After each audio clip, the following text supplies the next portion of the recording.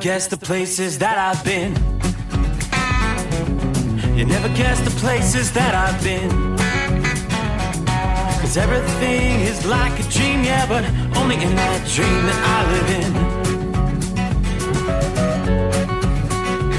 I'm never gonna let the day begin. Never gonna let the day begin. 'Cause everything is like a dream, yeah, but only in that dream that I live in. Oh, don't wake me up before you go, and I'll just make this bed my home. Oh, darling, please just let me sleep. Give me my dreams.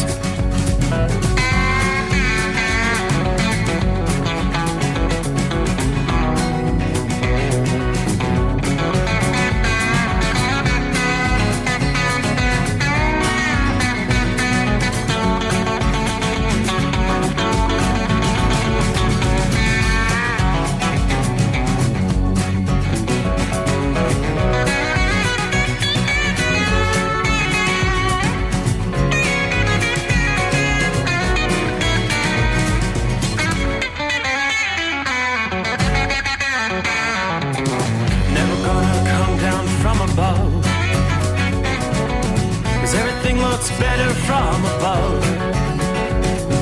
Nothing's ever as it seems, yeah, except in that world that I dream of. Never gonna lose the ones I love. Never gonna lose the ones I love. 'Cause everything is like a dream, yeah, but only in that world that I dream of. Oh, don't wake me up before you go, 'cause I can't face this day alone. Oh, darling, please just let me sleep. Give me my dreams. Give me my dreams. Give me my dreams.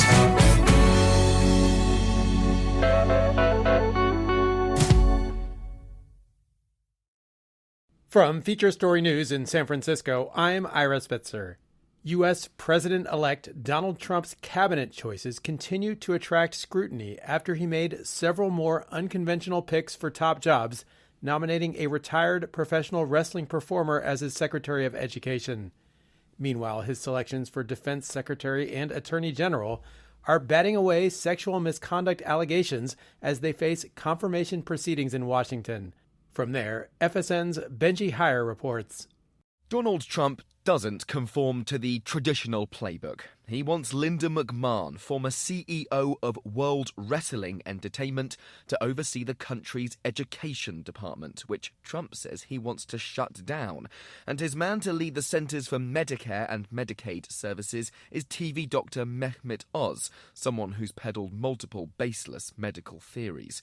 Lawmakers are also meeting to discuss a congressional investigation into former House of Representatives member Matt Gaetz, Trump's nominee for Attorney General. Gaetz denies allegations of sexual misconduct, illicit drug use and misuse of campaign funds. Another unorthodox nominee, Army veteran and television host Pete Hegseth, is accused of sexual assault. Again, he denies the claims. Trump has put him forward to head the most powerful military in the world, despite having no leadership or government experience. Benji Heyer, Washington. The funeral of One Direction star Liam Payne has taken place in Buckinghamshire, England. His former bandmates were there, as well as his son's mother, singer Cheryl Tweedy. FSN's Stuart Smith has more. The private service for family and friends was held near where the 31-year-old lived. A white horse-drawn carriage with the words "Son" and "Daddy" carried his coffin.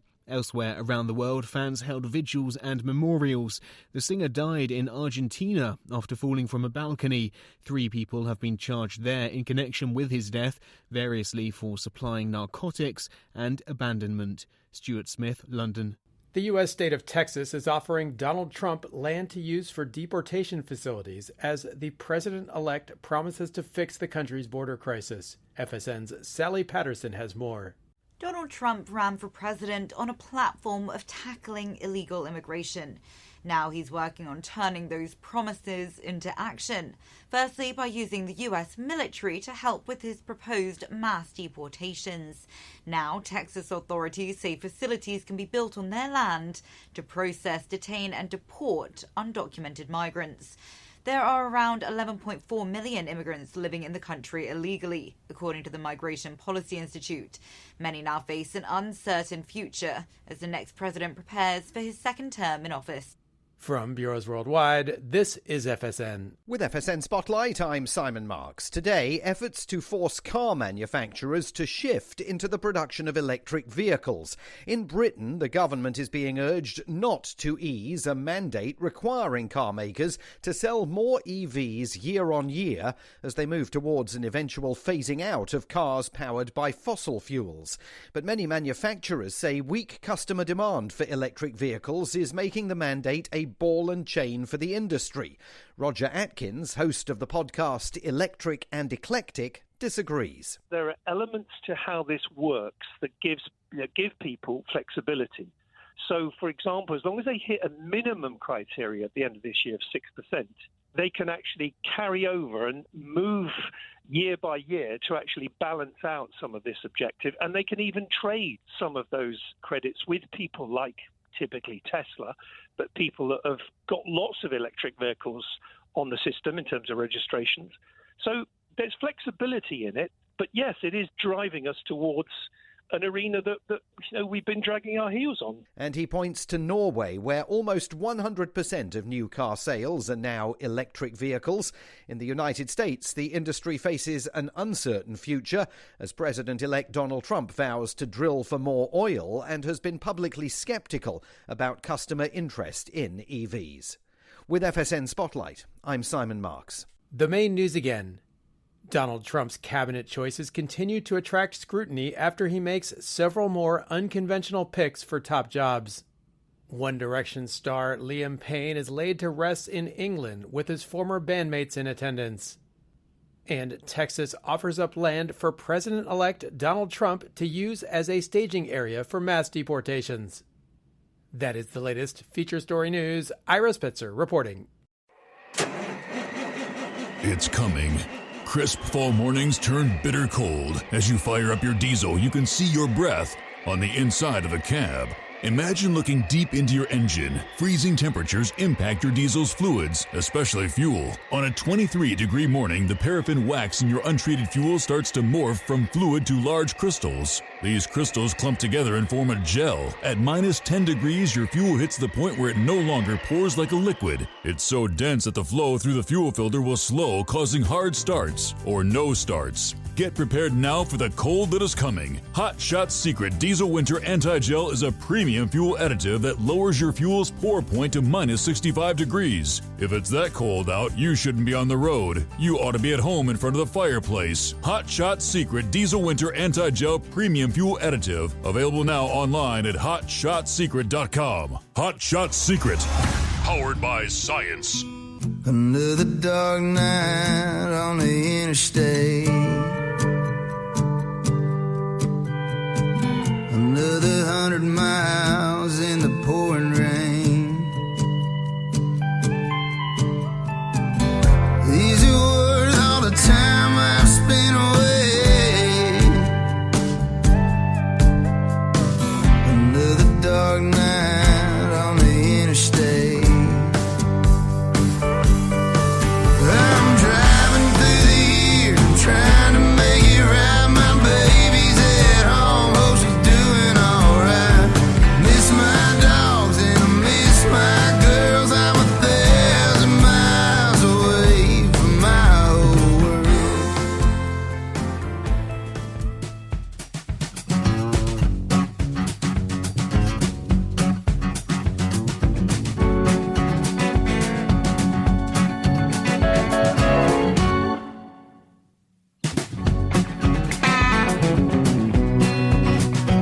All right, must be showtime. Yes, indeed. Here we go. How we doing? Here we find ourselves back at the comfy confines of the Hot Shot Secret bunker. course, it is the Steve Summers Overnight Drive. Gear it up for a Thursday. Or shall we say Friday Eve? Okay, so here come the weekend. 1 week from Thanksgiving Day. Yes, indeed. Wow, here come the holidays. So good to have you with us. Hope your week's going well. Actually getting some of the first prognostications for the big travel week next week. 80 million travelers expected to be headed out, hitting the highways, and by one of the biggest travel weeks of the year on any given year. Of course, you stretch it out over a number of days, but it's beginning to get some of the early forecasts. Kind of a heads up on what we anticipate for potential travel delays for our Thanksgiving travelers. But again, that's a week away. Well, before we get to Thanksgiving travel, we've got some travel issues impacting folks here on a Wednesday night, Thursday morning as we turn the page on the calendar from time zone to time zone. 21st day of November coming on. Yeah, believe it or not, you are finally seeing liquid falling from the heavens along the eastern seaboard. Much needed rainfall. It's not going to be enough to end the drought, but at least it's some rain. Hey, we've seen some thunderstorm activity. Lightning thunder that's pushed through the D.C. area. Some of that will be headed into New York City over the next couple of hours. We saw some stronger storms moving through the Philadelphia to the Scranton, PA area over the past hour. It's a pretty significant squall line there. Yeah, moves in, moves out pretty quickly, but you got the winds, the torrential rains, and then your general shower activity on the backside of that. And then you kind of await the colder air to begin wrapping around. This is a big storm system with that cold front stretching from all the way down along Virginia Beach. You've got the rains on up into southern portions of Canada, northern portions of lower Michigan, the UP of Michigan. Matter of fact, the transition from liquid precip to the white stuff, frozen precipitation, has begun there in the UP of Michigan, and seeing some of the signs. Again, it's the wraparound backside of the storm, which will bring millions of people their first taste of Old Man Winter. So let's start right there with parts of the Great Lakes into the Midwest. It'll be a quick visit from Old Man Winter, not only bringing much colder air, but the first snowflakes, maybe enough to cover the ground in parts of the region. We could see some travel delays, and it's just a reminder the official start of winter is about a month away. The first 20 days or so of November, it's been quite warm across the Midwest. In Chicago, for example, temperatures have been averaging more than 8 degrees above average. A quick change is already sweeping through the region. At their peak conditions, it's going to feel like late December or early January. Temperatures are plunging. Wind chills are going to be dropping into the single digits over the northern plains. We're going to wake up here Thursday morning with wind chills in the teens and 20s around the Great Lakes in the Ohio Valley. So along with that snap of colder air and gusty winds that'll add to the chill, we've got some lingering moisture. The combination of the cold air and that moisture will indeed bring a bit of snow. While the biggest snowfall with the storm into Friday will be focused on the Appalachians, where a foot or more of snow may pile up over the ridges there. Just enough snow to maybe fall on parts of the Midwest to cover some of the grassy areas, maybe some slushy spots on area roads. The danger would be from the standpoint of a quick burst of snow that it can occur anytime from overnight tonight into Thursday. It could bring a quick inch or so and put a mess on the roadways there. Chicago is one of those spots they're watching closely. One of the biggest population centers in the Midwest. Chicago could pick up a quick coating or an inch or two of snow Wednesday night into Thursday. Minneapolis, Detroit, Indianapolis, other spots where some flakes may fall steady enough during the showery event to bring a small accumulation. Now, even if most roads remain wet, you will deal with some reduced visibility during the snow, and some slick roads could be enough to slow your commute. It's going to be the heavy, wet kind of snow that will prompt some de-icing operation at our airports for the first time this season. Could see some significant airline delays at some of the busiest hubs that may have ripple effects elsewhere around the country. The gusty winds, another potential trigger for airline delays. The core of the storm will kind of consolidate over the Northeast Friday into Saturday. Temperatures begin to trend upward a bit over the Midwest, but more intrusions of cold air will follow from the northern plains to the upper Midwest as we head into Thanksgiving week and right on through the end of November.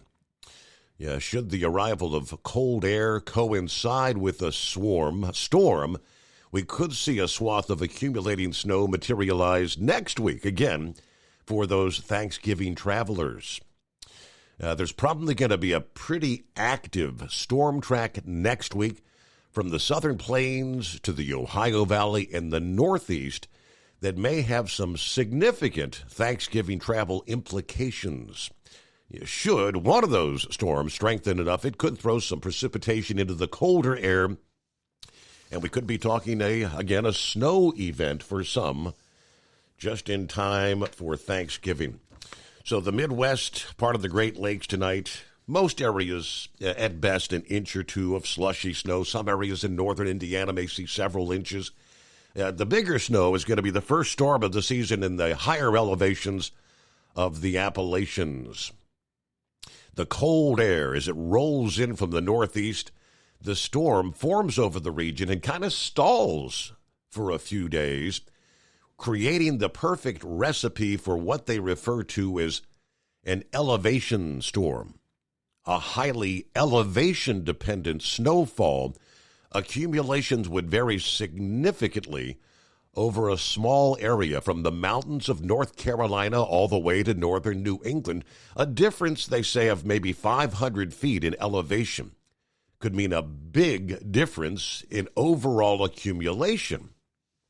This setup is pretty typical for late fall or maybe an early springtime storm. In most areas, the heaviest rate of snow will be occurring Thursday night to Friday morning. According to AccuWeather, in some areas it may start snowing during the midday hours later Thursday. Some of that could linger into Saturday. But over the ridges in West Virginia, western Maryland, southwestern Pennsylvania, some of the mountains could see 6 to 12 inches of snow. Similarly, the Poconos, the Endless Mountains of northeastern Pennsylvania, the Catskills of southwest New York will pick up similar accumulations. In both areas, AccuWeather said snowfall from this storm could approach a whopping 24 inches. Several inches of snow will fall on the Adirondack, the Green, and the White Mountains. Some snow will accumulate in the valleys in the Appalachians, mainly on the non-paved surfaces, but there will be a few exceptions. Be prepared for slippery travel in general through the Appalachians, with the greatest risk for snow-clogged roads over the higher elevations, impacting portions of 64, 68, Interstate 70, 80, 76, 87, 89, and 99. Again, this is going to be the wet, clingy kind of snow. The clinging nature will weigh down tree limbs. Could see some power outages over the higher elevations, and some secondary roads may be blocked by falling trees. Near the tail end of the storm, late Friday to early Saturday, maybe a few wet flakes may mix in over the northern and western suburbs of Philadelphia, New York City, and even Boston. All right, the storm will not bring drenching rain or heavy snow everywhere.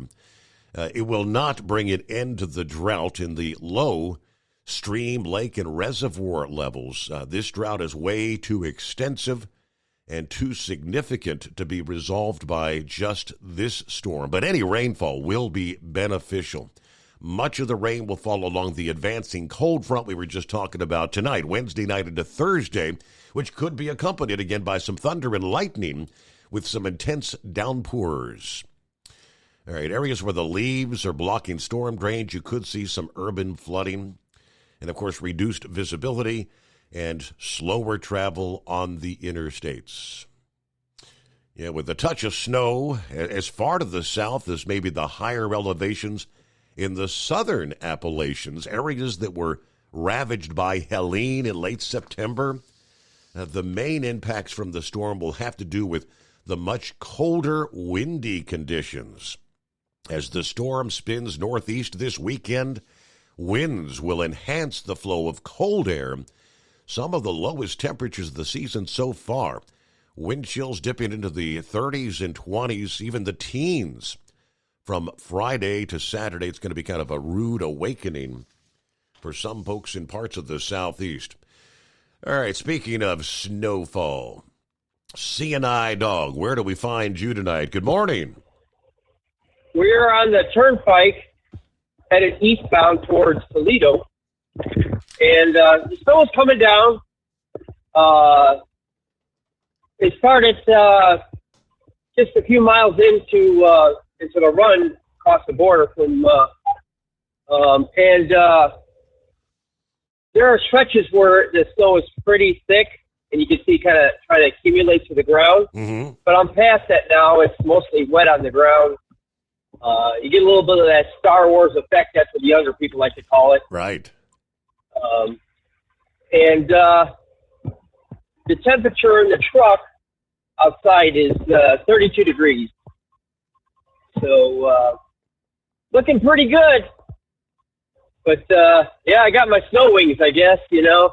It's kind of like in the military when you jump, they give you a set of jump wings, you know. When you get a little bit of snow on you, and you get your snow wings, you kind of get used to it again, you know. Ah, yeah. Oh, man, this is just a taste of what's to come, right? Yes, sir. Yes, sir. Not my favorite time of year for driving, but I do like the winter. I also like to say in Chicago time, Central, I had a birthday, 59 years old. Congratulations. I know I don't sound like I'm 59. Happy birthday. Thank you. Well, do I sound like a 60-year-old? I turned 60 a couple weeks ago. Yeah, we're similar in age. There's a lot of people that are very similar in age to us, you know, like Joe Peggs and other people. I really like your show. I like the direction it's going. I think in a small part, your show kind of helps in the politics of life, you know, like the information you guys put out there. Even some of the stuff that seems a little unnerving or a little scary or whatever, it's real, you know. And I think you're probably the only show in the universe, in my opinion, my universe at least, that you open up the mic to people and let them talk. You know, they got 2 or 3 minutes or a minute or 30 seconds. Right, right. So I really appreciate that, Steve.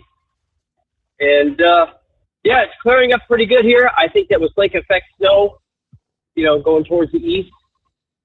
And give me 1 second here. I'll give you a mile marker where it's kind of clearing up. I'm at the 72-mile marker. So if you're going eastbound on the turnpike and you just ran into the snow, when you get around the 72-mile marker, it eases up. Okay. All right, Steve, I'll be listening. And thank you so much. Yeah, what you've got is some of the there is some lake enhanced areas there in southwestern Michigan, areas to the south, and there's several bands of snow. Not quite down to the Indianapolis area yet. It looks like you'll have a little bit of light rain mixing in Indy, but the radar returns showing a bit more significant snowfall, bands of snow. Yeah, in and out from eastern Iowa, areas east of Des Moines. You got some heavier returns over toward Davenport. just to the south of Davenport. More snow on up into southern portions of Wisconsin from Madison up toward Rochester, Minnesota. That's all going to be swinging south and east across the region tonight. You're actually going to have, let me take you to the Weather Service office there in Indianapolis, Indiana. This is areas mostly the northern half or northern two-thirds of the state. You're actually going to have 2 rounds of snow across much of central Indiana. The first round late tonight, probably ending by mid-morning, less than an inch. The heavier snow will arrive mid to late afternoon Thursday. That could impact the evening commute. Total snow between 1 and 3 inches with some locally higher amounts. Obviously, accumulations highest on the grassy and elevated surfaces with maybe some slushy road conditions due to the warm ground conditions. I mean, even in our area, we're anticipating a little bit of snowfall later today, the grassy areas, but we were in the 50s. Matter of fact, where are we at right now? 39 at this hour outside the secret bunker here in southwest Ohio. So who we got checking in? There's Larry. Good afternoon. Yes, indeed. It's midday for us, right? Hammer down. Be safe. He's hanging on 54 degrees. In Saugerties, New York, it is round 3 to Schenectady. Pappy, saddle up, nocturnal listeners. It's the midnight hour. It's the eve of Friday. 39, the far side of southwest Ohio. Street signs beginning to sway in the wind a bit. Weather conditions, they're a changing. Ugh.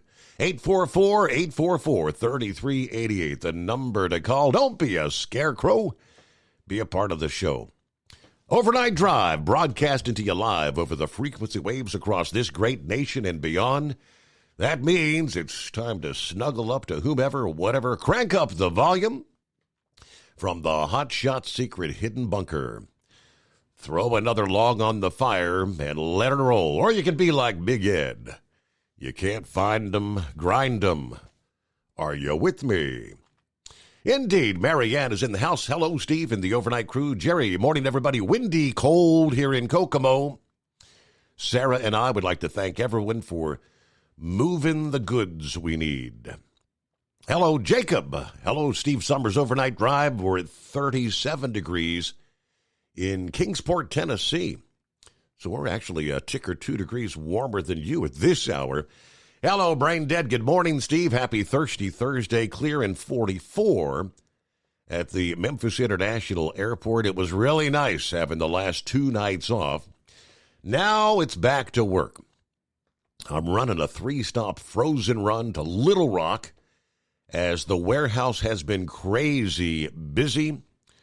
Being behind. This was supposed to be delivered yesterday. Well, I owe, so it's off to deliver freight I go. I'll check in later in the program. Yeah, brain dead like all the other grocery haulers out there. Eskimo Mom. It's the week before Thanksgiving. Yeah, groceries are hopping. Going to be a crazy weekend. Everybody's going to be out there doing their last-minute Thanksgiving shopping. Stocking up for the big holiday. Hello, Shorty, I-95 southbound Brunswick, Georgia, 64 degrees. It's Orlando turnaround number 2. This will be the last run till after Thanksgiving. All right. So you got about 30 coming in for Thanksgiving. Uh-oh, you're talking a big crowd. Bambi's going to be cooking 2 turkeys, 1 ham, 2 pans of homemade dressing, baked beans, 30 pounds of mashed taters. Then we just go into the food coma, right? Well, that's a crowd for Thanksgiving. My goodness. Poor Bambi, I feel sympathy for her. Hello to Jay. Good morning, Your Honor. Headed south, sneaking up on the bunker. It's a beautiful, clear night. A cuddly 42 degrees. All right, you have a happy body for the rest of the night. Who else we got? Kevin, good morning, Steve, the overnight crew. There's Double R. Hello, Steve, in Arizona. Should be in Las Vegas in the morning hours. All right, fuel was good coming across Oklahoma. The Love's at 308. The TA at 295. In Sayre, New Mexico, average 340. All right, hope everybody's being safe and warm. We're at 35 degrees in Flagstaff. We're listening in. Everybody be safe out there. All right, out west, good to have you with us, Double R. Safe travels. Hello to Larry. Good morning from western Wyoming this morning. Clear skies. A balmy 19 degrees. Interstate 80 was in good shape from Cheyenne to the Utah state line. High winds between Cheyenne and Rawlins. Besides that, all is good tonight. Everybody stay safe.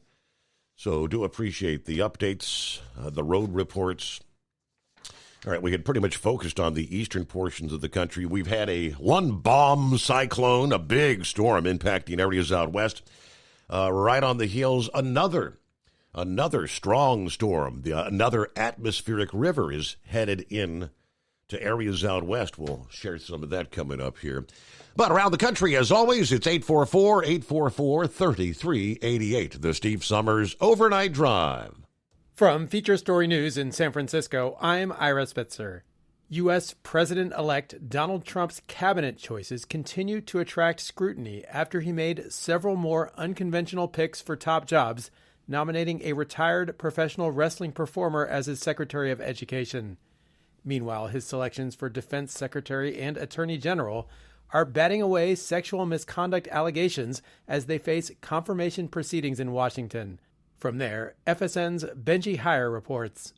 Donald Trump doesn't conform to the traditional playbook. He wants Linda McMahon, former CEO of World Wrestling Entertainment, to oversee the country's education department, which Trump says he wants to shut down. And his man to lead the Centers for Medicare and Medicaid Services is TV doctor Mehmet Oz, someone who's peddled multiple baseless medical theories. Lawmakers are also meeting to discuss a congressional investigation into former House of Representatives member Matt Gaetz, Trump's nominee for Attorney General. Gaetz denies allegations of sexual misconduct, illicit drug use, and misuse of campaign funds. Another unorthodox nominee, Army veteran and television host Pete Hegseth, is accused of sexual assault. Again, he denies the claims. Trump has put him forward to head the most powerful military in the world, despite having no leadership or government experience. Benji Heyer, Washington. The funeral of One Direction star Liam Payne has taken place in Buckinghamshire, England. His former bandmates were there, as well as his son's mother, singer Cheryl Tweedy. FSN's Stuart Smith has more. The private service for family and friends was held near where the 31-year-old lived. A white horse-drawn carriage with the words "Son" and "Daddy" carried his coffin. Elsewhere around the world, fans held vigils and memorials. The singer died in Argentina after falling from a balcony. 3 people have been charged there in connection with his death, variously for supplying narcotics and abandonment. Stuart Smith, London. The U.S. state of Texas is offering Donald Trump land to use for deportation facilities as the president-elect promises to fix the country's border crisis. FSN's Sally Patterson has more. Donald Trump ran for president on a platform of tackling illegal immigration. Now he's working on turning those promises into action. Firstly, by using the U.S. military to help with his proposed mass deportations. Now, Texas authorities say facilities can be built on their land to process, detain and deport undocumented migrants. There are around 11.4 million immigrants living in the country illegally, according to the Migration Policy Institute. Many now face an uncertain future as the next president prepares for his second term in office. From Bureaus Worldwide, this is FSN. Increase fuel economy up to 7.9% with Hot Shots Secret Gasoline Extreme. The solution to maximize your engine's performance and fuel economy. Whether you're driving a sports car or a daily commuter, Gasoline Extreme is specially formulated with PEA to deep clean. Don't settle for an average driving experience. Upgrade to Hot Shots Secret Gasoline Extreme and go further on each tank. Order now on Amazon or HotShotSecret.com. Hot Shot Secret. Powered by science. At Hot Shot Secret, we share the science behind common diesel problems. For example, ultra-low sulfur fuels. Fuel has two purposes, combustion and lubrication. Ultra-low sulfur fuels have diminished the fuel's ability to lubricate. Hot Shot Secret Everyday Diesel Treatment with LX4 restores lubricity, protects your engine, and optimizes performance. Everyday diesel treatment is available at truck stops, Tractor Supply, O'Reilly's Auto Parts, and online at HotShotSecret.com. Hot Shot Secret, powered by science. Building relationships with their team drivers and customers still matter at IBI Security Transport. Since 1966, IBI and its team of drivers have been leaders and innovators in providing white glove service to its exclusive client base for transporting high-value freight safely and securely. Much of the IBI staff have driven trucks, so they understand both the customers' and drivers' needs. If you're seeking a career that values you as a person, not just a number, and offers great benefits and good home time, then IBI is the place for you. Call 800-582-5912 to discover why we are the leaders in team freight and start building a relationship with you. Attention all truckers, are you ready to own your own truck? Lone Mountain Truck Leasing makes it easy. Our lease-to-own program puts you in the driver's seat. Our inventory is always changing, and we have a variety of rigs, including Kenworths, Freightliners, automatics, and manuals. Once you make your last payment, the truck is yours. No interest, no balloons, and no buyouts. Take the first steps towards independence and financial freedom. Visit LoneMountainTruck.com or call 866-944-0383 to apply today.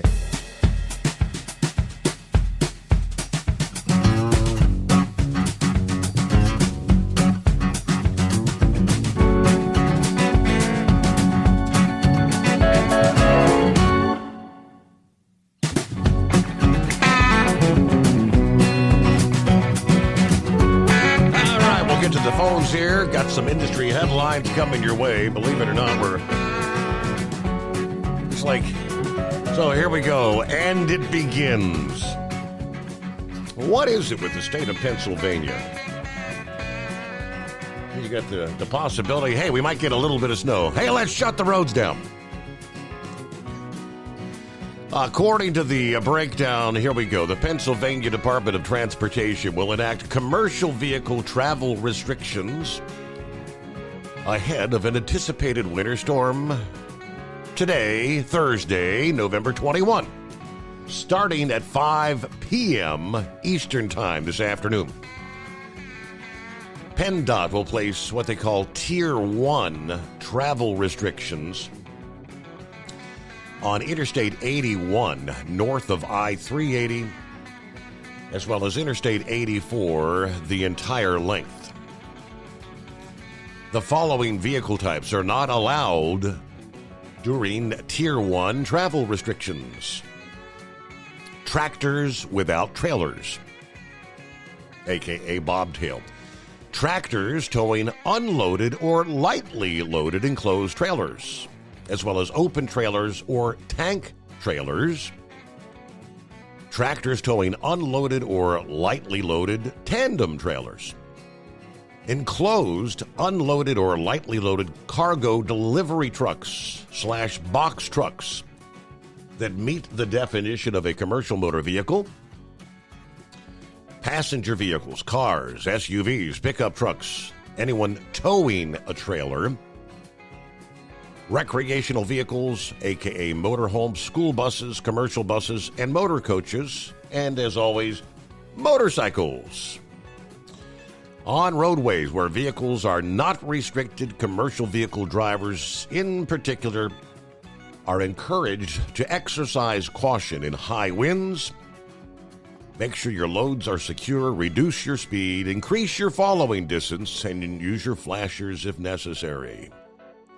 I mean, it's the first little taste of Old Man Winter. Morning, Captain Ron. Morning. So we have a little dilemma. I'm off tomorrow night. So Scarecrow, we haven't heard from him, isn't around, and Gilligan is going to be having a procedure Friday morning also, like me. he's getting that heart ablation, but I'm getting a colonoscopy Friday morning. Oh, I hope thrill. they don't confuse the two. Yeah, I hope they don't confuse the two. How are we going to know that it's officially one day closer to the greatest day of the week now? Now, somebody's got to step up to the plate here and make it official. Well, that's what I was saying. We got a little dilemma here going on. So I was also thinking that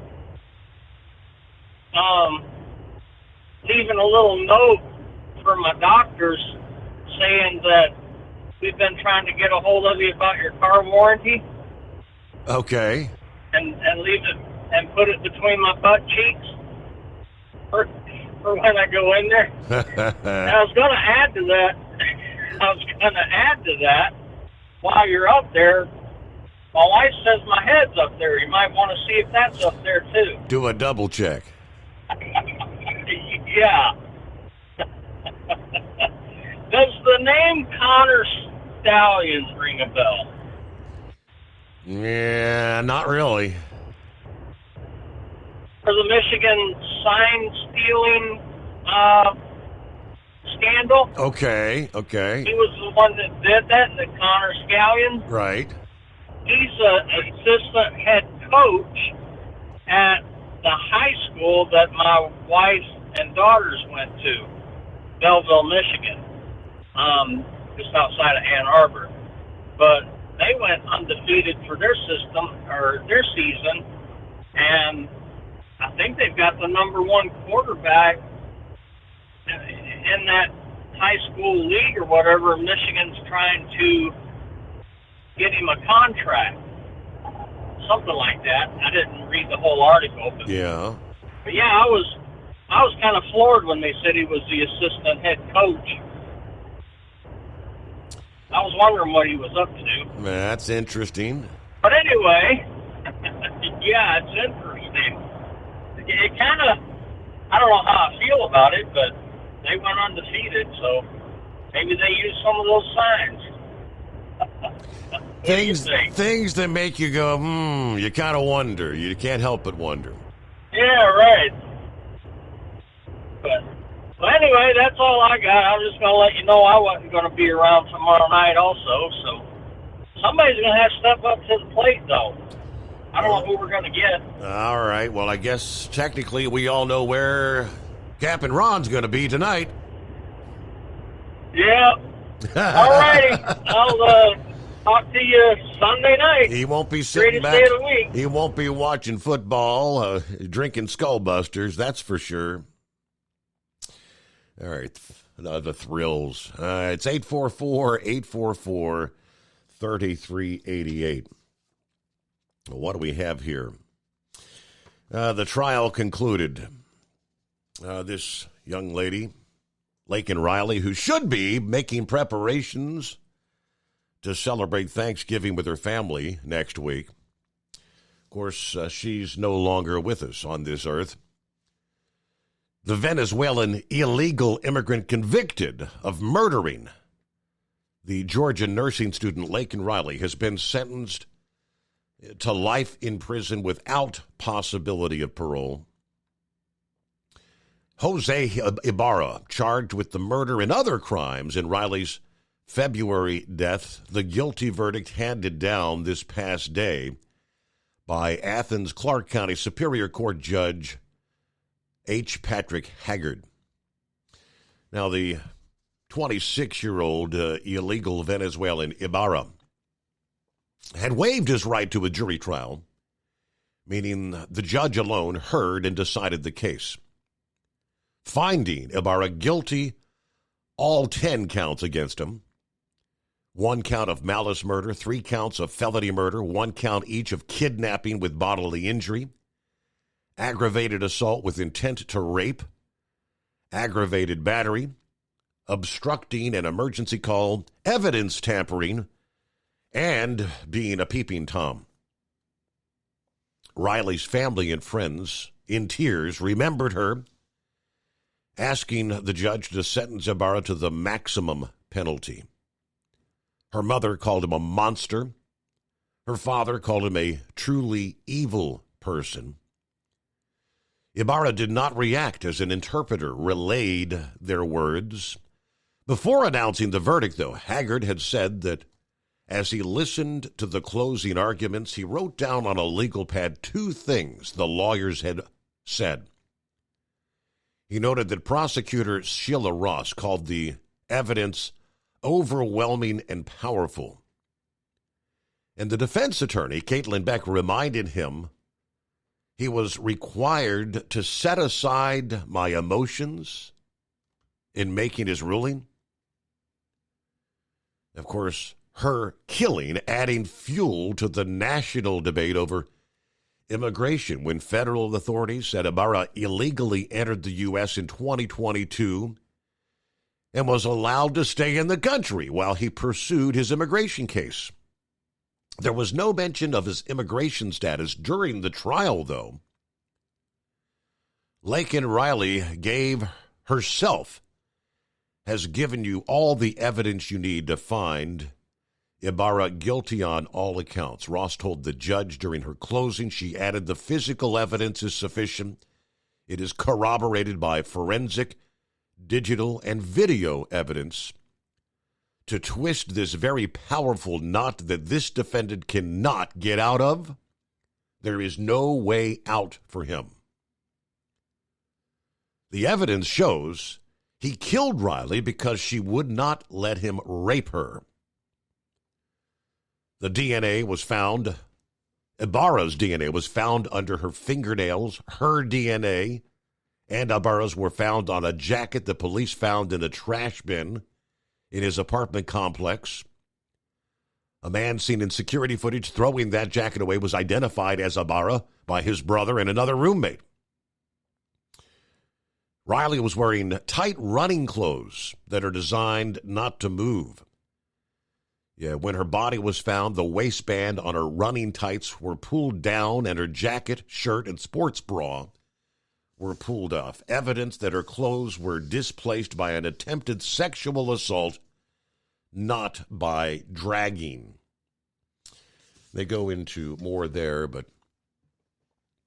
the Venezuelan gang members, the update just this past day, now, according to authorities, becoming more violent, operating in, we know, 16 states here in the USA right now.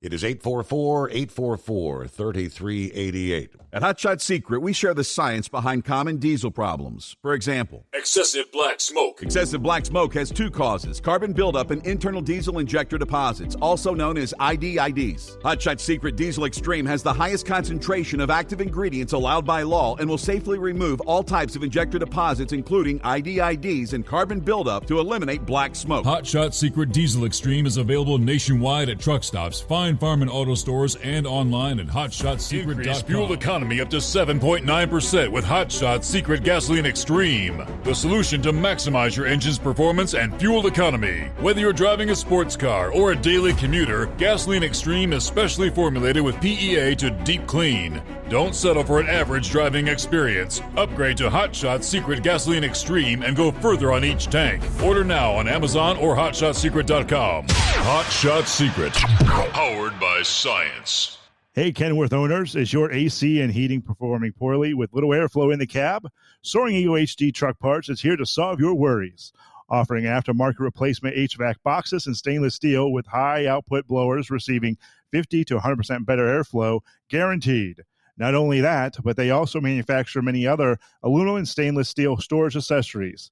Check out their website at www.soaringeaglehd.com or call toll-free 1-833-455-2473.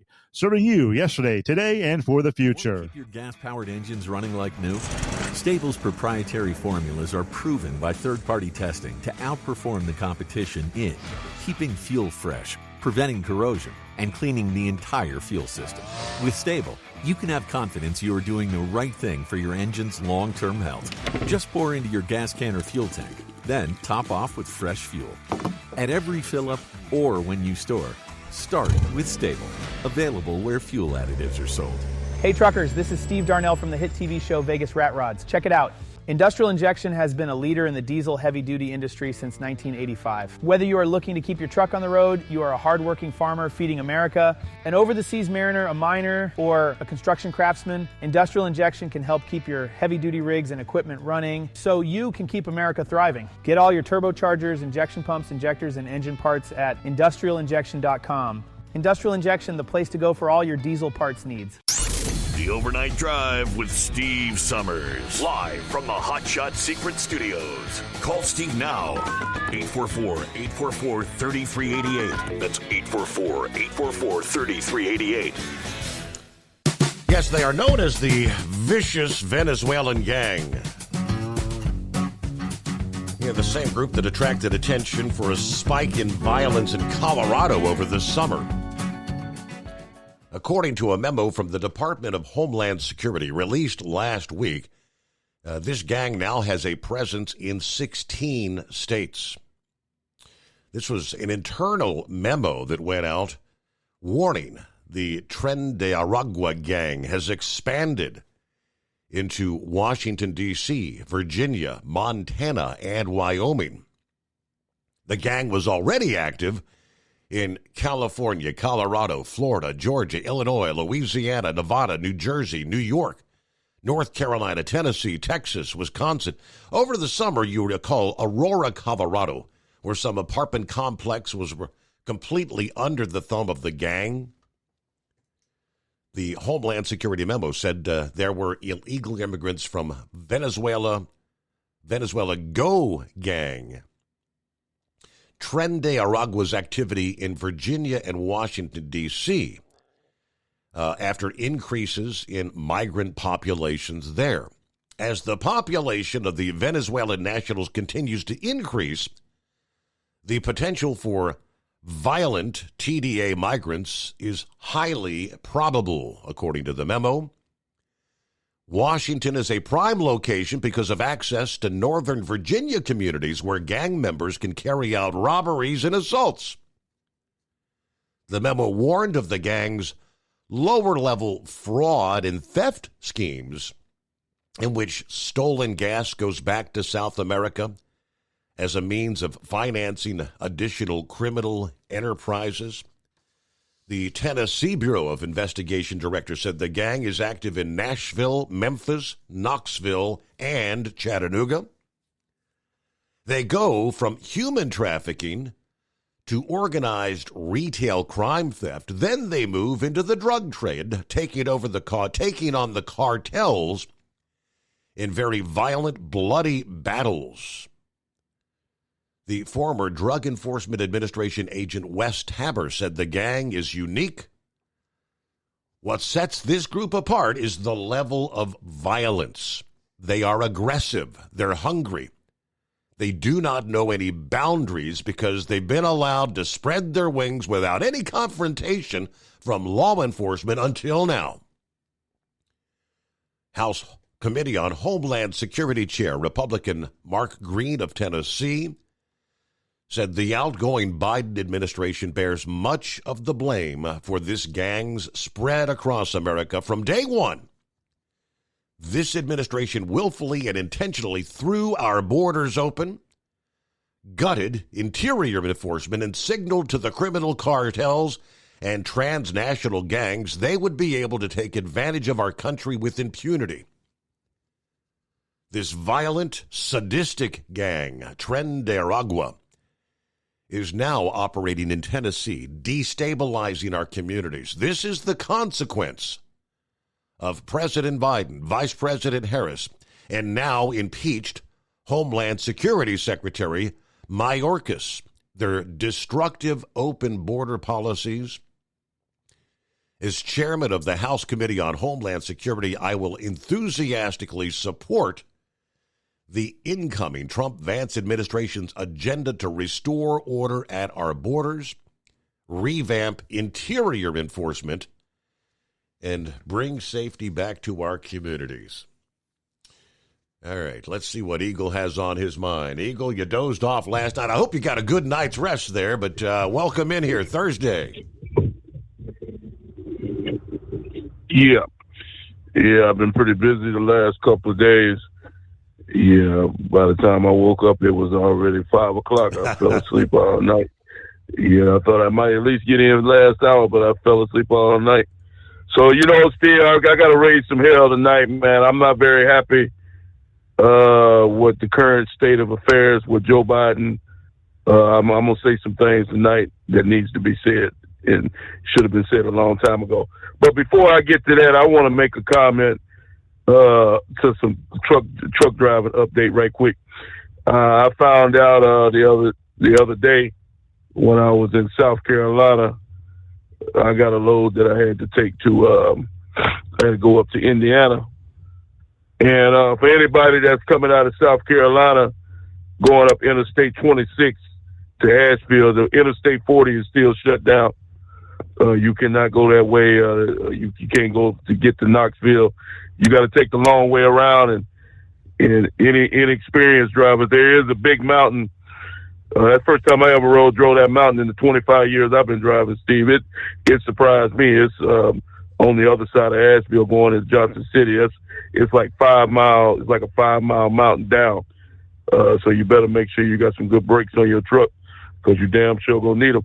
If you don't have good brakes, you gonna wish you would have had some because you probably won't be with us no longer. But yeah, it's a pretty steep mountain on the other side of Asheville.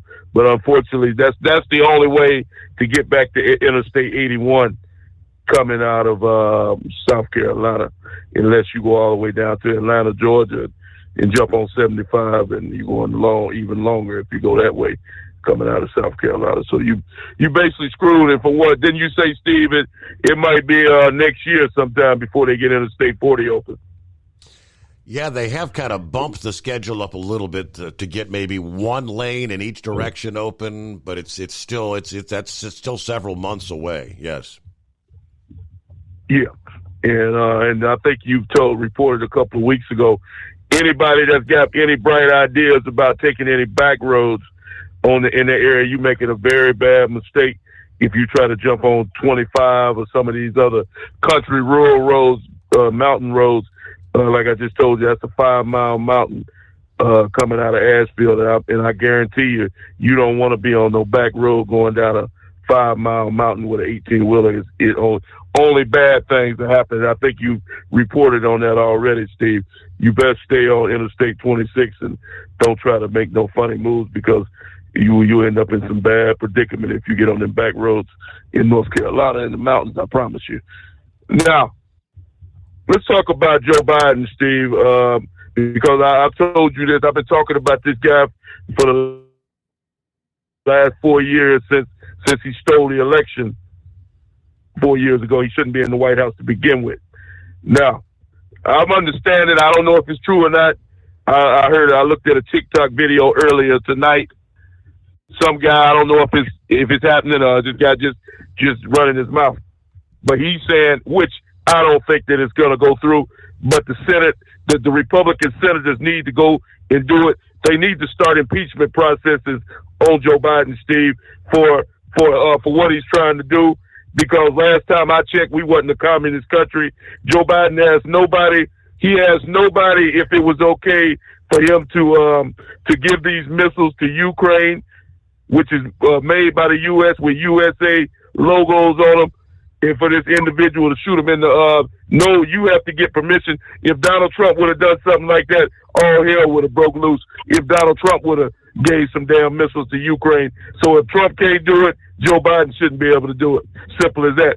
So they need to start impeachment processes, whether it goes through or not. They need to at least try, because they damn sure would try with Donald Trump. Because I'm pissed off about this situation, Steve. There was no need for Joe Biden to do this. And now he's even took it a step further today where he's giving the guy landmines. He's giving the guy mines to put on the ground. Now, there's no reason for all of it. He's trying to escalate the war for no reason. He just sat down and lied to Donald Trump a week ago, sat down and shook hands with Donald Trump and said that he was going to have a peaceful transfer of power, Steve, between him and Trump. And then days later, this guy goes out and do this. This is uncalled for. This is unheard of what Joe Biden is doing. And then here's the even sadder part about the deal, Steve. is that he has the nerve to not even answer questions. The reporters are yelling and screaming at him, Joe Biden, we need to find out what is going on. Why are you doing what you're doing? And he just walks off into the sunset. Yeah. Now, let me ask you a simple question. Steve. Is the president supposed to refuse to answer questions? Well, obviously not, but that's been the status quo with Joe Biden. I mean, for years and years, even leading up to the election. I mean, he campaigned from the basement, but hold the thought. We got to pause. Ultimate comfort on the road. That's the Bostrom difference, and why so many drivers are upgrading their seats to Bostrom seating.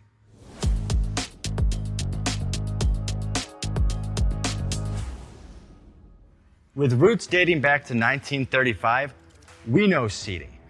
We've developed a full line of high-quality products with the right seat for your application, all made right here in the USA. From our top-of-the-line Wide Ride Plus Certa for the long-haul driver to our entry-level Baja series for the vocational driver, we provide you with the comfort you deserve at the price point you're looking for. We know you're busy. You don't have time to search every distributor and dealership for the right seat, only to find the one you want won't fit in your truck. That's why we created BostromSeating.com. It's a complete seating solution.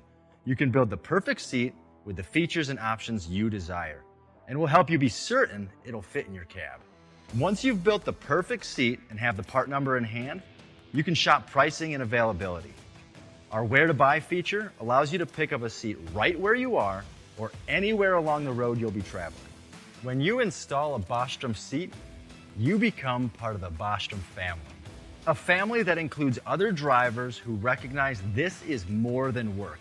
It's a ride, one that requires the next level comfort and support only Bostrom can provide. Go to BostromSeating.com to design your ride with ultimate comfort for the open road. Hands on the wheel, hands off invoicing. At Transcap, we're built for high speed and service, just like you. Our fast freight factoring helps you make more money, not chase it down, because we handle all the invoicing BS and back office work. Apply for fast funding at transcap.com/getcash. It takes just 60 seconds.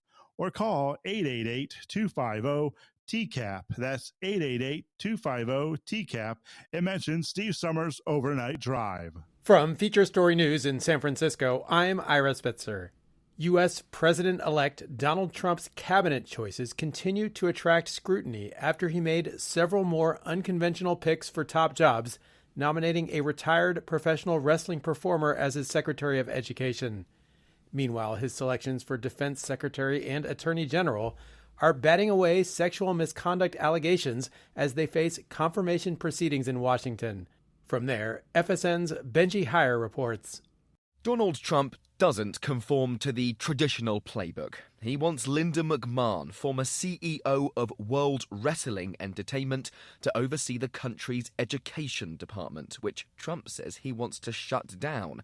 And his man to lead the Centers for Medicare and Medicaid Services is TV doctor Mehmet Oz, someone who's peddled multiple baseless medical theories. Lawmakers are also meeting to discuss a congressional investigation into former House of Representatives member Matt Gaetz, Trump's nominee for Attorney General. Gaetz denies allegations of sexual misconduct, illicit drug use, and misuse of campaign funds. Another unorthodox nominee, Army veteran and television host Pete Hegseth, is accused of sexual assault. Again, he denies the claims. Trump has put him forward to head the most powerful military in the world, despite having no leadership or government experience. Benji Heyer, Washington. The funeral of One Direction star Liam Payne has taken place in Buckinghamshire, England. His former bandmates were there, as well as his son's mother, singer Cheryl Tweedy. FSN's Stuart Smith has more. The private service for family and friends was held near where the 31-year-old lived. A white horse-drawn carriage with the words "Son" and "Daddy" carried his coffin. Elsewhere around the world, fans held vigils and memorials. The singer died in Argentina after falling from a balcony. 3 people have been charged there in connection with his death, variously for supplying narcotics and abandonment. Stuart Smith, London. The U.S. state of Texas is offering Donald Trump land to use for deportation facilities as the president-elect promises to fix the country's border crisis. FSN's Sally Patterson has more. Donald Trump ran for president on a platform of tackling illegal immigration. Now he's working on turning those promises into action. Firstly, by using the U.S. military to help with his proposed mass deportations. Now, Texas authorities say facilities can be built on their land to process, detain and deport undocumented migrants. There are around 11.4 million immigrants living in the country illegally, according to the Migration Policy Institute. Many now face an uncertain future as the next president prepares for his second term in office. From Bureaus Worldwide, this is FSN. With FSN Spotlight, I'm Simon Marks. Today, efforts to force car manufacturers to shift into the production of electric vehicles. In Britain, the government is being urged not to ease a mandate requiring car makers to sell more EVs year on year as they move towards an eventual phasing out of cars powered by fossil fuels. But many manufacturers say weak customer demand for electric vehicles is making the mandate a ball and chain for the industry. Roger Atkins, host of the podcast Electric and Eclectic, disagrees. There are elements to how this works that give people flexibility. So, for example, as long as they hit a minimum criteria at the end of this year of 6%, they can actually carry over and move year by year to actually balance out some of this objective. And they can even trade some of those credits with people like typically Tesla, but people that have got lots of electric vehicles on the system in terms of registrations. So there's flexibility in it, but yes, it is driving us towards an arena that we've been dragging our heels on. And he points to Norway, where almost 100% of new car sales are now electric vehicles. In the United States, the industry faces an uncertain future as President-elect Donald Trump vows to drill for more oil and has been publicly skeptical about customer interest in EVs. With FSN Spotlight, I'm Simon Marks. The main news again. Donald Trump's cabinet choices continue to attract scrutiny after he makes several more unconventional picks for top jobs. One Direction star Liam Payne is laid to rest in England with his former bandmates in attendance. And Texas offers up land for President-elect Donald Trump to use as a staging area for mass deportations. That is the latest feature story news. Ira Spitzer reporting. It's coming. Crisp fall mornings turn bitter cold. You climb into your diesel and it feels like you're sitting on an ice cube. Imagine how your engine feels after a frosty night. Freezing temperatures impact your diesel's fluids, especially fuel. As the temperatures drop, water that is emulsified within your fuel is released, adding more water into your system. Frozen water in your fuel lines, filter, or bowl will simply slow the flow, or worse, stop the flow of fuel in your system. No fuel flow, no start. Get prepared now for the cold that is coming. Hot Shot Secret Diesel Winter Anti-Gel is a premium fuel additive that lowers your fuel's pour point to minus 65 degrees. If it's that cold out, you shouldn't be on the road. You ought to be at home in front of the fireplace. Hot Shot Secret Diesel Winter Anti-Gel Premium Fuel Additive. Available now online at HotShotSecret.com. Hot Shot Secret. Powered by science.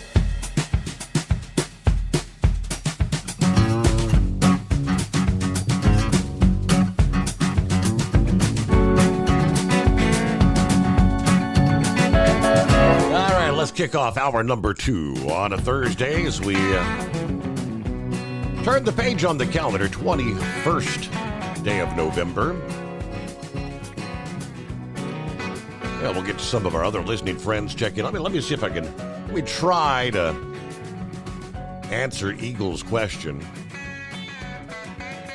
But first and foremost, we've been saying for not months but years, under this administration, Joe is not running the show to begin with. And that hasn't changed. Nobody really knows who in the hell's running the show there. Who's making all these decisions? Of course, Biden's the president, and That's all you hear. Joe gave the green light. There has not yet been any official word, even from the administration, confirming that policy change. It's all been coming from anonymous or unnamed officials talking to the media.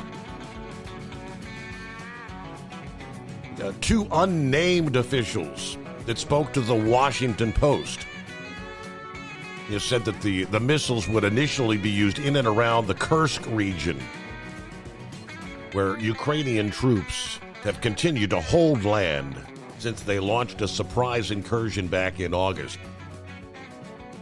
From the very beginning, though, they tell us that the administration, or Biden, has refused to allow Ukraine to use these long-range tactical systems inside Russian territory because Moscow had told them. Moscow warned that would represent crossing a red line for them. But all of a sudden, 2 months left in his term, and they pivot. So the big question, why now? I think we all know the answer. I mean, he's trying to get things, the war to broaden, expand. The director of the Eurasian program at the Quincy Institute said there's 3 possible factors. The most negative way of looking at it is the Biden administration is looking to scuttle Trump's promises of ending the war. I think that's the most logical one right there. They call it the most negative. The more positive take is the Biden administration is looking to strengthen Ukraine's hand before future negotiations. And the third alternative is the policy change was needed to respond to changing conditions on the ground there. Of course, supposedly the media leaks say this was the administration's response to the North Korean troops being allowed to participate. About 10,000 North Koreans, soldiers to the Kursk region. Supposedly this may have Kim Jong-un rethinking putting his personnel on the ground because they could be hit. I think the number one answer, it's all about scuttling things for the incoming administration. And as far as speaking to the media, Joe, I think as he's several times over the last couple of years, he's actually come right out and said, I've been told not to say this. I've been told not to say. Joe's been told to shut your mouth, don't say a word, and he has not. I mean, I saw the videos where reporters are hollering at him as landing at the tarmac there, coming back from Brazil. Reporters saying, you haven't talked to us the whole trip. It's your birthday. Can you give us a birthday gift and maybe talk to us? He's not saying a word. He just ignores them and wanders away. Okay. Yeah, can I talk now? Go ahead, Eagle. Okay. So we already know. We know we've been knowing this. We already know this, Steve, who the real president. This is Obama's 3rd or 4th term in the damn White House. This guy here he said it when he was in the White House itself, that he wished there was some way that he could stay in and still control things, even though he wasn't the president. Right. And that's exactly what he's doing. Biden is nothing but a puppet. He's stands out on the podium. He's useless. That's why they wanted him, and that's why they wanted Kamala, because she was going to do the same damn thing for 8 more years, while Obama stood behind the curtains and ran the whole show with Kamala. That didn't happen. So now Obama is desperate. He's desperate. Him and his people are desperate to stay in the White House. Now they're trying to get a war started to continue to keep Trump from getting in, so Biden can stay under so-called power. Because from what I'm understanding, you can't change power if we're under a damn war. But like Trump said, Steve, this is not going to be no war. This is going to be unlike anything that we've ever seen before. Because, see, like Trump said, he bought a lot of the weapons that we have in the United States. And if you listen to the guy real closely, Donald Trump said that he never wanted to ever use these devices because that'll be the end for everybody. And just in case people didn't know out there, Vladimir Putin has the most dangerous nuclear weapon ever invented by man, called Satan. That's what they call it, Satan, which is another name for the devil. That's how dangerous. If Mr. Putin releases this weapon, everybody will be eliminated. You don't have to worry about arguing. You don't have to worry about who's the president. Won't nobody be president because everybody will be 6 feet deep. So I'm just being honest with you tonight, Steve. I hope everybody enjoys their Thanksgiving this year, because this time next year we might not have no damn Thanksgiving at the rate we're going right now. If they don't do something about Biden and the people that's controlling him in the next couple of weeks, this whole thing could blow up. The only thing that's keeping Vladimir Putin, Steve, and you and I both know is honest, is that him and Donald Trump have some kind of relationship. I promise you, if him and Trump didn't have a relationship, Vladimir Putin would have took action by now. He's holding back right now because he thinks that Trump's going to get in come January. That's the only reason he's holding back. I promise you, he's not going to allow Ukraine to launch missiles into his country and not do a damn thing about it. The only thing that's holding him back is Trump, but that's going to eventually run out. They continue doing what they're doing. Like they say, poking the bear. You can only poke the bear so long before he reacts, and maybe Trump might not even be able to hold the guy back, and then we'll all be, like I said, and then he brings out that weapon called Satan II, and if anybody thinks it's a joke, you won't be laughing when it hits the United States. I promise you won't be laughing. Now, let me say this right quick about the border situation, Steve, about this. I want to talk about these sanctuary cities. Another thing that I'm very pissed off about, that they have the gall and the balls to actually say California, Illinois, Arizona, and some more states have the nerve to say that they're going to try to stop Donald Trump from bringing in his people to get these people out of the country that are wreaking havoc on America, doing all kind of bad things, killing Americans, raping Americans, stealing, robbing, stealing, doing everything, doing the whole deal. And they have the nerve to say that these people have a right to be in the U.S. Well, why do they have a right to be there here illegally, my man? Gavin Newscomb or whatever the hell he calls himself in California. So here's what I say, Steve. Here's what I say. Since they want to play that game, if I was running things, if they want to play that game, you want to be a sanctuary state, my man. So from now on, we'll just round them all up. The Border Patrol, Tom Homan, and we'll ship them out to California, and we'll see how long that lasts before that guy be begging and pleading for the United States to send in the military, everybody else we got, to get them people the hell out of there. Because, see, some people have to learn the hard way, Steve. You just like the guy in New York. He said he wanted to be a sanctuary city, and now that guy is begging and pleading for Trump and his people to come up to New York City and get them people the hell out of there and clean up New York City because the place is overrun with migrants. Some people have to learn the hard way. They ought to be ashamed of themselves for even saying that they're going to interfere with Donald Trump trying to make America great again and get these people out, Steve. They should be embarrassed. And if I lived in one of those states such as California, Illinois, I would have moved the hell out of there, because what they basically telling you and your family is they don't give a damn about you, because they're allowing somebody to kill and rape your wife and kids, even knowing that the man is here illegally, yet they say they still want him there. That don't sound like that guy cares about my family to me. So if anybody listening tonight, if you living in California, you might want to pack your bags, my man, because I guarantee you Gavin Newsom don't give a damn about you or your family. And I thank you for taking my call tonight. Well, Tom Homan actually addressed that this past day, and he pretty much said the same thing you just said, Eagle. Yeah, for all these Democrats talking about we're going to resist the deportations, we're going to be at the, what California city said they're going to officially be a sanctuary city and not allow Homan and the new administration to get the illegals out. Tom Homan's going to be the new sheriff in town. He said this past day, I've got a message for Democrats promising not to help or even impede efforts to remove illegal immigrants. Do not get in our way.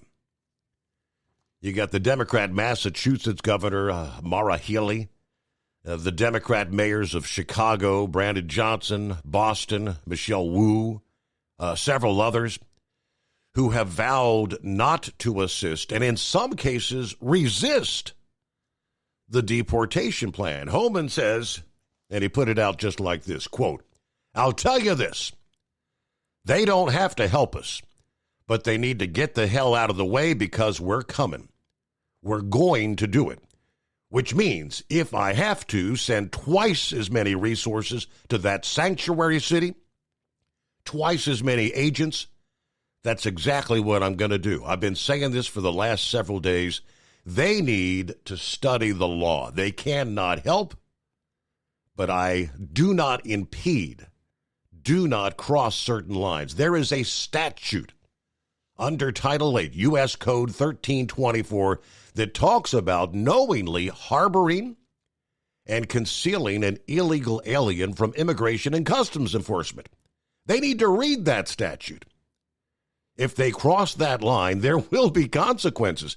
Now, like I said, I find it insulting that any elected official would push back on efforts to rid their communities of potential threats, especially the likes of illegals with criminal backgrounds.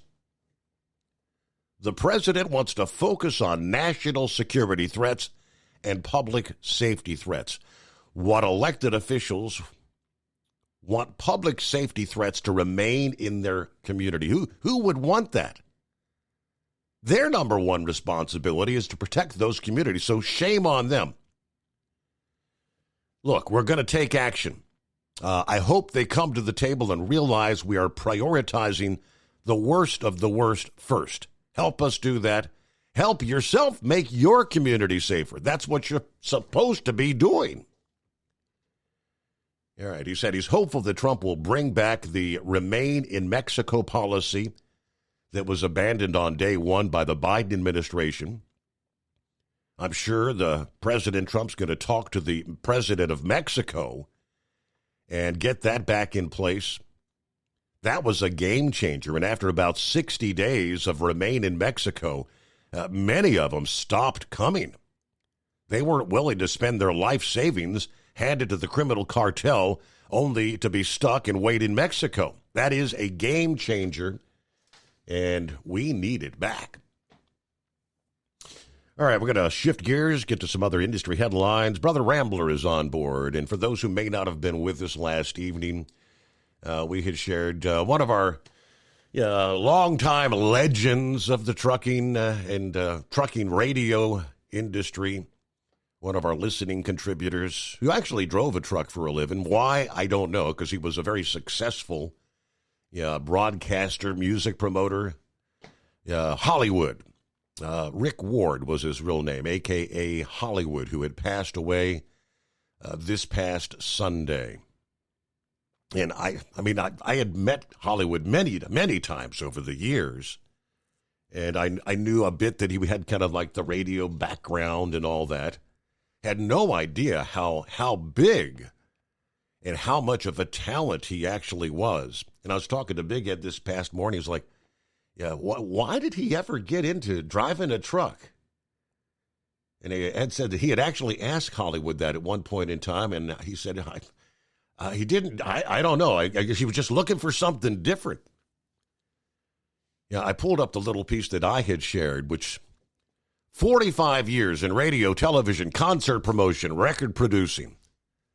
From 1960 in KDAY in Los Angeles as a board operator for Alan Freed.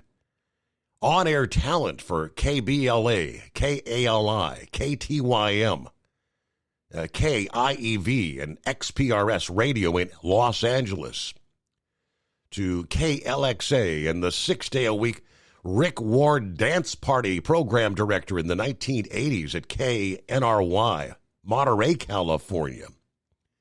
And there's a dozen of others. Yeah, Brunswick, he did voiceovers for television commercials, cartoons, the entire business world, concert tours throughout the U.S. and Mexico. Some of the big musical names, Little Richard, the Platters, Jimmy Clanton, Rosie and the Originals, Big Joe Turner. I mean, he went on then to Rocket Radio in the internet age, rocketradio.net, with oldies on request. Yeah, Hollywood passing away on Sunday after a relatively short, I would say, battle with cancer. My understanding from Judy was, I think he was diagnosed back in June. Yeah, bladder cancer. And so, yeah, you remember Hollywood, don't you, Brother Rambler? Very fondly. Very, very fondly. I remember Hollywood. I had the pleasure. It was 2001 that I had the pleasure of. It was just a small group of us. Bill, Cindy, myself, and I don't even know why they even asked me to go to dinner, but and Hollywood was invited, and we all we were at the GAT show. Went over there to Joe T. Garcia's in Fort Worth, Texas, and I tell you, between Hollywood and Bill Mack telling the stories about the industry, and they really held court and kept us entertained. Hollywood said that he just got burned out on the entertainment and wanted that freedom to get away from everything, and that's why he started driving a truck. But you could tell, because there was times where he would go in the studio with your dad, and there was times where he would go in there and just start pulling carts. If you remember, like he was running the place, and man, he was a unique character. There's many a nights where, when I was in truck driving school, your dad did the voice of the, showing us how to do law books and stuff. Your dad was a big influence, and I liked your dad's voice, and I found the show 700 WLW, and I based my trips where I can drive at night so I can listen to Bozo. And of course, Hollywood was that all familiar character. I mean, it just wasn't Hollywood. It was it was Maverick. I mean, it was Gorilla. It was a whole host of others, but he was the most unique and the most funniest. And like I said, he was a good fella. I liked Hollywood. Like I said, I remember the first time I ever saw him. I was impressed by all the gold he had around his neck. He was he was kind of larger than life. Because what was he? Well, he had to be like 6'6", and then all the gold chains and the gold the rings and the diamonds and all that. Just and the cowboy boots, the snakeskin boots. Yes, I mean, he was larger than life, and one thing I was reading about that is it didn't mention, he told the story years ago on your old man's program, but he also told the story when we were at dinner at Joe T. Garcia's, where he really was a business owner with the late great Wolfman Jack. And the story was, he told the story, he said, we had this, I forget what the call letters were, but he had a powerful flamethrower out of California. And they had a locomotive brought up there that wasn't on tracks, but they had to have a railroad engineer that knew how to power it up, and that's what they were used to power that AM station to get it across the United States. Hollywood said there would be so much voltage or wattage going in there that if you went to get a fluorescent light bulb, they were already kind of glowing a little bit. But that's how he really kind of, said he got into it. Him and Wolfman Jack being on air together, him doing voices and characters and everything like that. Yeah, I tell you, I went back and I found where I Mrs. Judy and told her about when Squirrel passed away to pass it on to Hollywood. And I said, yeah, if you could just get him to call. I said, people still call this show asking about him. And she's like, well, I'll pass it on to him, but he's normally in bed by 8 o'clock. So I was hoping we could get him to call in, one more night. But I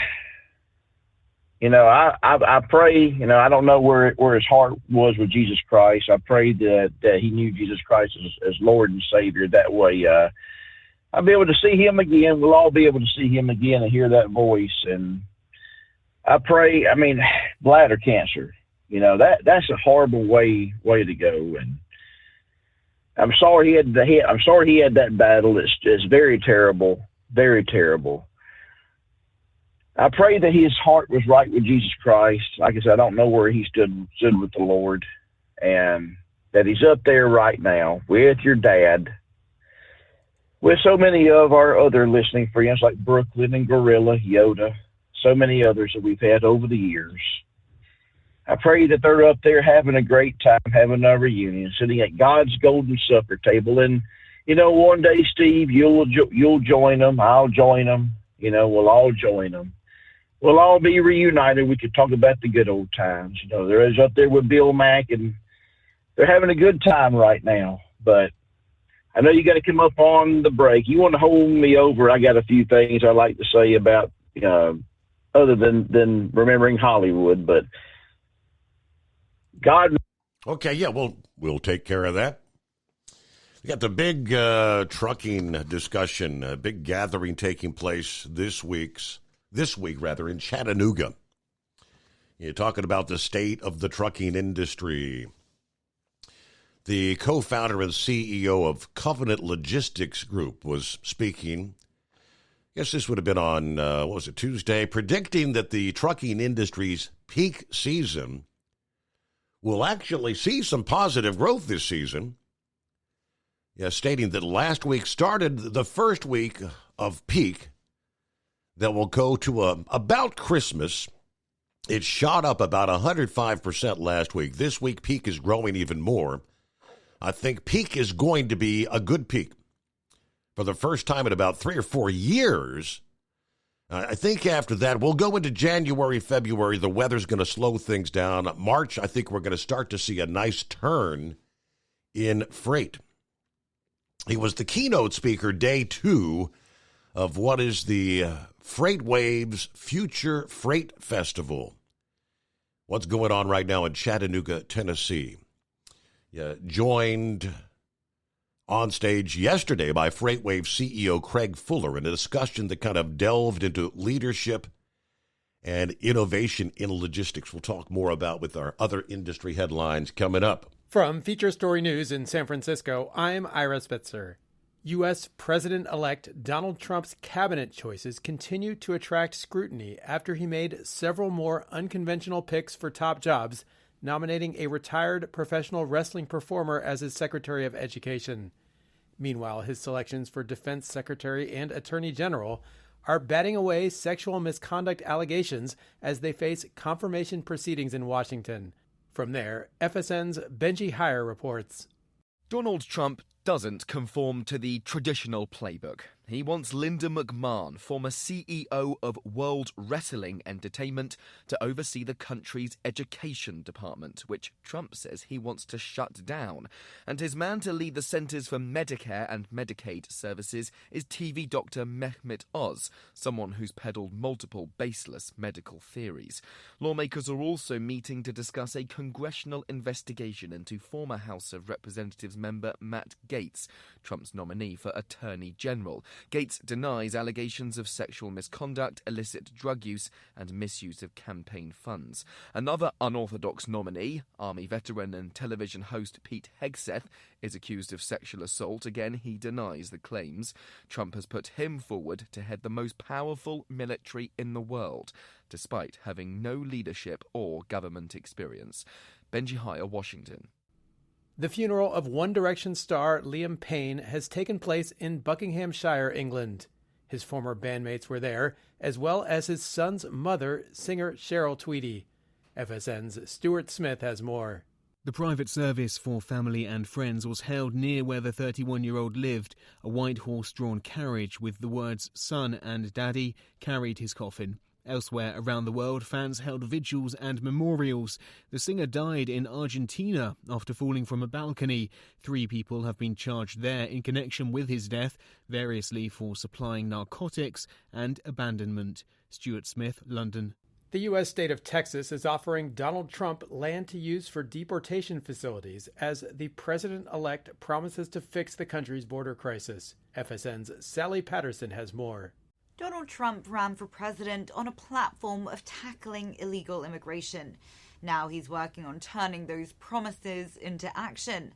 Firstly, by using the U.S. military to help with his proposed mass deportations. Now, Texas authorities say facilities can be built on their land to process, detain and deport undocumented migrants. There are around 11.4 million immigrants living in the country illegally, according to the Migration Policy Institute. Many now face an uncertain future as the next president prepares for his second term in office. From Bureaus Worldwide, this is FSN.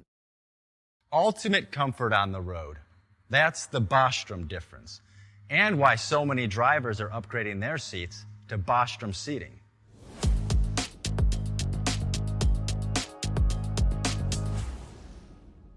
With roots dating back to 1935, we know seating. We've developed a full line of high-quality products with the right seat for your application, all made right here in the USA.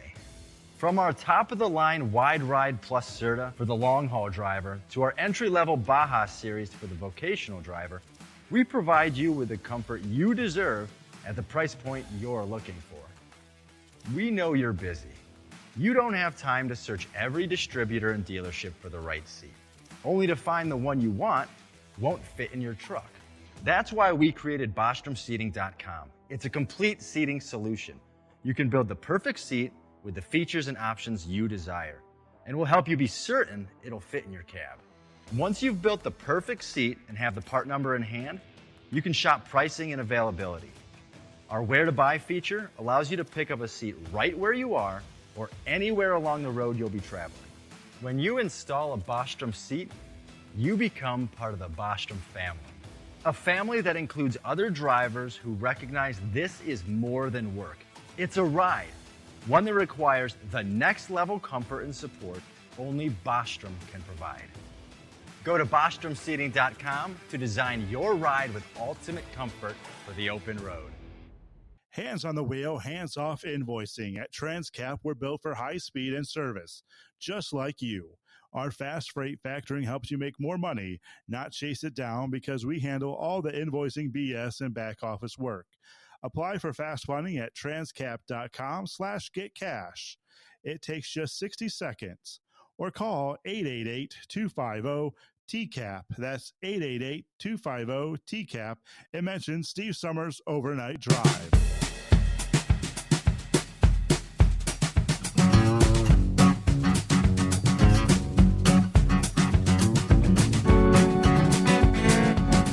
All right, welcome back at 844-844-3388. I pulled up that station you were talking about there in Southern California. It was actually in Baja, California. It's on the Mexican side. It's where the station was actually located. XPRS. Made famous beyond Southern California by the legendary Wolfman Jack. They went by the Mighty 1090. Heard in San Diego as well as Los Angeles. Let's see, it was Robert Smith, a.k.a. Wolfman Jack, in 1965. He began selling commercial time on the station, recording shows. Wolfman, he would sell 15 to 30-second program blocks. Originally ran the station from his home in Minneapolis, then in 1966 relocated to Southern California to work full-time there. It's had some issues. Mexico changed the laws where you couldn't sell time to religious entities. That's where Hollywood kind of came into play. They played oldies starting in 1976, programmed by Rick Ward, a.k.a. Hollywood, and Ron Beaton. So those were the years back in the 70s. The Mighty 1090, as they called it. And I remember they were talking about how they would, he would sell stuff. He said, send a cash, check, or money order, P.O. Box, whatever it was. You know, that was the old selling stuff on the radio. That is correct. Ideal presidents. Your dad told the story. It was some program director in Florida. Your dad worked for him, and they didn't get along, and they were selling live chickens, baby chicks. Remember this? You ever heard your dad tell the story? I remember that story. Yeah, yeah. And he ordered all these baby chicks. He ordered and sent them to this. And the guy had a little boy. So it was like Christmas morning, I mean, not literally Christmas morning, but having all these boxes of baby chickens all over these marble floors in the house, pooping all over the place. I said about drove the guy crazy. Another story your dad told whenever he worked in 1410 WABB out of Mobile, Alabama. That's where he they didn't want him playing Merle Haggard, play more Dolly Parton. Your dad said, "Yeah, here's Dolly Parton," and it'd be a Merle Haggard video. Excuse me, a song. Right? Yeah. That's right. All right. WABB 1410, and here's Dolly Parton. And it'll be another Merle Haggard song. Yeah. But God bless and Godspeed Hollywood, all the funny stories and the funny phone calls. And Steve, in the corner of your office, you still got your discs for disc golf sitting there collecting dust, and I've got mine, and I ain't played in 2 or 3 years. I ain't played in probably longer than that, but yeah, I got my case, and I still have some unthrown discs. Oh, what about the story you told of you in Hollywood playing disc golf? And you know, for those of you who do not know what disc golf is, disc golf is it's actually fun, but it can be challenging. It's a basket with a lot of chains. You're trying to throw a frisbee, but it's harder than kind of like a ski. You would but it's not clay. It's actually plastic. You're trying to throw with a special instrument, and you're trying to get this in this basket. And there's unique stance you can take. I mean, it does take skill, but it's fun.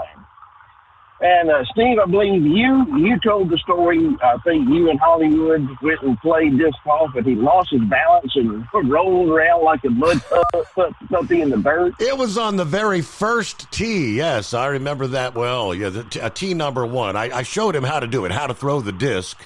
It's a lot different than throwing a regular old frisbee. And he tried. I mean, the big, tall guy like he was, he tried to do it, like I did. And on that first throw, I think he threw it in the woods, but he fell off the disc pad, and he's rolling around out there like a koala bear. Oh yes. Well, we got. Steve, we got a head full of stories and a head full of memories, and we're losing them, but we're also gaining them too. I'm so glad you're on this platform now. We had our 3 liberal callers. I say 3. There's probably more than that that listen to this show. But there's 3 liberal callers, and I always get tickled. This is FSN News. I'm Ira Spencer from San Francisco, and I just don't like Donald Trump. I know that if Hollywood could hear this, he would shake his head, but he would probably get a kick out of it. I'm hopefully your IT guy get everything situated, and we get USA News on. God's children, be patient. Steve is working on it, and it takes time.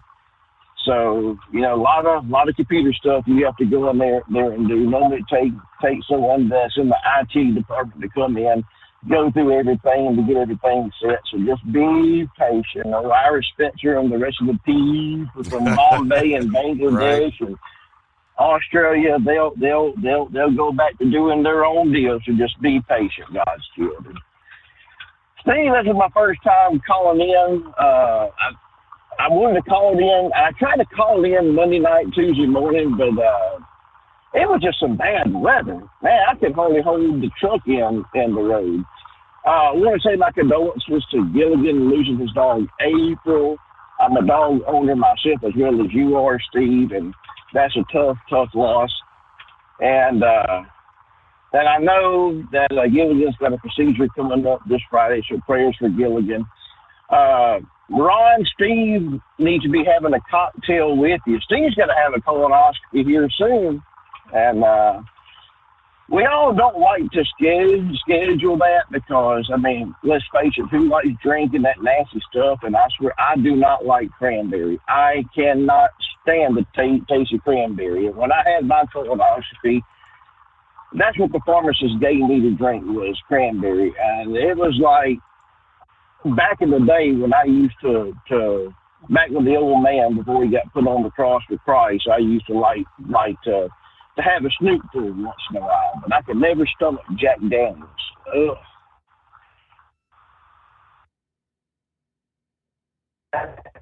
Amazing.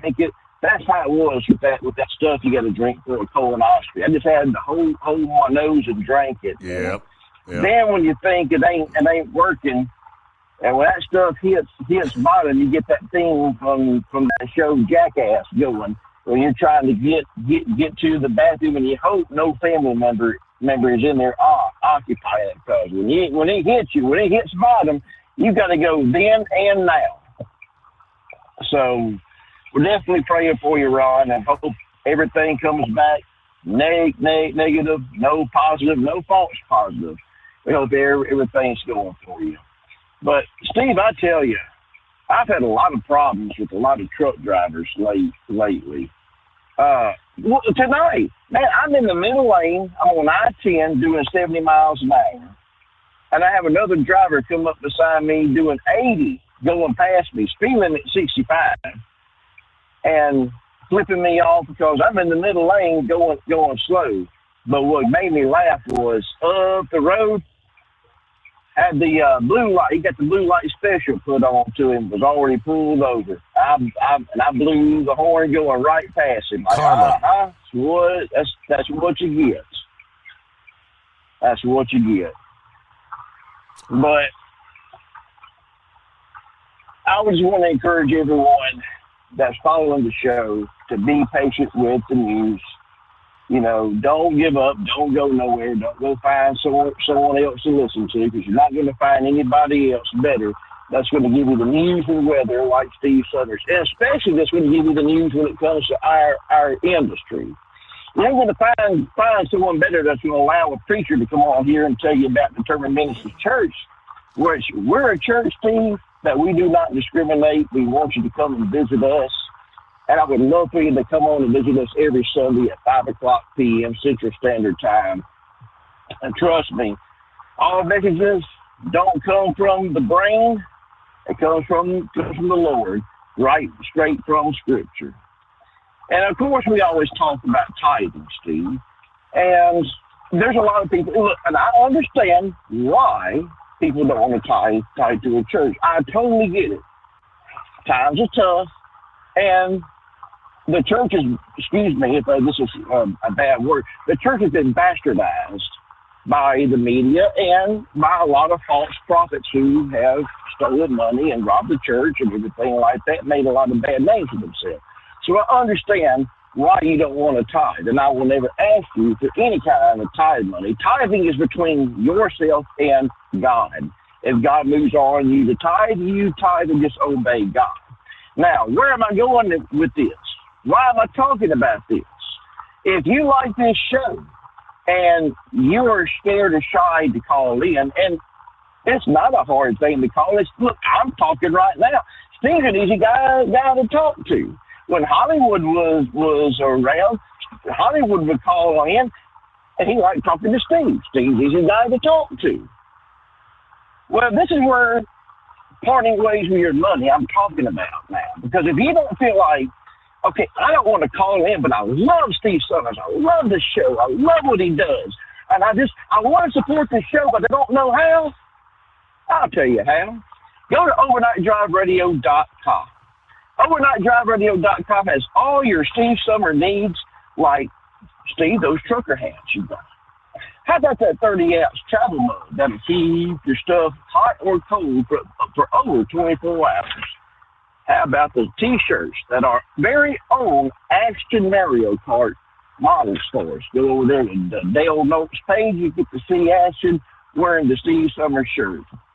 And don't forget about the 50-cent stickers. And truck owners and passenger vehicles, wintertime's coming up. I know you can go to the hotshotsecret.com, but why not just go to overnightdriveradio.com and support the show, because guess what? All your hot shot needs is sold at overnightdriveradio.com. So give it a shot. Pull it up on your Google or your Safari search, Safari's with iPhone, and part ways with some of your money and support the show. And be patient with the news. God's children, we love you out there. And I thank you for giving me time to speak about our old friend Hollywood. I'm pretty sure if most Gallagher's listening, he's got some stories. I'm sure other people have lots of stories about Hollywood. I want to encourage you to call up, share some funny memories. Don't be shy. Don't be nervous. Steve's not going to cuss you out. He ain't going to hang up on you. If the three liberals that do call this show, if he can deal with them, trust me, he always deals with them in a very kind way. He'll deal with you in a very kind way. But that's all I have to say, God's children. We love you. God bless. And remember this. Love is just not another four-letter word. It's something you have to do. It's something you have to enact. And if Jesus can love you, and he does, oh, Brother Rambler can love you, and I do. And Steve, I'll call you another time. God bless you. We love you out there. Great to hear from you. As an independent trucker, you work hard to meet your goals. The Owner-Operator Independent Drivers Association has been helping small business truckers for over 50 years with benefits, services, information, and discounts. You work hard, but OOIDA works even harder to give you advantages that large fleets enjoy. And all of our programs support our representation on your behalf in Washington, D.C. Become a member at OOIDA.com, making a difference in the lives of truckers.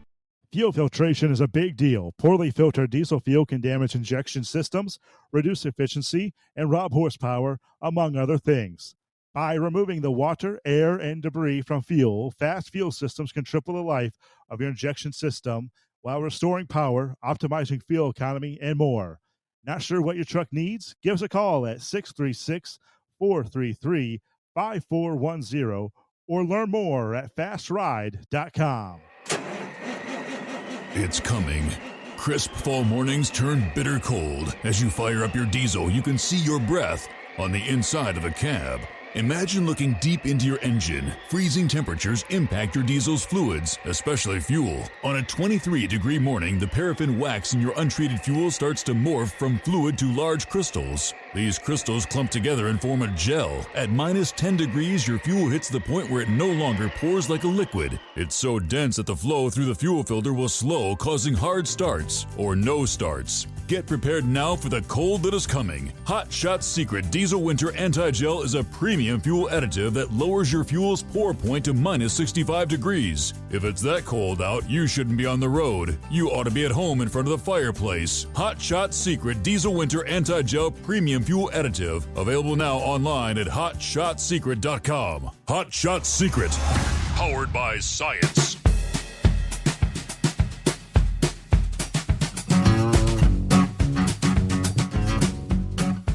All right, great to have you with us as we roll on into a Friday Eve.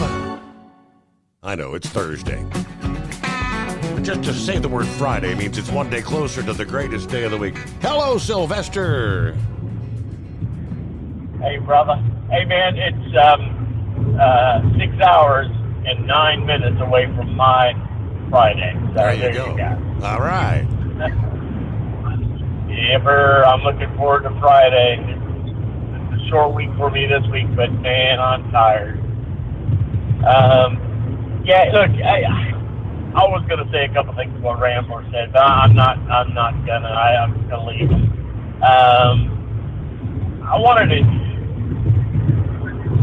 I just wanted to very briefly talk about Hollywood.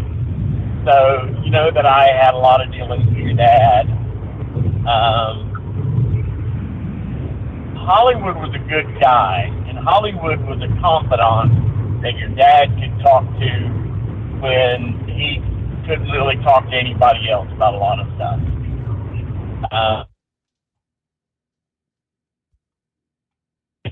Hollywood used to do, and he used to do this on your show.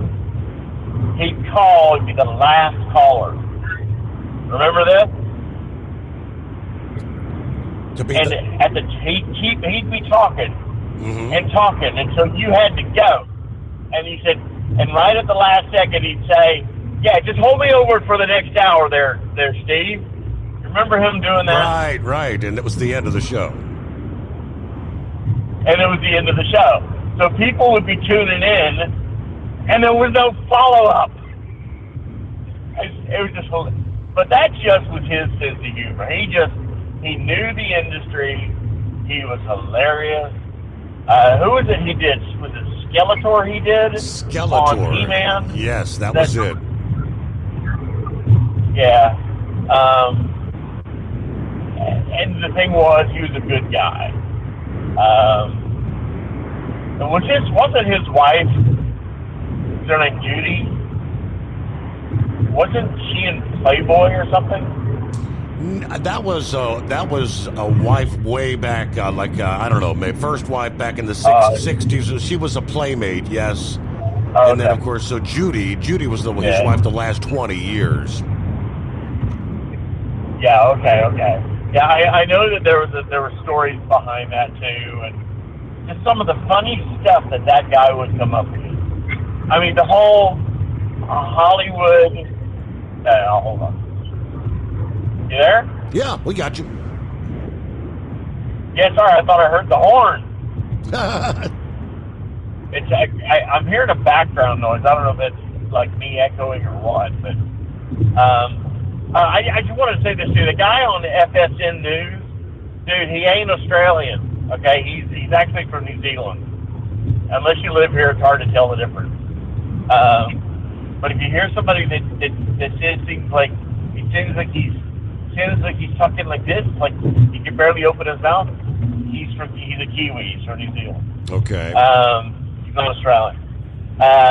But I hear people complaining about FSN. Like I get it. I'd rather hear more American news than some of the crap they come up with. But I listen to you, dude. I don't usually listen to the crap over the top of the hour.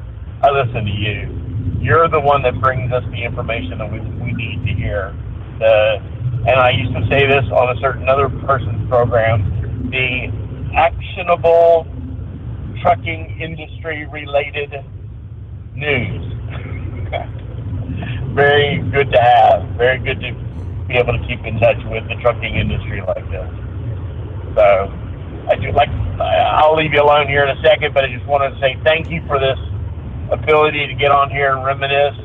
Thank you for the callers that you've got.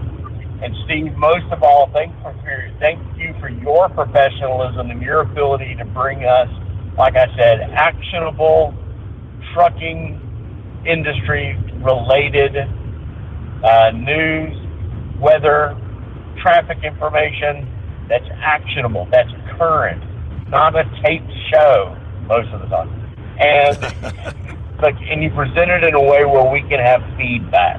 Man, there is no way I've been here over 7 years. I've been back over here for 7 years. I've been out of the trucking industry for over 8 years. And I got to tell you, Steve, if it wasn't for your show, I'd be going crazy. I appreciate you and your show a lot. Steve, God bless you, my brother. You have a great one, and God bless the United States of America. I pray that the people getting in there now will actually do some good instead of just keep on doing what they've been doing. McConnell's gone. It's a good start. Talk to you later, brother.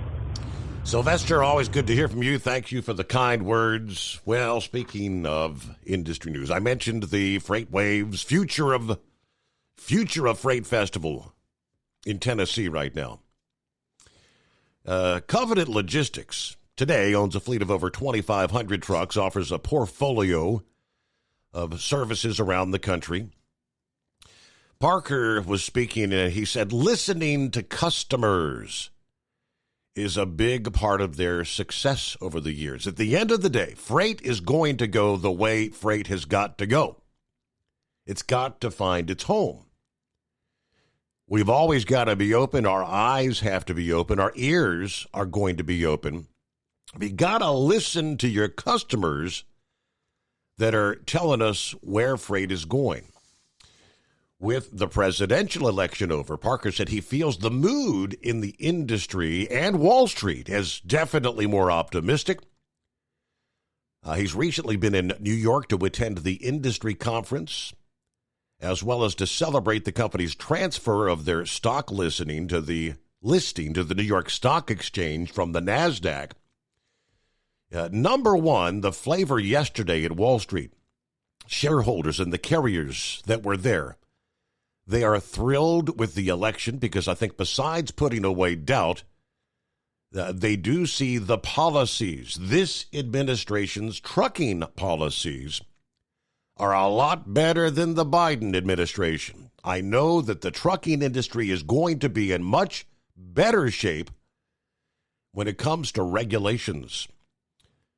Trump will peel back the environmental regulations on emissions.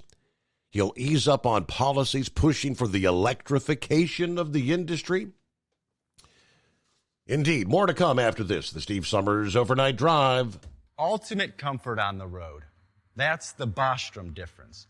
And why so many drivers are upgrading their seats to Bostrom seating.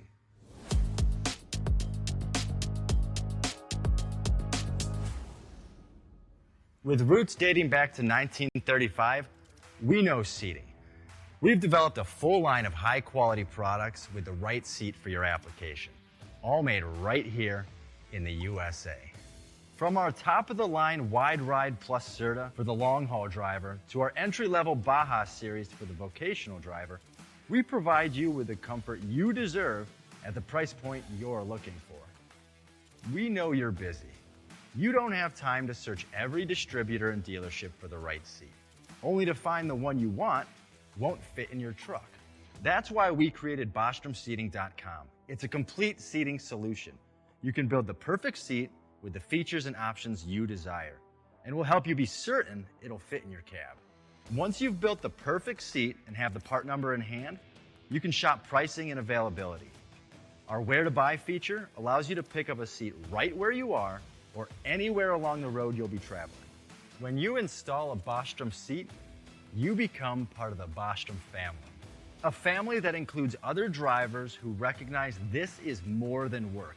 It's a ride, one that requires the next level comfort and support only Bostrom can provide. Go to BostromSeating.com to design your ride with ultimate comfort for the open road. Hands on the wheel, hands off invoicing. At Transcap, we're built for high speed and service, just like you. Our fast freight factoring helps you make more money, not chase it down, because we handle all the invoicing BS and back office work.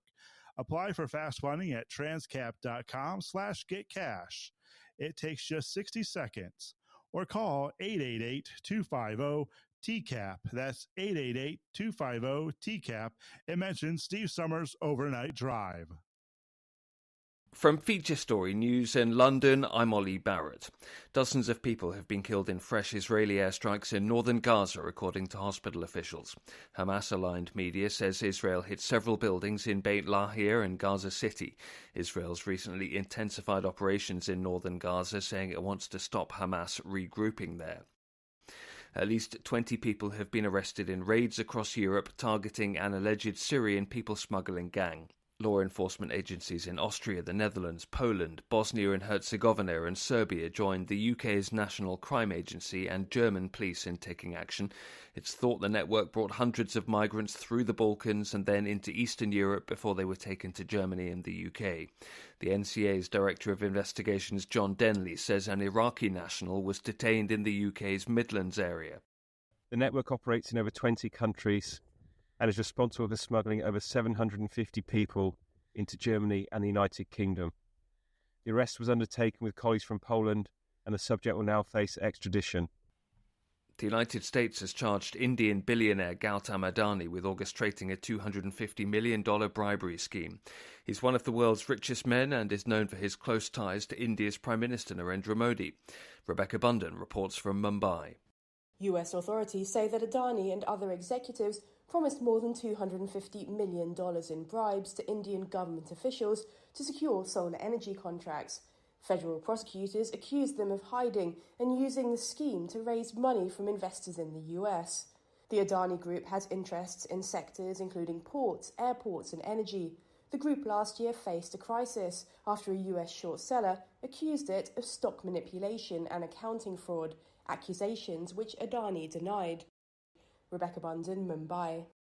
The US state of Texas is offering Donald Trump land for use for deportation facilities as the president-elect promises to fix the country's border crisis.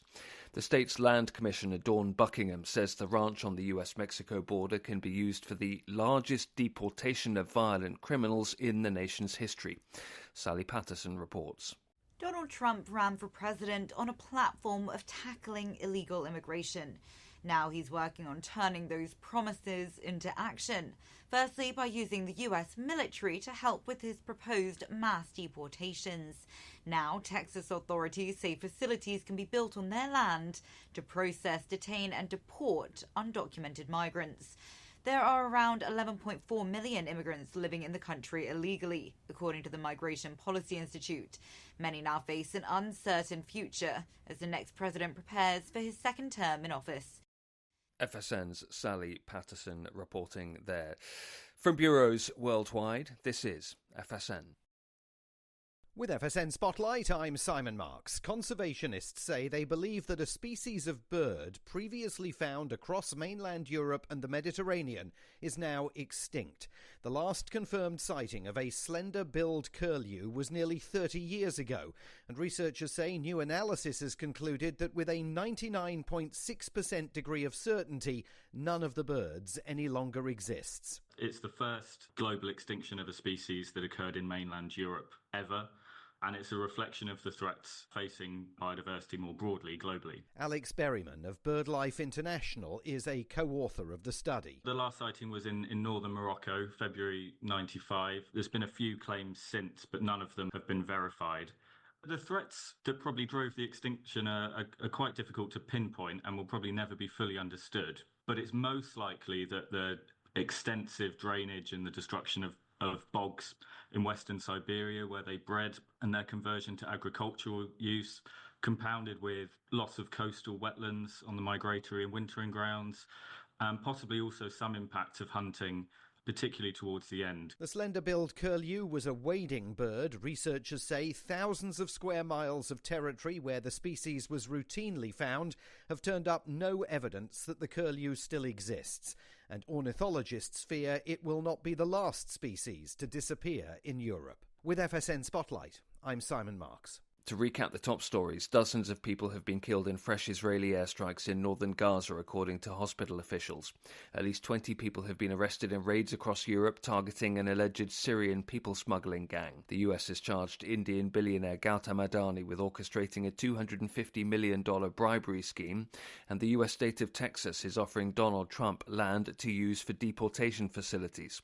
That's the latest feature story news. Ollie Barrett reporting.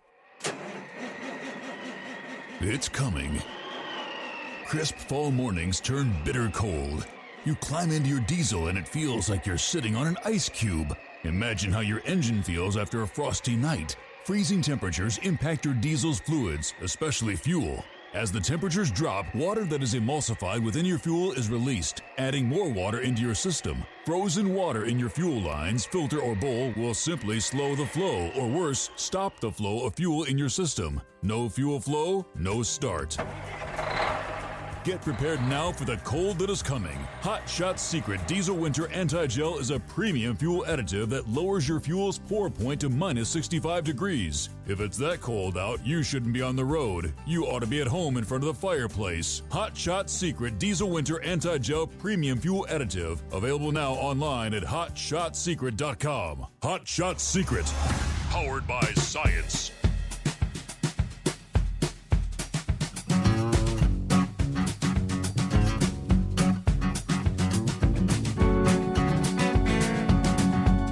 All right, another hour just like that. And hello to Buckeye Boy, checking in from Acworth, Georgia. We were almost at 70 degrees today, and we're down to 45. Wind started blowing, temp dropped like a rock.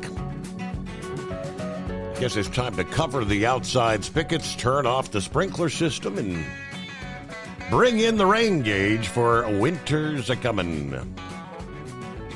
I got a tea time booked for the day before Turkey Day, where my brother and I have our annual grudge match. Yeah, we've been doing this for 25 years, and it's always been a good time, 25 years at least. I don't know if you've covered the topic, but what are your thoughts on the nomination of Sean Duffy for Secretary of Transportation? He said, I think he's a good man and will eliminate the DEI hiring and get people in positions based on merit and not what their pronouns are. Very curious who's going to be leading the Secret Service. You know, I was just looking at my health insurance for renewal. They want to increase my current plan by $120 a month, up to $1,540 a month, plus deductibles. That's more than my house payment when I had one. Yeah, this is an absolute form of extortion. I'm going to try and get a lower rate for the same coverage, or maybe better, but I'm not all that optimistic. Anyway, have a great night, better weekend, and everybody be careful out there. Yes, the cost of health insurance through the roof. Sean Duffy, though, you mentioned. Yeah, when I shared the other night, I don't really know a whole lot about Sean Duffy. I served in the House of Representatives from the state of Wisconsin for 9 years. He'd gone to Fox News, The Business, The Bottom Line. And he was a political analyst across all the Fox News media platforms. I was waiting to see what OOIDA had to say. Of course, lobbying for the small business truckers. They said they're looking forward to working with Duffy to advance their priorities, including expanding truck parking, fighting freight fraud, rolling back unnecessary regulations. Todd Spencer said we encourage a swift confirmation in the Senate and look forward to working with the new administration. Now, when Duffy was in Congress during the first Trump administration, he introduced a bill that would have expanded Trump's presidential powers to impose tariffs, something Trump has vowed to do in his next term. At the time, that bill was disregarded by his fellow Republicans. At the same time, it earned him praise from Trump. Now, Trump's transition team wants to eliminate the $7,500 consumer tax credit for electric vehicle purchases. There were several other names, potential nominees on the list for the DOT position. Sam Graves of Missouri, and I'm trying to remember, I believe Sam, doesn't he, or at some point he owned or was involved with a trucking company. Garrett Graves of Louisiana, Troy Nels of Texas were in the mix, but that was his selection there, Sean Duffy. All right, see what's going on with Philip this morning in the Sunshine State. What's happening? Oh, nothing, buddy. We're getting a little chillier down here. What's your temperature up there? Let's see, about 36. Yeah, we're getting in the 60s down here, and then temperature's going to fall down. We'll be in the 40s tomorrow morning. Oh, boy. From what they're saying. So, yeah, I think the high today is, well, we're probably going to be around our high. They said we're going to be like, 70s today, but I think tomorrow it's going to be like, the high is going to be like 60-something. So, it's coming now. It's that time of year again. Yes, I think sir. She's turning around a little bit. Yep. What do you think? Yeah, we're supposed to get our first snow of the season. It's when they're talking about an inch or two, that kind of a thing. But the heavy wet flakes, it's probably going to melt for the most part on the asphalt because we were at like 50 yesterday.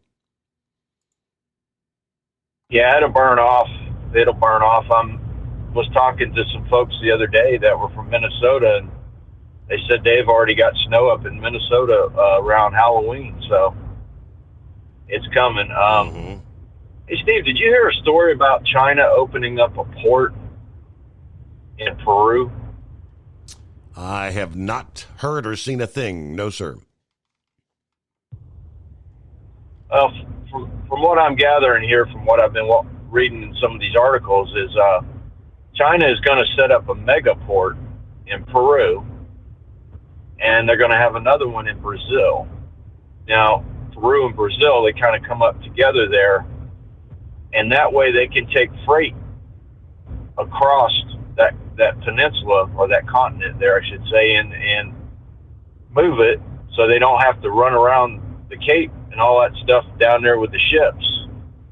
And they're bringing in those big, they call them ultra-class ships that carry 24,000 cans on it. You know, those big containers that carry 24,000 of those ships. They can't bring the ultra-class ships through the Panama Canal because they're too big.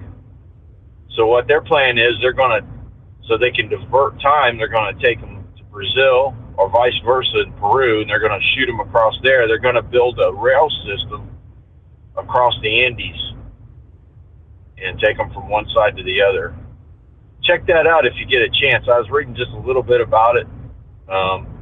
Seen a story on YouTube about it, and thought I'd mention it to you because I know you guys are always watching China and what's going on in China. Right. So they said that China imports and exports a lot of stuff down from that continent, down in that area, South America, down in there, and they want to get stuff across quicker, you know. And sometimes the Pacific routes, you know, you got to go down and around, and they just can't do it, you know. And it's really killing the economy because of the situation with the Houthis and all that stuff. And I just thought I'd mention it to you. I've seen that story, and not to get in on Brain Dead's action, but I heard that 2311 got a third car now. Did you hear anything about that? I have not seen or heard any NASCAR updates. No, I haven't heard from Brain Dead yet this morning. At some point, I guess we will. Yeah, I heard that they're going to do the third car with Riley Herbst, and supposedly they're going to run 3 open teams, no charters. So they're going to have to qualify to be in the race. Mm-hmm. So next year, if they don't get their injunctions and everything in place to where they can hang on to their charters, they are going to have to race their way in. So that means Bubba and Reddick and all those guys are going to have to qualify their way to get in the race. And then I saw that RFK got a third team. And I think RFK is going to do the same thing. Do you remember back years ago when there was the Target car? Chip Ganassi had the Target cars. Oh, yeah. Steve, when he had... All right, I think RFK is going to do the same thing that Chip Ganassi did back in the day with the Target cars. They're going to be running multiple cars off of one sponsor. So they're going to have Kroger running they're going to have 3 teams that are going to be sponsored by Kroger. They're going to be running Kroger on all 3 cars, which I haven't seen that since Ganassi did that with Target. Ganassi he must have been getting a lot of money back in the day to run 2 cars off of Target. I just thought I'd get a little stuff. I'm not going to call in today or not. Hopefully I don't run a show, but there's a lot more stuff than that coming out. But I just saw that a little bit yesterday. Thought I'd mention it. Yeah. Haven't seen too much other than on the rocket side of the deal, and they've got a place down in the Caribbean they're looking at again that's going to possibly build. So we're just going to have to see if this season ends or if it keeps on continuing. So that's all I pretty much got today, buddy. Hey, great to hear from you, Philip. Thank you much. And as far as like having to qualify, I think that's as it should be. I mean, for many, many years, I mean, you'd have maybe 50 cars showing up, especially for the likes of the Daytona 500. You're trying to qualify for the 43-car field. Yeah, there were, in other words, a half dozen cars that made the effort to get there, didn't even make the field, didn't even get to race in the race. But many times, what if you've got a team that one of these, I guess today you'd call it a non-charter team. They might have the best car in the field. If you've got all the charters filled, nobody else has the opportunity. It's just, I like the idea of you might have the best car out there for one particular track. You might suck everywhere else, but if you show up, say, like I mentioned, at Daytona, I don't know. Hello to Eskimo Mom, who says, howdy, Overnight Drive Nation. Happy Friday Eve. Yes, 7 days till Thanksgiving, 34 days till Christmas, 119 days till spring. Hope everybody's doing well tonight. At the home 20 after making it to work and waiting for my trailer. Started coughing despite the hot coffee, the cough drops, the non-drowsy cold medicine. It just would not let up. I made the call to safety and made it home. So I may either call the doctor or make a trip to urgent care in the morning to get something going to break up this crud right now. But we are partly cloudy, 35 degrees outside the home 20. Be safe. Indeed. All right, Vic, got you coming up here. Looks like Eagle wants to chime back in. Rubber Duck, what do you say? What's happening out there? You got me. To take a line from Big Ed, you got me there? Are you with me? Okay, that's it. You're with me. So I was just looking through Google, and you got to look up Fox 59 out of Indy. The Attorney General of Indiana is going after Tyson for bringing in legal migrants and illegal migrants, and the charities conspiring to bring them in to flood Logansport, Indiana, and the Tyson plant. That was something I was just seeing as I went through. And Miss Becky, snuggle up with that new kitty of yours, and hope you get better. And then one other NASCAR news was Richard Childress is hiring some people from Stewart-Haas. One of them is one of my old customers' son, Johnny Klossmeyer, to try to help with maybe righting the ship over there to get it a little better. Okay. And why are my black cars all white with this soft stuff on them? You're playing in the snow? Yeah, it's sticking on the windows on the cars. I pulled in, I guess, about 6 o'clock. I stopped, got dinner, and then pulled in here and just took a nap. And I woke up right now, and I'm like, all right, we're going back to bed. We'll load this in the daytime, and we can see what we're doing. It's here. Unfortunately, we're stuck with it. Unless we all move to Florida. Yeah, but yet they got snow in Florida, you know. So once in a blue moon, but yes, okay, this is just the beginning. And I don't know, the forecasters, the long-term forecasters have this region of the country, the Midwest, in a less, warmer than usual winter and less precipitation than usual. We're not supposed to see a whole lot of snow, but I mean, it's kind of like Punxsutawney Phil. You never know. He may be right, he may be wrong. Mother Nature makes those decisions, right? All right, so I did a quick search there. He mentioned Tyson's food. Let me take you Logansport, Indiana, from the Fox 59. As he mentioned, state officials are asking Tyson Foods to answer some tough questions regarding the alleged employment of legal migrants and illegal migrants at their Cass County factory. Indiana Attorney General Todd Rokita announcing this past day the office is investigating reported concerns about a large-scale influx of illegal aliens and legal migrants into local communities. Specifically, the Attorney General wants answers regarding Tyson Foods factory in Logansport.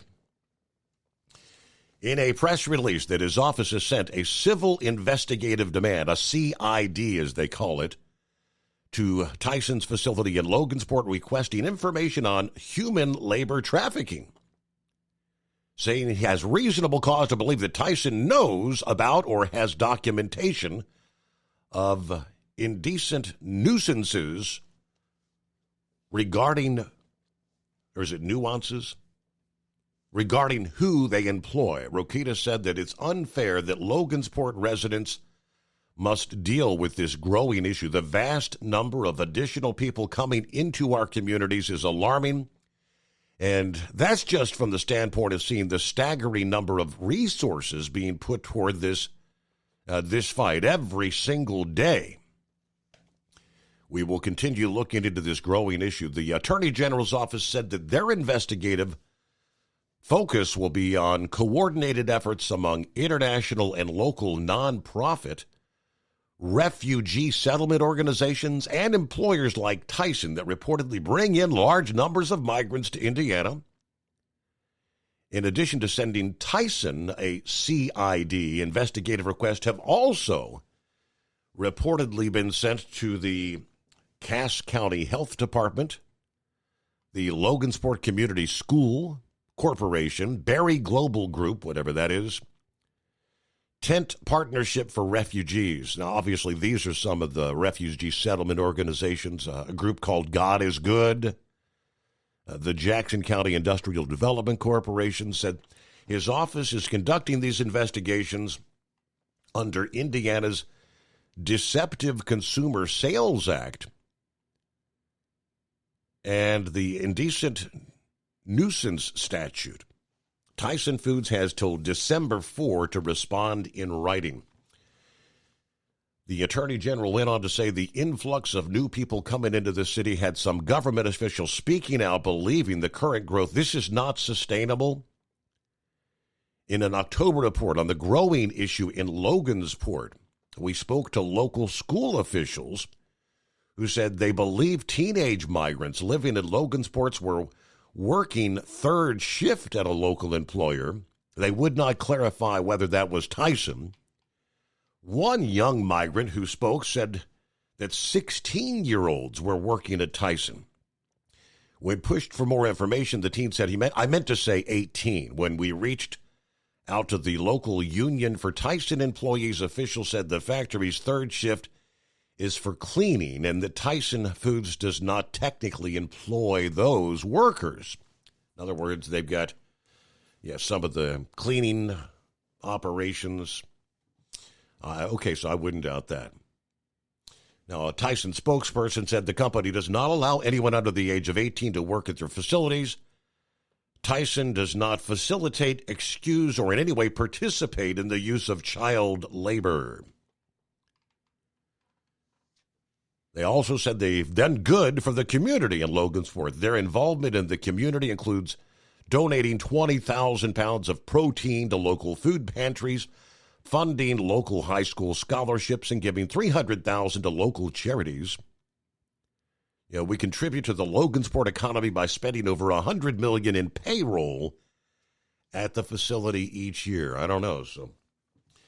Logansport, is that in proximity to you there, Vic? I'm not real sure where that is.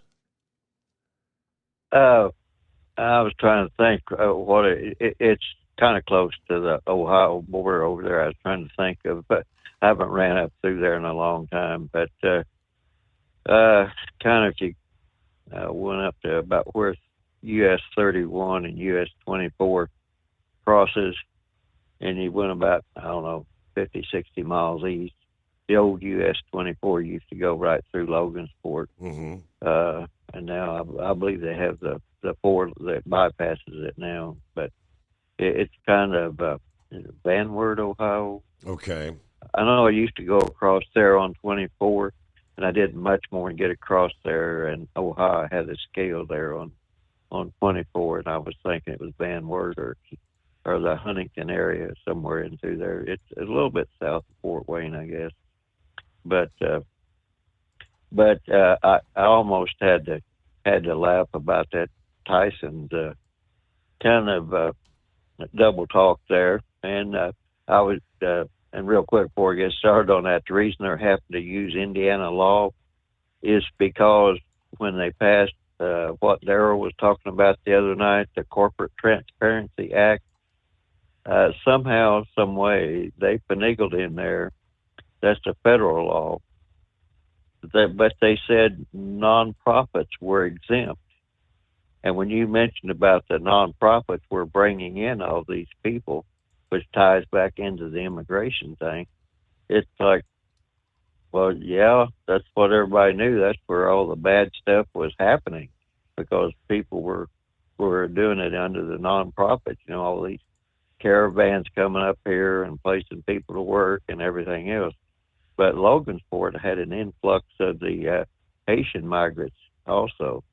Now, how many Haitians are working there, I don't know. But with all these food outbreaks, and I was wondering what was going on, and you mentioned about that they were hiring these people, these underage people from these third world countries to do cleaning, and it's like, I suspect that would probably be a good place to start. But above and beyond that, the meat inspectors should be inspecting all that stuff. And I know when we used to do that, we would, for the military, every now and then we would take these Petri dishes, and they were positioned to catch E. coli. And E. coli will just have a bright green sheen to it. And when we started pulling those Petri dishes out of our pockets and having people to put their hands on it, a lot of people in the background would disappear to the restroom real quick to wash their hands, or wherever they could get to wash their hands. So, well, I know you hold the thought there, Vic. We take care of the news break, but we at the midway point for another program. From Feature Story News in London, I'm Ollie Barrett. Dozens of people have been killed in fresh Israeli airstrikes in northern Gaza, according to hospital officials. Hamas-aligned media says Israel hit several buildings in Beit Lahia and Gaza City. Israel's recently intensified operations in northern Gaza, saying it wants to stop Hamas regrouping there. At least 20 people have been arrested in raids across Europe targeting an alleged Syrian people smuggling gang. Law enforcement agencies in Austria, the Netherlands, Poland, Bosnia and Herzegovina and Serbia joined the UK's National Crime Agency and German police in taking action. It's thought the network brought hundreds of migrants through the Balkans and then into Eastern Europe before they were taken to Germany and the UK. The NCA's Director of Investigations, John Denley, says an Iraqi national was detained in the UK's Midlands area. The network operates in over 20 countries and is responsible for smuggling over 750 people into Germany and the United Kingdom. The arrest was undertaken with colleagues from Poland, and the subject will now face extradition.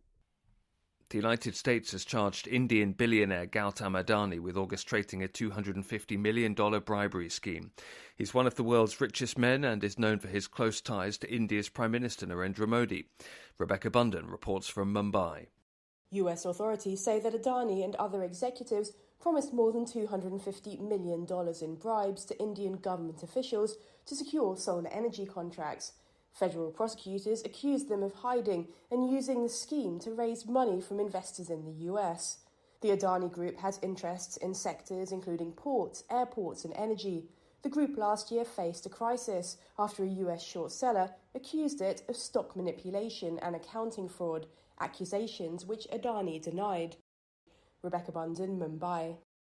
The US state of Texas is offering Donald Trump land for use for deportation facilities as the president-elect promises to fix the country's border crisis. The state's land commissioner, Dawn Buckingham, says the ranch on the US-Mexico border can be used for the largest deportation of violent criminals in the nation's history. Sally Patterson reports. Donald Trump ran for president on a platform of tackling illegal immigration. Now he's working on turning those promises into action. Firstly, by using the US military to help with his proposed mass deportations. Now, Texas authorities say facilities can be built on their land to process, detain and deport undocumented migrants. There are around 11.4 million immigrants living in the country illegally, according to the Migration Policy Institute. Many now face an uncertain future as the next president prepares for his second term in office. FSN's Sally Patterson reporting there. From bureaus worldwide, this is FSN. Increase fuel economy up to 7.9% with Hot Shots Secret Gasoline Extreme. The solution to maximize your engine's performance and fuel economy. Whether you're driving a sports car or a daily commuter, Gasoline Extreme is specially formulated with PEA to deep clean. Don't settle for an average driving experience. Upgrade to Hot Shots Secret Gasoline Extreme and go further on each tank. Order now on Amazon or HotShotSecret.com. Hot Shots Secret. Powered by science.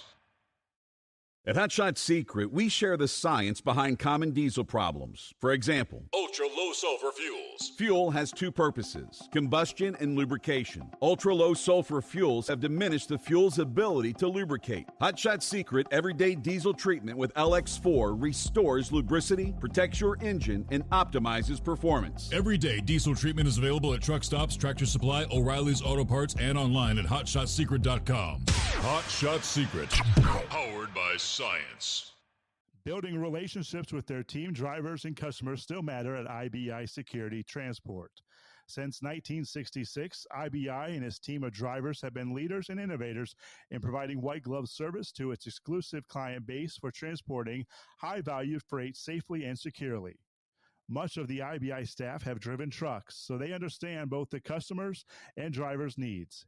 If you're seeking a career that values you as a person, not just a number, and offers great benefits and good home time, then IBI is the place for you. Call 800-582-5912 to discover why we are the leaders in team freight and start building a relationship with you. Attention all truckers, are you ready to own your own truck? Lone Mountain Truck Leasing makes it easy. Our lease-to-own program puts you in the driver's seat. Our inventory is always changing, and we have a variety of rigs, including Kenworths, Freightliners, automatics, and manuals. Once you make your last payment, the truck is yours. No interest, no balloons, and no buyouts. Take the first steps towards independence and financial freedom. Visit LoneMountainTruck.com or call 866-944-0383.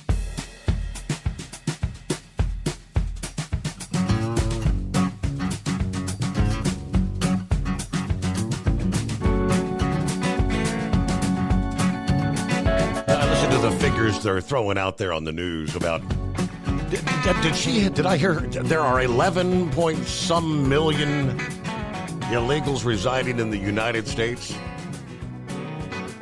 Well, where in the world does that number come from? I distinctly remember 10, 15 years ago, hell, when we went to Washington, D.C. with the Federation for American Immigration Reform, the numbers were closer to 15 million then. Well, we've had 5 million in just the past 4 years. You take 5 million from 11.7. Oh, there was only 6 million here when Biden took office? I don't know where they pull these numbers out of a hat. I did a quick search. Supposedly in the year 2000, it's about 7 million, 2.5% of the total population. Yeah, 2023, the Federation for American Immigration Reform estimates there are 16.8 million. That was last year. We've had another, at least 2 million come in the past year. So we're a lot closer to 20 million than 11 million. But I digress. Let me get back to Vic there. All right, thanks for hanging in there, Vic. Yeah, I know. I keep hearing those numbers, and it's like that's how big a job that this Tom Homan and the governor of North Dakota, and I believe didn't Kristi Noem wind up being the head of DHS? Yes, or nominee she's going to nominee, but they'll be working with Homan, yes. So you see how big of a job those people had before them. And the other night when I was talking about opening a new agency for government efficiency, and I never did really. I was in, I believe it was 3 of those things, and I never seen them work. And at one time, it was part of the Congress that did it, and other times Nixon came along and he said, "Well, I don't like the way government engineers plan things and do things, so I'm going to open it up for these consultant groups." I've seen a lot of consultants get rich. I never seen any more government efficiency, and on it goes. And then Reagan came along, and he was part of he tagged on right after Jimmy Carter started the deregulation, and he kind of went after the budget with I guess you'd call a meat cleaver rather than a scalpel, and that kind of turned all upside down. And he really deregulated the financial industry. And you're talking about insurance. He's the one that, or under his administration, they said, "Well, we're going to let insurance companies invest in speculative entities," and before they couldn't do that, and then they come up with the financial planner thing, just hang out a shingle. And really the financial planners back in the Reagan years, they were just bird dogs for these different companies, and they'd recommend to people, you buy this insurance product, or you buy this, whatever it was, financial product. They really weren't financial planners for people. And before that, to be a registered investment advisor, you had to have so much net worth and work for so many years in the financial industry, and on it goes. But here we are now, and whenever you were talking about Hollywood and all those others, that kind of I was thinking about back in the trucking industry, and you had Bill Mack and Dave Nemo, and of course your dad, and there were a few other radio stations that, like, late at night, they didn't really have a trucking show; it was more of a music show, but they kind of catered to them. And back in the old days, they kind of have comic relief from time to time, or play music or whatever. And all that kind of changed.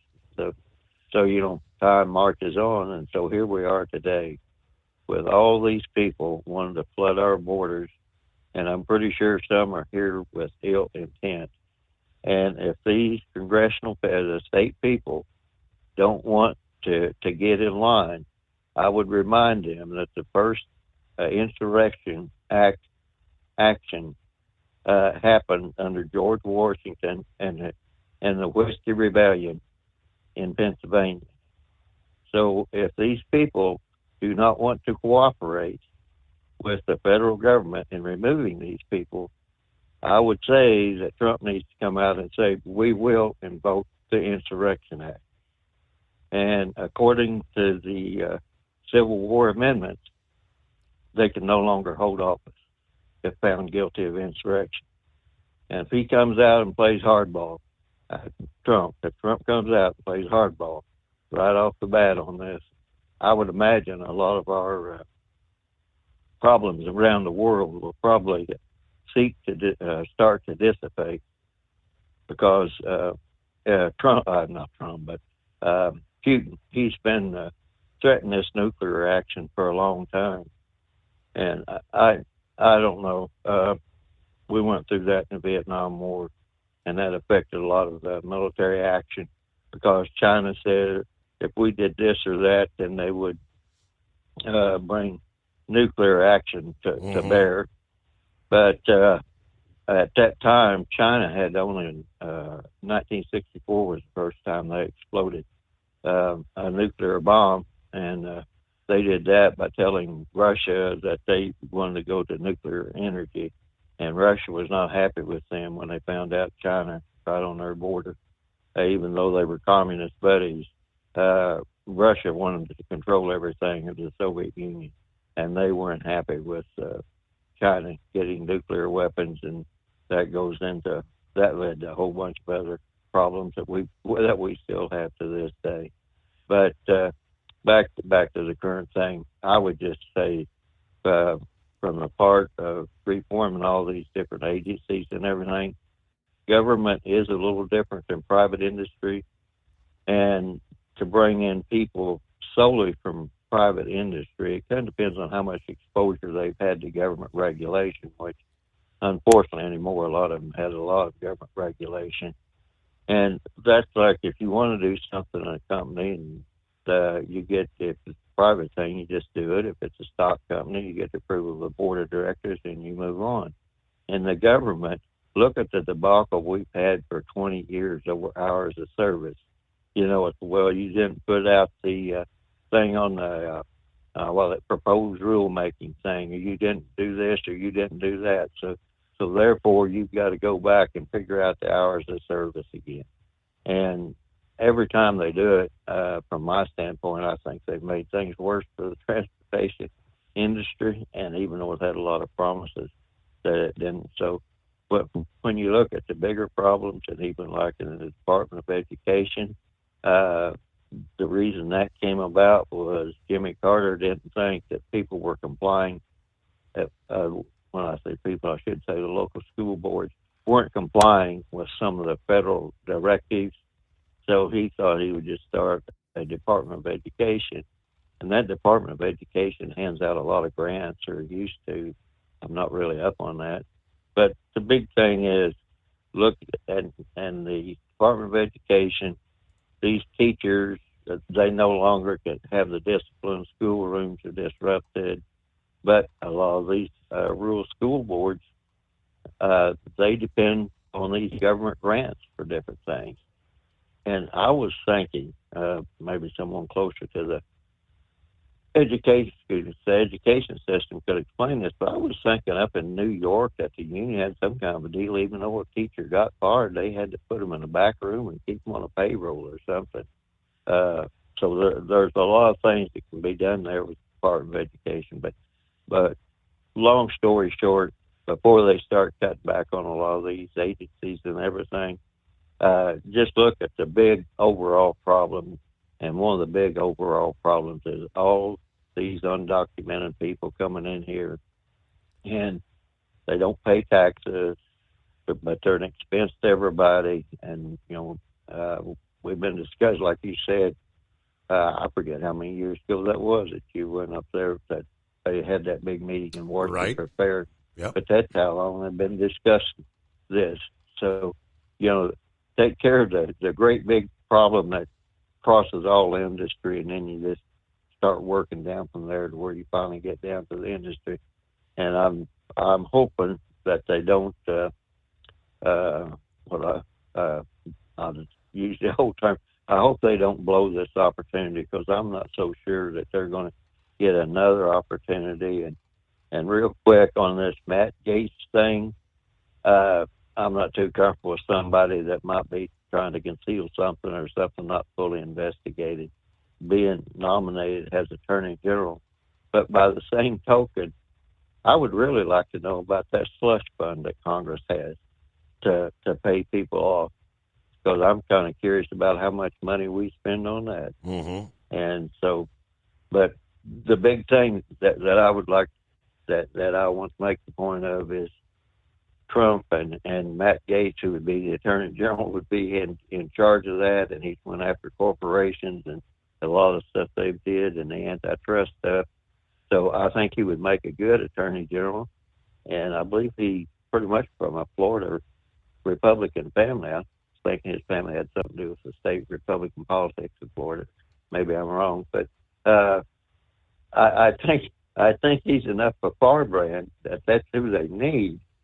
The only thing that makes me a little uncomfortable is because of the of that deal. And Mike Pence, I was trying to think Mike Pence is talking about RFK Jr. And he said that he didn't think RFK Jr. would be a good fit because of his position on abortion. And that might be what he's saying, but we have a large health company here in Indianapolis. And the big thing with RFK Jr. is he wants to find the causes of diabetes. And, you know, you've lost friends, and we've all known friends, or maybe they've lost limbs. And, you know, I have type 2 diabetes, but I try to control it all. I try to control it all with my diet. So if RFK Jr. and Dr. Oz get in there and take a long look at the diabetes thing, that's going to help a whole lot if they can come up with a successful message. Because we've watched the diabetes become the proverbial pandemic in recent decades. Why are so many? And I think undoubtedly it has to do with much of our diet in this country, but they're also talking about what we allow to be put in our foods that are banned in so many other countries. That's the big key that RFK's been talking about. We're feeding our kids poison. He mentioned the government of office. Yesterday, apparently, Elon and Vivek unveiled their plans for the government efficiency panel, saying they will identify thousands of regulations to eliminate that will justify mass headcount reductions in the federal government. In a column for the Wall Street Journal, the tech entrepreneurs that are picked to lead the DOGE department wrote that most government enforcement decisions and discretionary expenditures are not made by the democratically elected president or even his political appointees, but by millions of unappointed civil servants that view themselves as immune from firing. A drastic reduction in federal regulations provides sound industrial logic for mass headcount reductions across the federal bureaucracy, they said. We intend to work with embedded appointees in agencies to identify the minimum number of employees required at an agency for it to perform its constitutionally permissible and statutory mandated functions.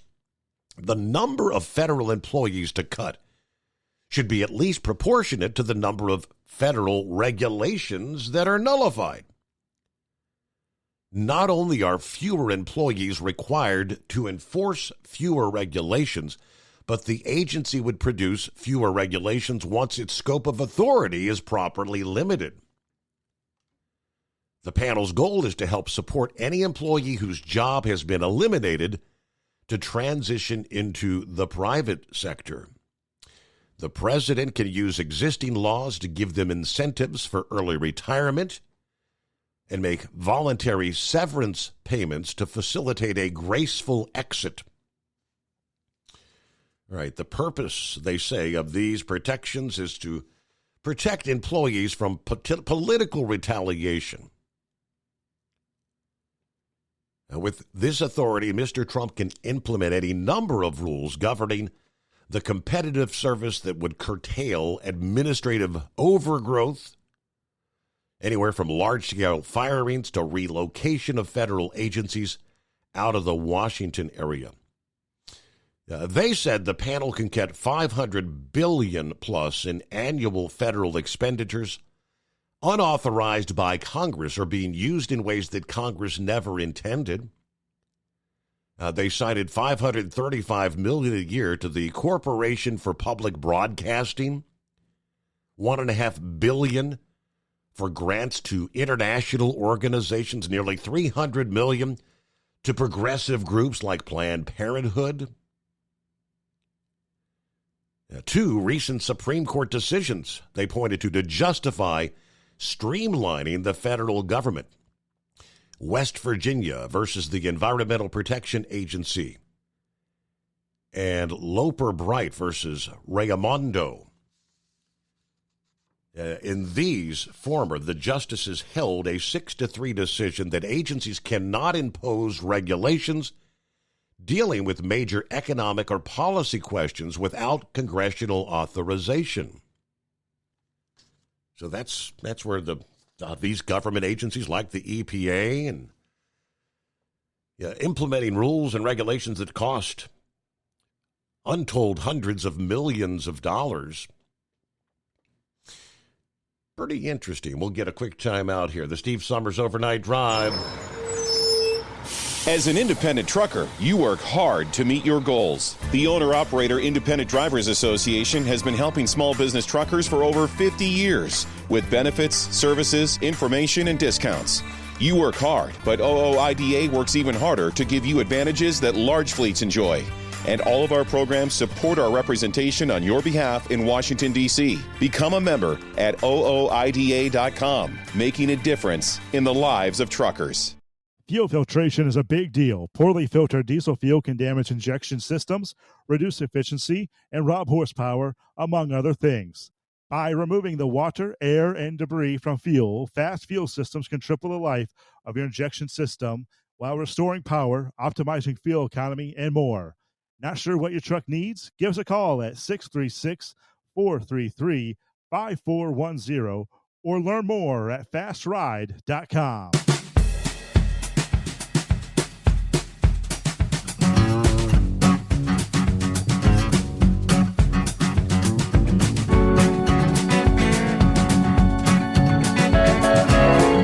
Vic mentioned the diabetes thing, and that's something that really does need to be addressed. The latest, the numbers say in 2021, 38.4 million people in the U.S. had diabetes. 11.6% of the population. 8.7 million with diabetes were undiagnosed, which is 22.8% of adults with diabetes. Pre-diabetes, 97.6 million people in the U.S. ages 18 and older had pre-diabetes in 2021. 38% of the adult population. You know, what's going on? And of course, we know the complications that come with diabetes.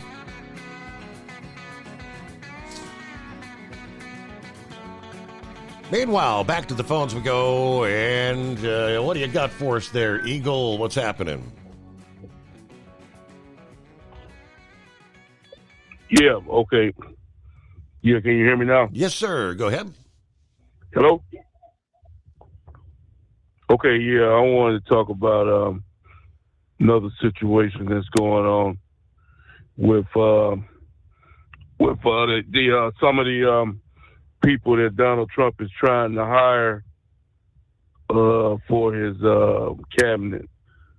Okay, now these losers that's on your commercial breaks, you say you're getting rid of them, so that's a good thing.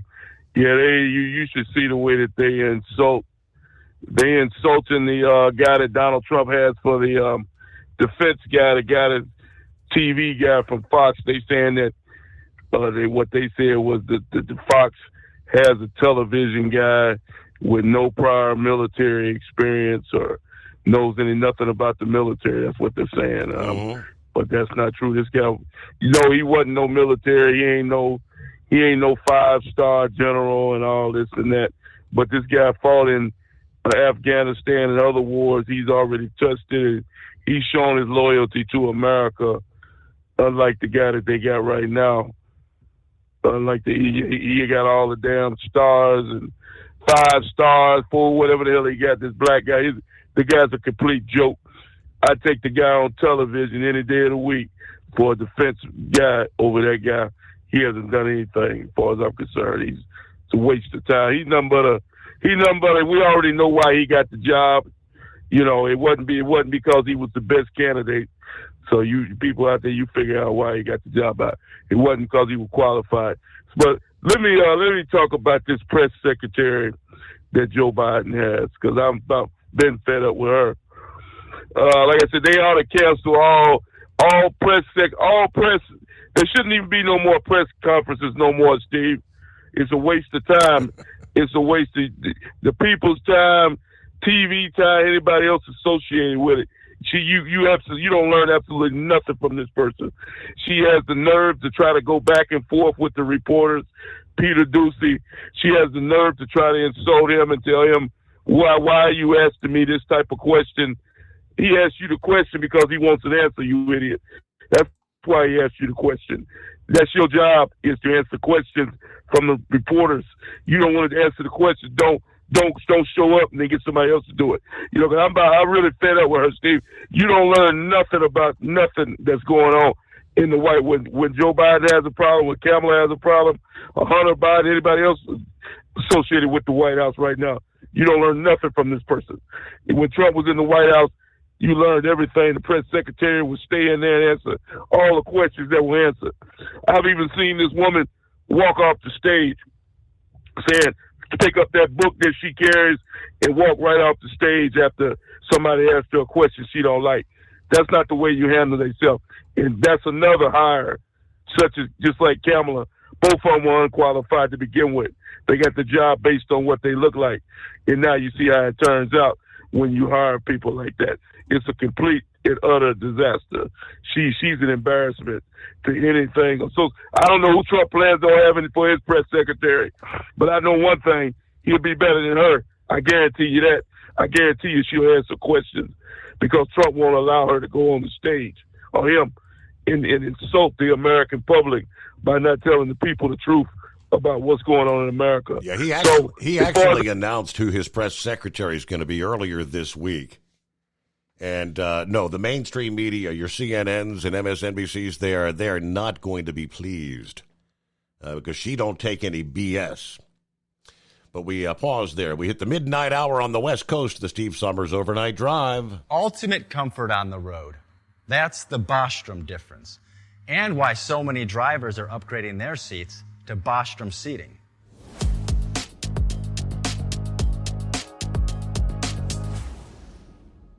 With roots dating back to 1935, we know seating. We've developed a full line of high-quality products with the right seat for your application, all made right here in the USA. From our top-of-the-line Wide Ride Plus Certa for the long-haul driver to our entry-level Baja series for the vocational driver, we provide you with the comfort you deserve at the price point you're looking for. We know you're busy. You don't have time to search every distributor and dealership for the right seat, only to find the one you want won't fit in your truck. That's why we created BostromSeating.com. It's a complete seating solution. You can build the perfect seat with the features and options you desire, and we'll help you be certain it'll fit in your cab. Once you've built the perfect seat and have the part number in hand, you can shop pricing and availability. Our Where to Buy feature allows you to pick up a seat right where you are or anywhere along the road you'll be traveling. When you install a Bostrom seat, you become part of the Bostrom family. A family that includes other drivers who recognize this is more than work. It's a ride, one that requires the next level comfort and support only Bostrom can provide. Go to BostromSeating.com to design your ride with ultimate comfort for the open road. Hands on the wheel, hands off invoicing. At Transcap, we're built for high speed and service, just like you. Our fast freight factoring helps you make more money, not chase it down, because we handle all the invoicing BS and back office work. Apply for fast funding at transcap.com/getcash. It takes just 60 seconds. Or call 888-250-TCAP. That's 888-250-TCAP. And mention Steve Summers Overnight Drive. From Feature Story News in London, I'm Ollie Barrett. Dozens of people have been killed in fresh Israeli airstrikes in northern Gaza, according to hospital officials. Hamas-aligned media says Israel hit several buildings in Beit Lahir and Gaza City. Israel's recently intensified operations in northern Gaza, saying it wants to stop Hamas regrouping there. At least 20 people have been arrested in raids across Europe targeting an alleged Syrian people smuggling gang. Law enforcement agencies in Austria, the Netherlands, Poland, Bosnia and Herzegovina and Serbia joined the UK's National Crime Agency and German police in taking action. It's thought the network brought hundreds of migrants through the Balkans and then into Eastern Europe before they were taken to Germany and the UK. The NCA's Director of Investigations, John Denley, says an Iraqi national was detained in the UK's Midlands area. The network operates in over 20 countries and is responsible for smuggling over 750 people into Germany and the United Kingdom. The arrest was undertaken with colleagues from Poland, and the subject will now face extradition. The United States has charged Indian billionaire Gautam Adani with orchestrating a $250 million bribery scheme. He's one of the world's richest men and is known for his close ties to India's Prime Minister Narendra Modi. Rebecca Bundan reports from Mumbai. US authorities say that Adani and other executives promised more than $250 million in bribes to Indian government officials to secure solar energy contracts.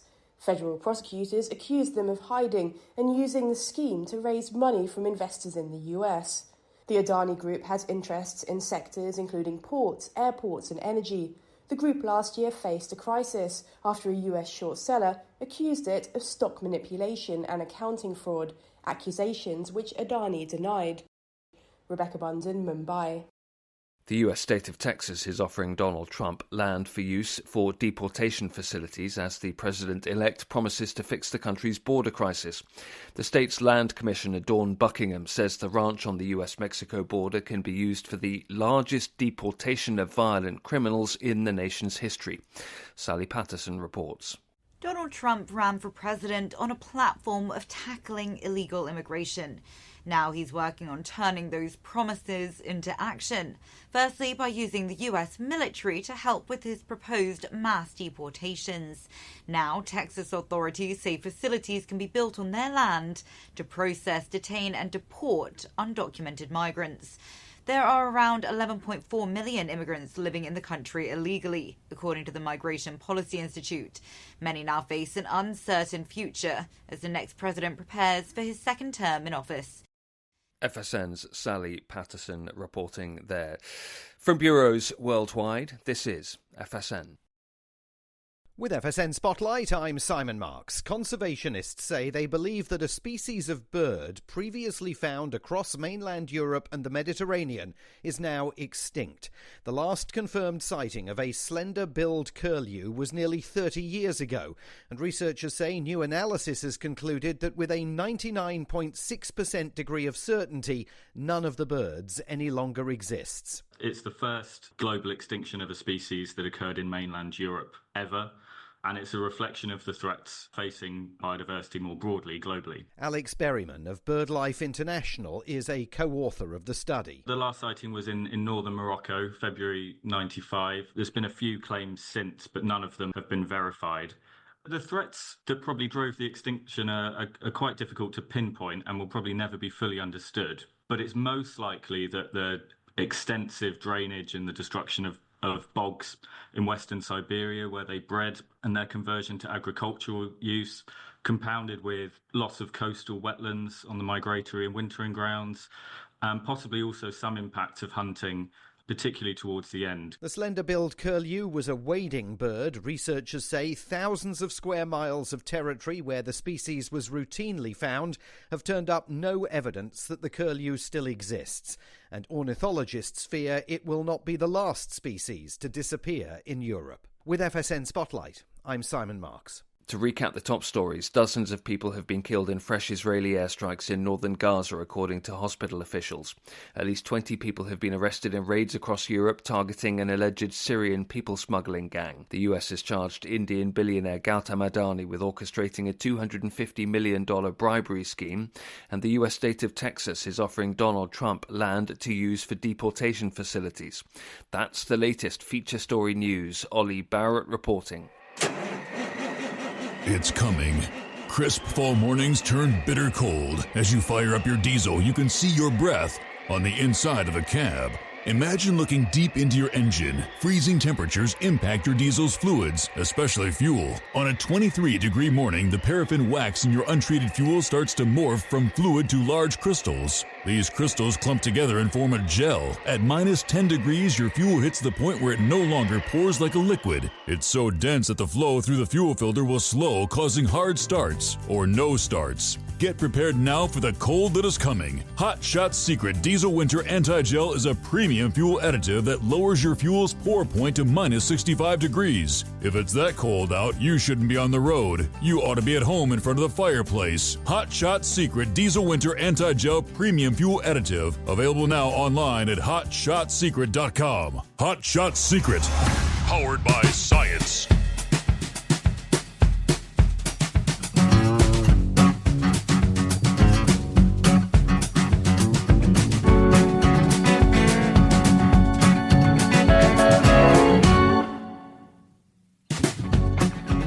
Okay, as we cross over the midnight hour on the West Coast, Welcome into a Thursday, Friday Eve. Here we go. Well, are you one of the millions that are planning to take a road trip this holiday season?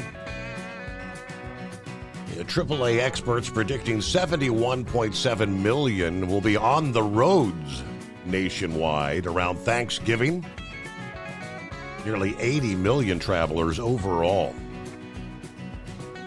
Of course, in East Tennessee, the Department of Transportation spokesperson Mark Nagy anticipates the highways are going to be very busy. Road damage and closures, adding more complication and congestion to the already crowded roads as, of course, Tropical Storm Helene caused grave damage to Tennessee and North Carolina highways back in September. Months later, here we are. Road damage continues to be top of mind for drivers. Nagy said we are continuing to work to get these roads and bridges open as quickly as possible. The big boy, Interstate 40, remains closed across the Tennessee-North Carolina state border. The North Carolina Department of Transportation has a plan to reopen two-way traffic in the gorge, but not in time for Thanksgiving or even Christmas travel. Now, to make travel a bit easier, there will be no temporary lane closures from the noon hour next Wednesday, November 27th through 6 a.m. on December 2nd. But that does not apply to long-term closures like I-40, where roads are closed for damage completely. Now, they offered some tips, knowing that highways could be extra busy. First of all, download the SmartWay app was his suggestion, or look at the road closure map online. Give yourself extra time to travel. Leave early if you can, and try to avoid traveling during peak times, including Wednesday, November 27. Now, you are unable to drive across the Tennessee state line into North Carolina on 40. In Tennessee, there is one lane of traffic open in each direction between the 446 and 451 mile marker at the state line. Commercial traffic cannot go any further than mile marker 440 on east.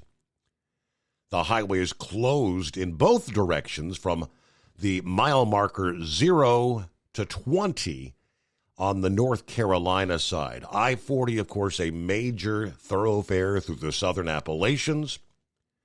That stretch, damaged by Helene, supports about 7,600 trucks on a daily basis and a total average daily traffic over 26,000 vehicles. You can use I-26 through Irwin to cross the state line. That route option reopened in late October. There is one lane, two-way traffic through that area. Of course, there will be more traffic on this route through the holiday travel season. Alternate route, use 81 and Interstate 77. From Knoxville, travelers can head north on 81, which connects with I-77 towards Charlotte. It's more miles, but you can eventually get to Asheville and other areas of North Carolina from there. It's going to be some travel headaches. No two ways about it. Good morning, Brain Dead. Oh, Steve. Are we so happy it's Friday Eve? I mean, I could hear the Skull Buster rattling in the background, right? Uh-huh. So, real quick before I get into the NASCAR talk, you were talking about the whole truck parking issue and a better way to relieve the truck parking. We've been hashing this for what? Well over 20 years. Mm-hmm. And it's not getting any better. It's getting better, but it's getting better very slowly. The problem with the truck parking is, like Larry Vaughn, who runs up there in the Northeast, there's nowhere to put a truck stop up in the Northeast. Either the land is too expensive or you got the NIMBY people, the not in my backyard people. And that's the biggest problem is the not in my backyard people. You know, I mean, remember the little small Montana town that fought for how many years to keep Pilot from building a truck stop up there because there was we was going to bring in drugs and crime and prostitution. Remember this? Mm-hmm. And finally, Pilot said, you know what, screw this, we're out of here. It's sad that the 1%ers make the other 99%ers look bad. I mean, well, you know my story about that. But I've never been in with the crime and the prostitution. And I don't see how that's going to happen up there. But it's going to be, it's a long battle. And Lowe's is doing something about it. Don't get me wrong, but it's slowly going. The other problem is the Lowe's and the truck stops in general that are there now, they can't really expand. They want to expand, but they can't because either the land around them has gone up in value or, like before, the NIMBY people say, sorry, we don't want you to expand any more than what you are. Right. So, like I said, it's a long growing issue, but yeah. But now let's get to let's change gears to some NASCAR stuff. Now, of course, you know, RFK Racing made it official that Ryan Preece will be driving the third car with the charter lease from Rick Ware Racing. Now, how I imagine that's going to work is, yes, Kroger's going to have primary sponsorship, but what they're going to do is they're going to say, okay, Sonny D, you're going, we want you to sponsor this race, and Tide, we want you to sponsor this race. You know, they're going to break it up, the sponsorship throughout the season. So Kroger it has the main sponsorship, but they're going to bring in a lot of the other associates to help offset those costs, like they did with JT. Kind of a co-op thing. Daughtry Racing. Work together again. Okay. Right. And it's going to be interesting to see. I mean, this is one of the big contracts because, like we said, there's not many contracts out there for sponsorship where one sponsor has the whole team for the whole year. Now, also, too, speaking of Lowe's, Todd Gilliland will be coming back to the 34 car next year for Front Row Motorsports, still with Lowe's as a sponsor. And Love said that they're not going anywhere. There's even though the charter issue is going on, they're still sticking with Front Row. Now, you were asked about the whole charters and the chartering and all of that. Yeah, they're going to qualify. But, they're not going to do the charter. They're going to qualify to get in, right? Right. Yeah, because see, Riley Herbst is the driver for that car, but he's bringing Monster Energy over. Monster Energy is a big sponsor, like Kroger. They're a big time sponsor, and that's going to really help offset the costs of operating the team. Now, since we have now 38 car, I can't do math right now in my head right now, but anyway, they've got to qualify. The charters, the 36, now 32 charters are pretty much you get guaranteed money and you get a guaranteed spot. So what happens at the Daytona 500? They blow their engine. Well, they have to go back and requalify. You know, they're qualifying. They blow the engine. Well, they didn't qualify. They go home, goodbye, see you at the next race. Because, like you said, the Daytona 500, you'll have 40 cars there trying to qualify. Now, there are some races that, like this past year, that where they did not have a full field. That instead of 40 teams, they cut it down to 38 or 36 or whatever. They didn't have a full field front to operate. That's what they're hedging their money on. But also, too, now one of the conspiracy theories is going around is Kurt Busch, when he retired, he was helping Bubba Wallace be more competitive and figuring more about the car out, because Kurt Busch was right there towards the tail end of when 2311 just got started. It was Kurt Busch and Bubba Wallace. Well, now it's Bubba Wallace, Tyler Reddick, and Riley Herbst. The theory is doing a driver swap. They're saying that in theory that Tyler Reddick is going to go to Joe Gibbs, Denny Hamlin is going to come back and fill in that car, so he can try to guide and mentor Riley Herbst, like how Kurt Busch and did with Bubba Wallace. So that's going to be something kind of interesting to watch.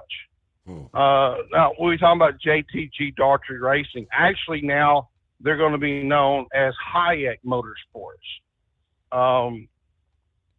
What's his name?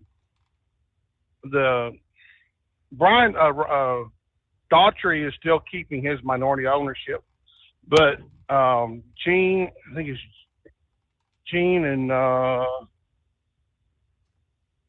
I can't remember the other name. Jody and Taga Schuster actually were the main ones behind it. They sold off their interest to Gordon Smith. Yeah, Gordon Smith, who owns Hayek Marine in Washington State and Oregon. So they just changed the name. Now, the bigger question, who's going to be the sponsor next year, even though they've got one of those illustrious charters. So, but other than that, Steve, we're kind of a little bit caught up there.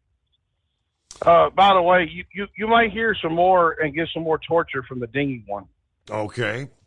So the groceries, I'm assuming the groceries are very busy right about now. What's moving? The soda pop, the beer, turkeys. What are you moving?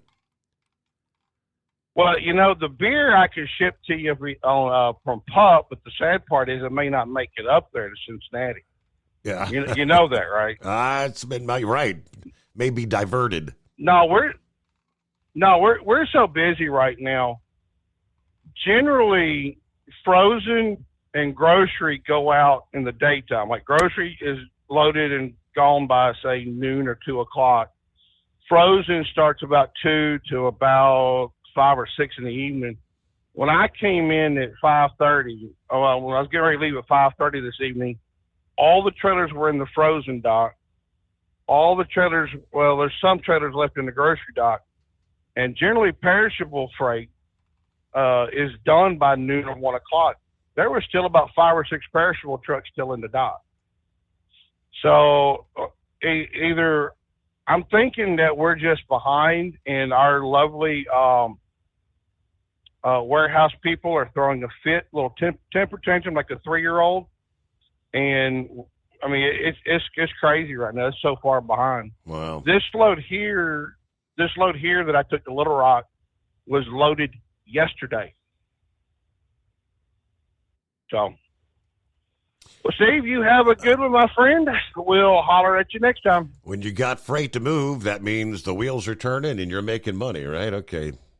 Be safe out there, brain dead. At Hot Shot Secret, we share the science behind common diesel problems. For example, excessive black smoke. Excessive black smoke has 2 causes: carbon buildup and internal diesel injector deposits, also known as IDIDs. Hot Shot Secret Diesel Extreme has the highest concentration of active ingredients allowed by law and will safely remove all types of injector deposits, including IDIDs and carbon buildup, to eliminate black smoke. Hot Shot Secret Diesel Extreme is available nationwide at truck stops, fine farm and auto stores, and online at hotshotsecret.com. Increase fuel economy up to 7.9% with Hot Shot Secret Gasoline Extreme, the solution to maximize your engine's performance and fuel economy. Whether you're driving a sports car or a daily commuter, Gasoline Extreme is specially formulated with PEA to deep clean. Don't settle for an average driving experience. Upgrade to Hot Shot Secret Gasoline Extreme and go further on each tank. Order now on Amazon or hotshotsecret.com. Hot Shot Secret, powered by science. Hey, Kenworth owners, is your AC and heating performing poorly with little airflow in the cab? Soaring Eagle HD Truck Parts is here to solve your worries. Offering aftermarket replacement HVAC boxes and stainless steel with high output blowers receiving 50 to 100% better airflow, guaranteed. Not only that, but they also manufacture many other aluminum and stainless steel storage accessories. Check out their website at www.soaringeaglehd.com or call toll-free 1-833-455-2473. Serving you yesterday, today, and for the future. Keep your gas-powered engines running like new? Stable's proprietary formulas are proven by third-party testing to outperform the competition in keeping fuel fresh, preventing corrosion, and cleaning the entire fuel system. With Stable, you can have confidence you are doing the right thing for your engine's long-term health.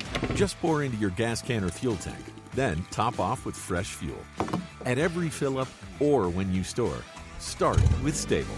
Available where fuel additives are sold.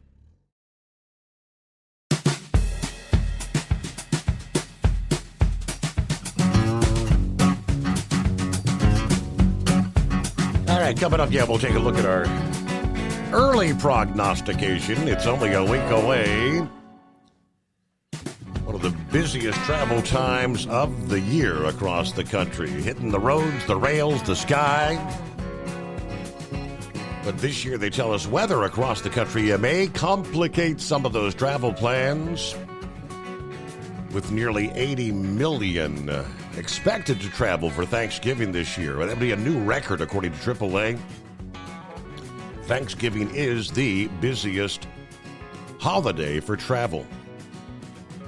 AAA continues to see travel demand soar post-pandemic, with members looking for new adventures and memorable vacations. Again, we'll take a look at some of that forecast for the week ahead. Jolly Green Giant, how the heck are you? Good morning, Steve, and all of the cartoon characters out there. I will be working next week, Monday and Tuesday, but I will not be working Wednesday night. Sex Maniac is taking off Monday night, and then one of our other drivers taking off Wednesday night. So I guess I was talking to Pup and Renegade and some of the other drivers. We're not going to be real busy next week. So, and that's not a bad thing. I'm calling mainly because you were talking about sugar diabetes. So, I mean, what is going on? What is causing it? I will tell you, before 2005, I was not diabetic.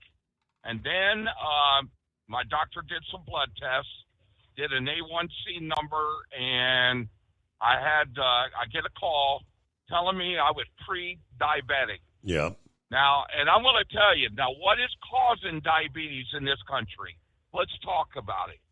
Why do some of the European countries, why does some of the various countries don't have the problem we do? And one of the problem is sugar pop. There's one of our problems right there. I was drinking about 12 Coca-Colas a day. A day? Wow. Okay. Which is true. Yeah. And so that's one of my problems. All right. Another problem that we need to talk about is fast food restaurants. Okay. Fast food restaurants causes obesity. So part of the problem is Jolly Green is carrying 50 extra pounds. If I would drop 25 to 50 pounds, I wouldn't be type 2 diabetic. All right. Now let's talk about the stuff that's in our food that you were talking about. And I know I remember your dad talking about some of this stuff way back then when he was on the radio. And I think he was talking about aspartame. Well, let's talk about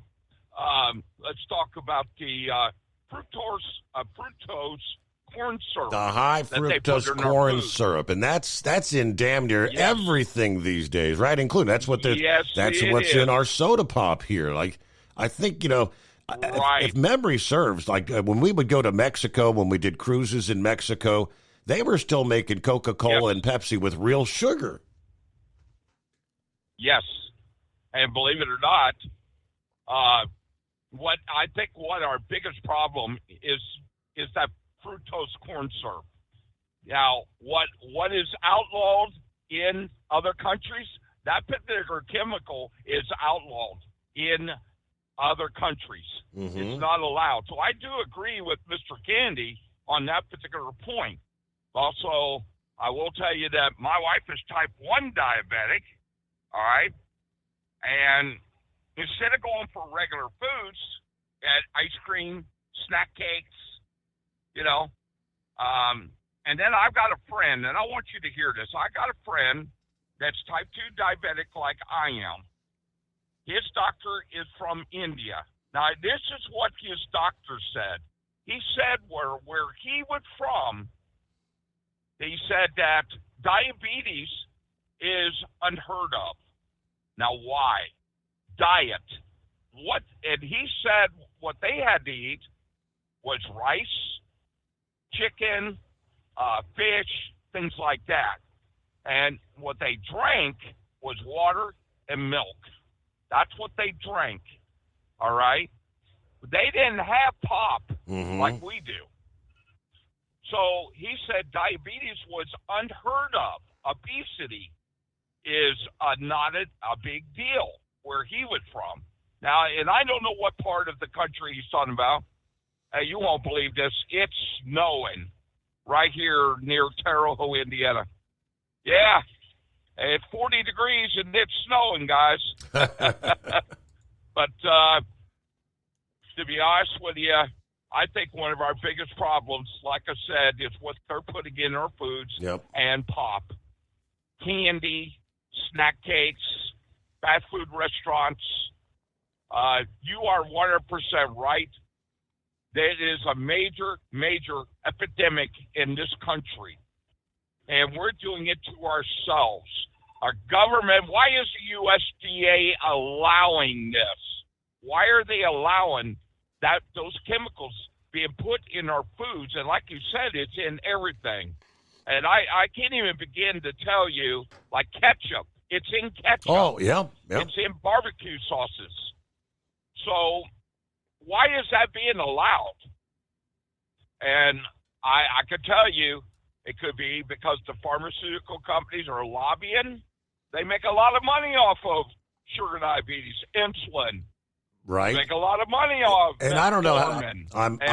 I'm kind of. I would assume that maybe high fructose corn syrup is cheaper, to use in manufacturing the products versus real sugar. I'd hold the thought. From Feature Story News in London, I'm Ollie Barrett.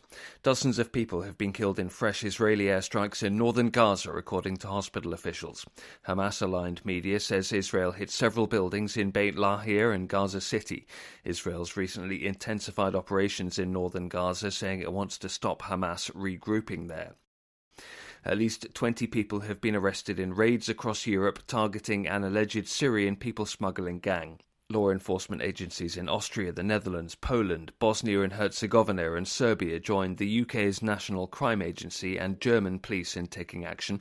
It's thought the network brought hundreds of migrants through the Balkans and then into Eastern Europe before they were taken to Germany and the UK.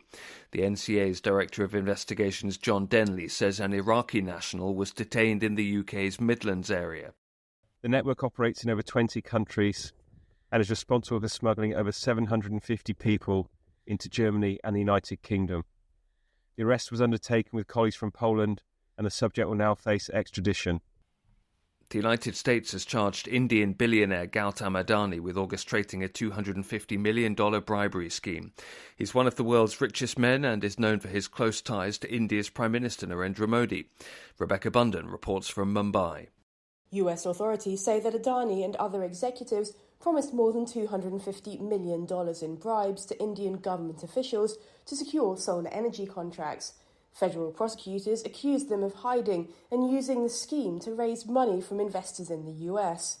The Adani Group has interests in sectors including ports, airports and energy. The group last year faced a crisis after a US short seller accused it of stock manipulation and accounting fraud, accusations which Adani denied. Rebecca Bunden, Mumbai. The US state of Texas is offering Donald Trump land for use for deportation facilities as the president-elect promises to fix the country's border crisis. The state's land commissioner, Dawn Buckingham, says the ranch on the US-Mexico border can be used for the largest deportation of violent criminals in the nation's history. Sally Patterson reports. Donald Trump ran for president on a platform of tackling illegal immigration. Now he's working on turning those promises into action. Firstly, by using the US military to help with his proposed mass deportations. Now, Texas authorities say facilities can be built on their land to process, detain and deport undocumented migrants. There are around 11.4 million immigrants living in the country illegally, according to the Migration Policy Institute. Many now face an uncertain future as the next president prepares for his second term in office. FSN's Sally Patterson reporting there. From bureaus worldwide, this is FSN. Ultimate comfort on the road. That's the Bostrom difference. And why so many drivers are upgrading their seats to Bostrom seating.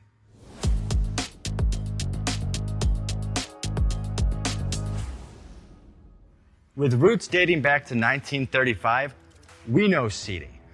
We've developed a full line of high-quality products with the right seat for your application, all made right here in the USA. From our top-of-the-line Wide Ride Plus Certa for the long-haul driver to our entry-level Baja series for the vocational driver, we provide you with the comfort you deserve at the price point you're looking for. We know you're busy. You don't have time to search every distributor and dealership for the right seat, only to find the one you want won't fit in your truck. That's why we created BostromSeating.com. It's a complete seating solution. You can build the perfect seat with the features and options you desire, and we'll help you be certain it'll fit in your cab. Once you've built the perfect seat and have the part number in hand, you can shop pricing and availability. Our Where to Buy feature allows you to pick up a seat right where you are or anywhere along the road you'll be traveling. When you install a Bostrom seat, you become part of the Bostrom family. A family that includes other drivers who recognize this is more than work. It's a ride, one that requires the next level comfort and support only Bostrom can provide. Go to BostromSeating.com to design your ride with ultimate comfort for the open road. Hands on the wheel, hands off invoicing. At Transcap, we're built for high speed and service, just like you. Our fast freight factoring helps you make more money, not chase it down, because we handle all the invoicing BS and back office work. Apply for fast funding at transcap.com/getcash. It takes just 60 seconds. Or call 888-250-TCAP. That's 888-250-TCAP. And mention Steve Summers Overnight Drive.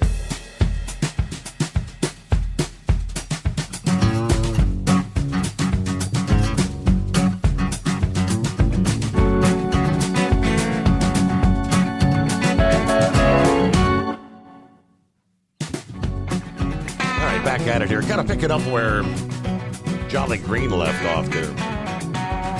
If you do a quick search, high fructose corn syrup and diabetes, pops right up. High fructose corn syrup can lead to insulin resistance, which is a condition that can result in type 2 diabetes. Insulin is responsible for transporting carbohydrates out of the bloodstream and into cells. When you consume too much fructose, your body becomes resistant to insulin's effects, which makes it harder to control blood sugar levels. High fructose corn syrup can increase liver fat. Countries with high use of high fructose corn syrup, like us, have a higher prevalence of type 2 diabetes than countries with lower use. No kidding. High fructose corn syrup may play a role in metabolic syndrome, which is linked to many diseases, including heart disease and certain cancers. Well, there's the answer to that question when I left off there. Is it cheaper? Bingo! High fructose corn syrup is cheaper and sweeter than regular sugar.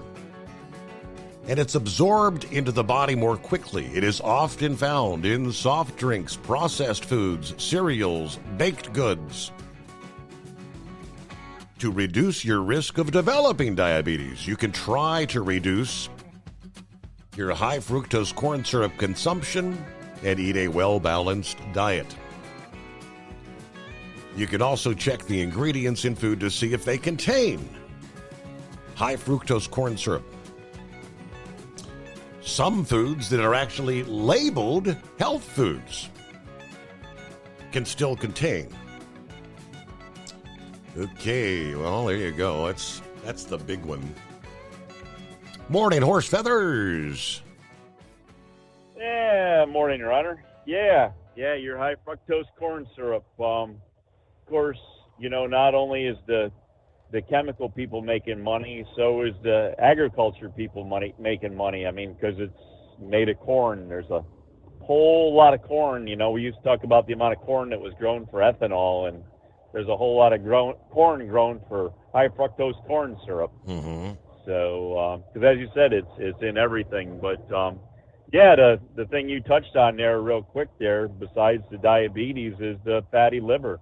The fatty liver is a major problem too, and so a lot of people don't realize it or have it checked, and they're so. Anyways, there's something else to kind of keep an eye on in that. But yeah, if you can stay away from the high fructose corn syrup, especially if you got baking stuff in that, because even some of the supplies you buy for baking have it in it, and if you can stay with the natural sugar, and and there's some of the other ones you got to be careful of there, like Jolly Green was saying, the aspartame, and what's the other one there? I think there was one that started with an S. Saccharin. Not sucrose was around. What was this one? Saccharin. Saccharin was another one. Yeah, that one's kind of gone out. I think that was like the sweet and low era or the equal era. I mean, that one kind of got phased out a little bit. But yeah, all those manufactured sweetener type things, and I think the sweet and low possibly is is made to be a regular sugar, but it's manufactured to be extra sweet. Mm-hmm. So you don't need as much of it. That's the whole point of it, is that you just don't use as much of it, even though it's still been processed, so it's not like just pure sugar. And anyways, that's enough of that. But hey, what I was calling you about here on this Friday Eve is I just got back to the Baltimore area and started heading towards Pennsylvania, and 83 on the southbound side, when you come down out of Pennsylvania, you get to the Beltway, and you have to choose to either go towards Baltimore to stay with 83 or go towards 95 on the Beltway. They apparently have an accident on the right-hand side going towards Baltimore. So when you come down 83, you can only go to the left towards 95 on the Baltimore Beltway. They had the whole thing shut off. They had a big ladder truck out there blocking off the whole road. So be careful. There's a lot of emergency equipment, flashing lights.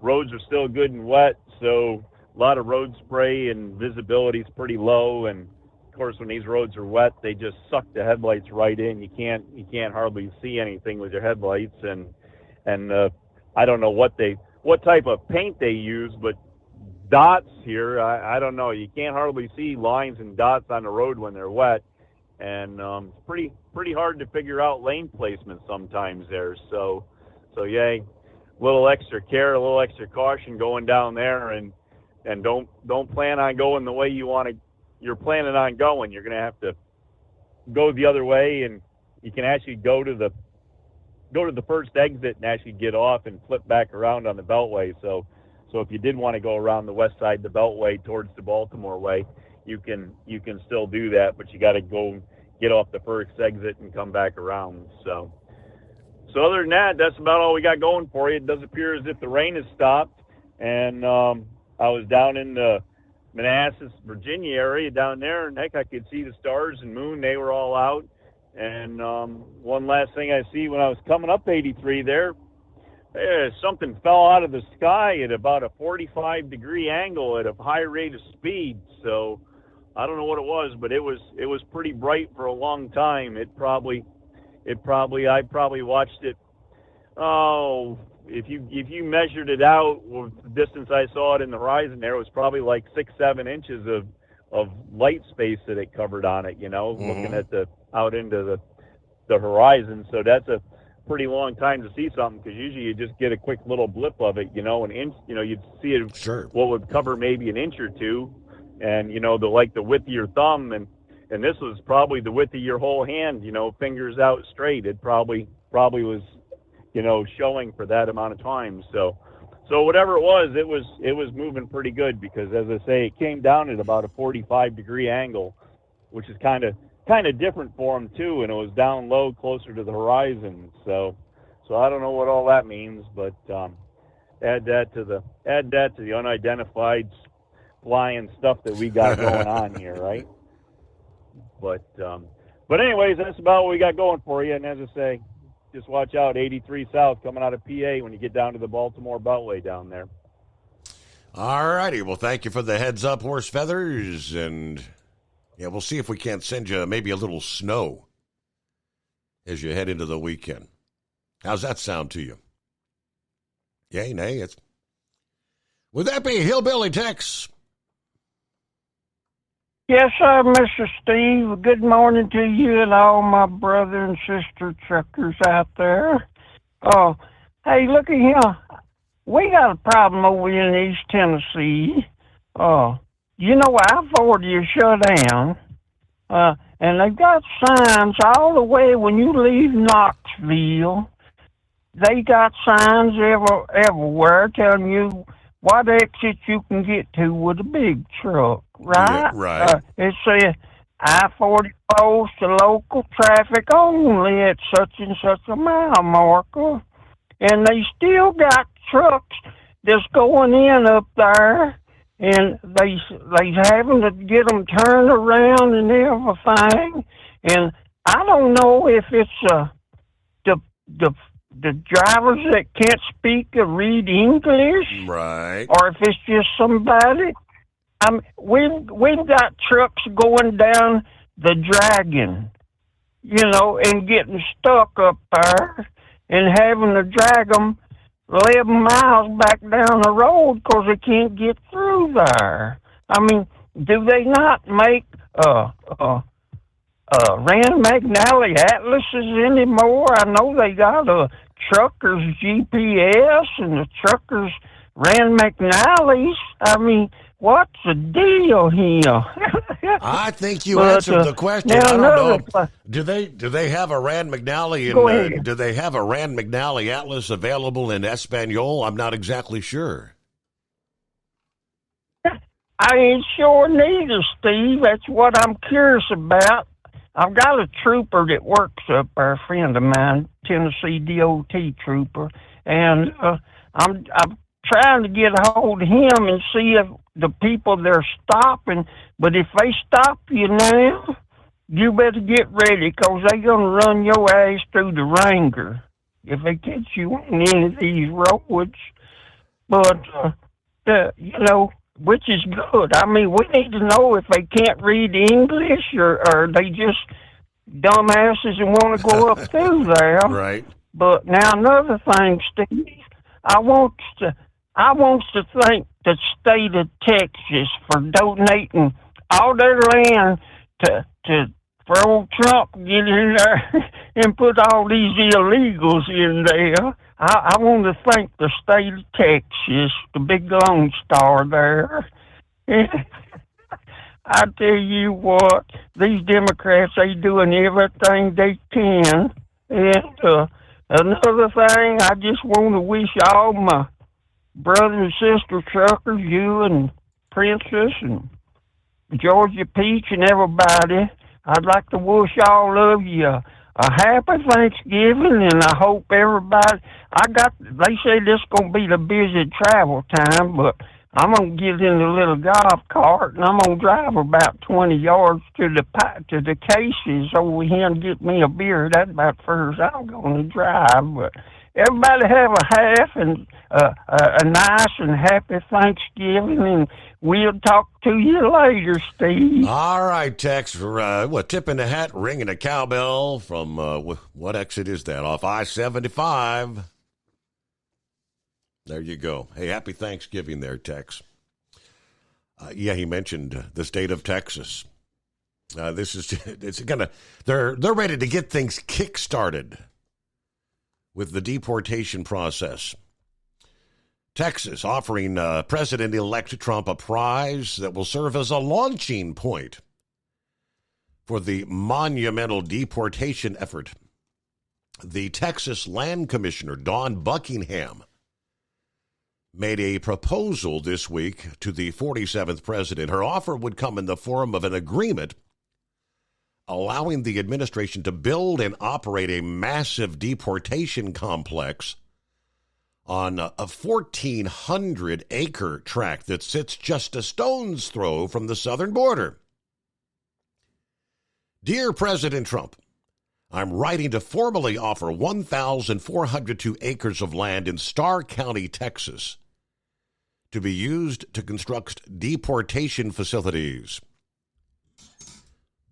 She hopes the land, some 35 miles west of McAllen, will become a launching pad for what could be a defining part of the Trump second term. The land, according to Buckingham, could be a key site for multiple agencies under Trump's sway. My office is fully prepared to enter into an agreement with the Department of Homeland Security, Immigration and Customs Enforcement, or the United States Border Patrol to allow a facility to be built for the processing, detention, and coordination of the largest deportation of violent criminals in the nation's history. Now, she said the land previously belonged to a woman who blocked law enforcement agencies and activities, refusing to allow part of the Texas border wall to go through her property. In an October 29 press release, the Texas General Land Office announced the commissioner was able to purchase the land. According to the release, trees on this property actually served as what they call rape trees, adorned with women's clothing, trophies of sexual assault inflicted by and on countless illegal immigrants streaming through the area. She was not shy in calling out the land's former owner in her letter to Trump. The previous owner had refused to allow the wall to be built and actively blocked law enforcement from accessing the property. Her actions enabled cartel members and violent criminals to sexually abuse migrant women and children on this land for some time. Buckingham says she granted an easement stretching 1.45 miles across the property shortly after the state purchased the land, allowing the Texas border wall to be constructed. In this Texas official, it seems Trump now has a key ally in obviously a critical location. I'm committed to using every available means at my disposal to gain complete operational security of our border, she writes. This is the latest sign pointing to a deportation effort of unprecedented scale. This deportation, especially of the criminal immigrants, will be something to watch over the second term. It is 844-844-3388, the Steve Summers Overnight Drive. As an independent trucker, you work hard to meet your goals. The Owner-Operator Independent Drivers Association has been helping small business truckers for over 50 years with benefits, services, information, and discounts. You work hard, but OOIDA works even harder to give you advantages that large fleets enjoy. And all of our programs support our representation on your behalf in Washington, D.C. Become a member at OOIDA.com, making a difference in the lives of truckers. Fuel filtration is a big deal. Poorly filtered diesel fuel can damage injection systems, reduce efficiency, and rob horsepower, among other things. By removing the water, air, and debris from fuel, fast fuel systems can triple the life of your injection system while restoring power, optimizing fuel economy, and more. Not sure what your truck needs? Give us a call at 636-433-5410 or learn more at fastride.com. At Hot Shot Secret, we share the science behind common diesel problems and their solutions. For example, Diesel fuel cetane levels. in many states, the cetane rating in diesel fuel is 42 to 45. Most diesel engines operate more efficiently with a cetane rating of 48 to 50. One treatment of Hot Shot Secret Diesel Extreme will raise your cetane 7 points, increase fuel economy, and improve cold starts. Due to a cleaner burn, there are less hydrocarbons and particulate matter in your exhaust. This reduces the blockage of your diesel particulate filter. Using Diesel Extreme generates 83% less DPF regeneration. The 6-in-1 Diesel Extreme formula also includes the most concentrated detergent on the market, lubricity enhancer, water demulsifier, rust and corrosion inhibitors, and a fuel stabilizer. Hot Shot Secret Diesel Extreme is available nationwide at truck stops, Fine Farm and auto stores, and online at hotshotsecret.com. Hot Shot Secret, powered by science. Doc's Diesel is your one-stop online shop for diesel filter maintenance. Genuine quality, third-party tested filters for Cummins, PowerStroke, Duramax, and EcoDiesel trucks. Doc's cuts out the middleman and those pesky markups you often find from OMEs, dealerships, and parts stores. We make ordering easy with filter kits, subscriptions, and even dealer sign-ups if you have a fleet. Purchase your filters at www.docsdiesel.com and receive 10% off when you use code SUMMERS10. Doc's Diesel, your one-stop shop for diesel maintenance. And now, back to the Steve Summers Overnight Drive, live from the Hot Shot Secret Studios.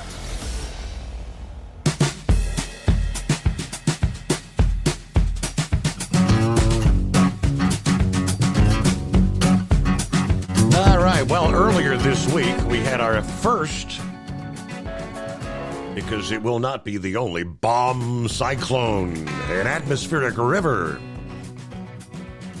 pummeling the Pacific Northwest. There is another. A bomb cyclone. That's another word for a strong storm. We used to say, hey, a strong storm coming in off the Pacific. Now it's a bomb cyclone. Later on Thursday into Friday, not as intense as Tuesday's powerhouse, but it's going to make more of a glancing blow from south to north, just off the coast of Northern California, Oregon, Washington. But it'll still be close enough and strong enough to bring impacts from wind, rain, and snow. Tuesday's storm, System 1, brought down a tree that killed one woman, cut the power to 600,000 customers in western Washington alone. The track of the new storm will be such as to direct the strongest winds right along the coasts of Washington and northern Oregon rather than throughout the I-5 corridors and the Cascades. By far the greatest impact from the new storm and the more southward tracking storm will be the precipitation, the atmospheric river as they call it. This long fire hose of moisture from the ocean will be directed at the same areas as the first storm this week. Once again, the heaviest rain directed at areas from northern California to southwest Oregon. Timing on the heavy rain will be Thursday night to Friday morning. There will be a bit of a lull, but it's not going to completely stop raining in between the first storm and the next. Thunderstorms packing hail and gusty winds may occur in some areas between both major storms. But looking at the cumulative rainfall from both systems, from Northern California to Southwest Oregon, rain totals will range from 8 to 12 inches. From 1 to 4 inches of rain will be common along the Interstate 5 corridor and the immediate coast from Washington to northern Oregon. So the rounds of intense rain from these back-to-back atmospheric rivers will lead to the risk of dangerous flash flooding, mudslides, landslides, washouts. Further south around the San Francisco and Sacramento, California areas, the heaviest rain will tend to fall to the north. Rain will taper off from north to south, beginning over the metro areas. 4 to 8 inches of rain to fall around the Santa Rosa. San Jose may receive close to maybe just an inch of rain. All right, snow levels for this second storm will be higher than the first. That'll lead to some extra melting and runoff at intermediate elevations. Most of the snow will fall above the passes from this late week storm. But up in the high country, a cumulative snowfall from this week's two storms, 1 to 3 feet with some higher amounts in the Cascades, Siskiyous, and northern Sierra Nevada. Looks like the tail end of the second storm may try to bring some spotty showers to Southern California on Saturday. All right, again, we'll take a look. Haven't yet delved into our Thanksgiving travel week forecast. That'll be coming up here. Meanwhile, as we have been following, preparing for a new administration, there's a lot of business operations, decisions that had been on hold for a while, waiting to see who's going to be in charge. What direction is this country going to go? The auto manufacturers is one big player there. The auto giants signaling this week they will further slow down the ramp up of electric vehicle production as they await the arrival of a Trump administration that they know is going to revise and reverse, in some cases, many of the key Biden climate initiatives. We'll delve a bit more into that coming up in our final hour. In the meantime, jump on in at 844-844-3388, the Steve Summers Overnight Drive. Ultimate comfort on the road. That's the Bostrom difference, and why so many drivers are upgrading their seats to Bostrom seating.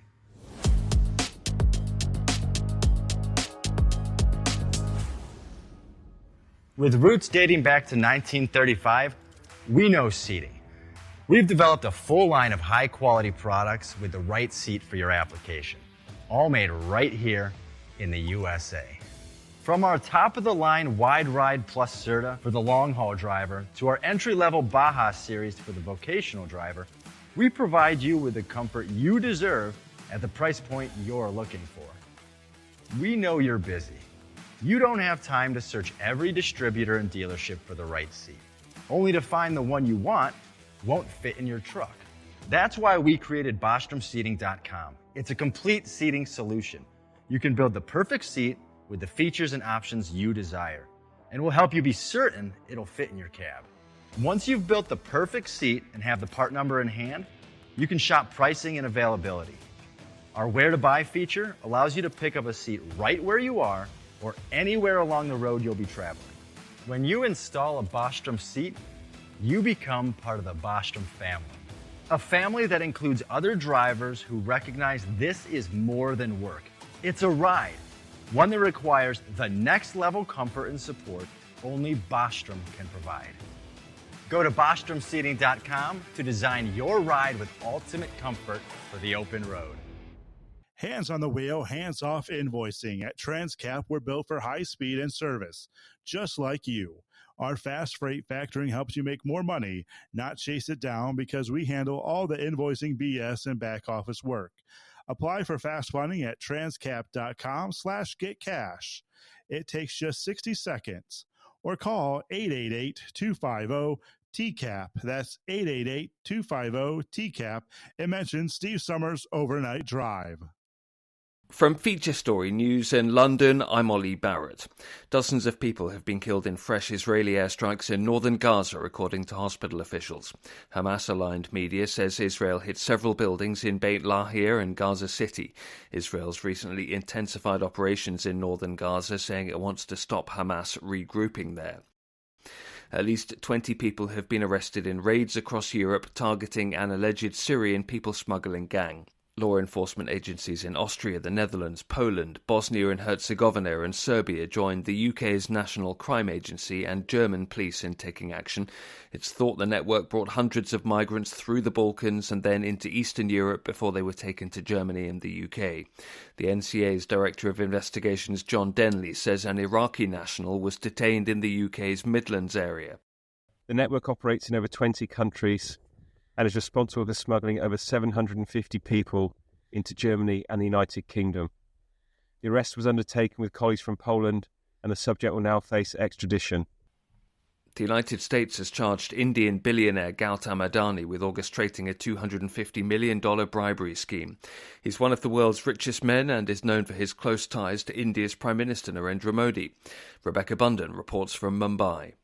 US authorities say that Adani and other executives promised more than $250 million in bribes to Indian government officials to secure solar energy contracts. Federal prosecutors accused them of hiding and using the scheme to raise money from investors in the US. The Adani Group has interests in sectors including ports, airports and energy. The group last year faced a crisis after a US short seller accused it of stock manipulation and accounting fraud, accusations which Adani denied. Rebecca Bunden, Mumbai. The US state of Texas is offering Donald Trump land for use for deportation facilities as the president-elect promises to fix the country's border crisis. The state's land commissioner, Dawn Buckingham, says the ranch on the US-Mexico border can be used for the largest deportation of violent criminals in the nation's history. Sally Patterson reports. Donald Trump ran for president on a platform of tackling illegal immigration. Now he's working on turning those promises into action. Firstly, by using the US military to help with his proposed mass deportations. Now, Texas authorities say facilities can be built on their land to process, detain and deport undocumented migrants. There are around 11.4 million immigrants living in the country illegally, according to the Migration Policy Institute. Many now face an uncertain future as the next president prepares for his second term in office. FSN's Sally Patterson reporting there. From bureaus worldwide, this is FSN. With FSN Spotlight, I'm Simon Marks. Conservationists say they believe that a species of bird previously found across mainland Europe and the Mediterranean is now extinct. The last confirmed sighting of a slender-billed curlew was nearly 30 years ago, and researchers say new analysis has concluded that with a 99.6% degree of certainty, none of the birds any longer exists. It's the first global extinction of a species that occurred in mainland Europe ever, and it's a reflection of the threats facing biodiversity more broadly globally. Alex Berryman of BirdLife International is a co-author of the study. The last sighting was in northern Morocco, February 95. There's been a few claims since, but none of them have been verified. The threats that probably drove the extinction are quite difficult to pinpoint and will probably never be fully understood. But it's most likely that the extensive drainage and the destruction of bogs in western Siberia where they bred and their conversion to agricultural use, compounded with loss of coastal wetlands on the migratory and wintering grounds, and possibly also some impact of hunting, particularly towards the end. The slender-billed curlew was a wading bird. Researchers say thousands of square miles of territory where the species was routinely found have turned up no evidence that the curlew still exists. And ornithologists fear it will not be the last species to disappear in Europe. With FSN Spotlight, I'm Simon Marks. To recap the top stories, dozens of people have been killed in fresh Israeli airstrikes in northern Gaza, according to hospital officials. At least 20 people have been arrested in raids across Europe targeting an alleged Syrian people smuggling gang. The US has charged Indian billionaire Gautam Adani with orchestrating a $250 million bribery scheme, and the US state of Texas is offering Donald Trump land to use for deportation facilities. That's the latest feature story news. Ollie Barrett reporting. It's coming. Crisp fall mornings turn bitter cold. As you fire up your diesel, you can see your breath on the inside of a cab. Imagine looking deep into your engine. Freezing temperatures impact your diesel's fluids, especially fuel. On a 23-degree morning, the paraffin wax in your untreated fuel starts to morph from fluid to large crystals. These crystals clump together and form a gel. At minus 10 degrees, your fuel hits the point where it no longer pours like a liquid. It's so dense that the flow through the fuel filter will slow, causing hard starts or no starts. Get prepared now for the cold that is coming. Hot Shot Secret Diesel Winter Anti-Gel is a premium fuel additive that lowers your fuel's pour point to minus 65 degrees. If it's that cold out, you shouldn't be on the road. You ought to be at home in front of the fireplace. Hot Shot Secret Diesel Winter Anti-Gel Premium Fuel Additive. Available now online at hotshotsecret.com. Hot Shot Secret. Powered by science. A thunder and a storm reigned over the Region 3 and 4 light pros. Banyan's Forgiven wouldn't let up in Region 2 East, and in the West, Never Enough was plenty. From National Tractor Pullers Association headquarters and clubs, this is the NTPA Overnight Radio Report.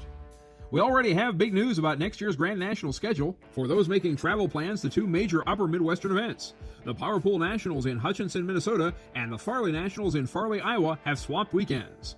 Starting in 2025, the GN event in Hutchinson will be on the first full weekend in June, which next year is Friday and Saturday, June 6th and 7th. The Farley Nationals will run Thursday through Saturday, June 12th through the 14th. You'll find the entire NTPA national schedule come January at ntpapull.com. Now let's recognize another quartet of regional national champions. Kevin Banyan, Urbana, Ohio.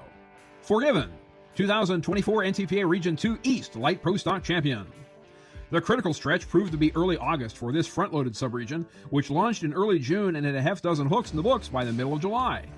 Banyan battled Colton Zundel's Steel City Smoker to a draw to that point, with each having won once near the other's home turf, Banyan in Waynesburg, Zundel in Marion. But when the calendar flipped, so did the script, as Forgiven forged 3 straight victories on familiar tracks in hometown Urbana, Sandusky, and Zanesville to clear the smoker by double digits. Jordan Stroud, Midland, Ohio. Never Enough, 2024 NTPA Region 2 West Light Pro Stock Champion. Stroud could not get enough of light pro pulling in 2024, as he never missed a hook in Region 2. That's all 11 in the East to reach and hang on to third from Mechanicstown forward with a win in Marysville, and all 9 in the West to earn his first championship. There he sat third in the standings and trailed Justin Jeffries 1066 by 3 until he matched his second place in Paulding with another in Arcola to catapult into a lead he would not surrender. Across 20 points hooks, Never Enough had plenty to offer with 16 top 5 finishes. Alan Cook, Wilton, Wisconsin. Black Thunder, 2024 NTPA Terramax Region 3 Light Pro Stock Champion. The region was under a severe weather warning for its first month, as Thunder fell 4 feet shy of perfection, a second in Toma to Jeremy Plutz's big one, across the season's first 5 appearances. To those wins in Toma, Lancaster, Decorah, and River Falls, Cook added only 1 the rest of the way in Houston, but the storm's damage was done.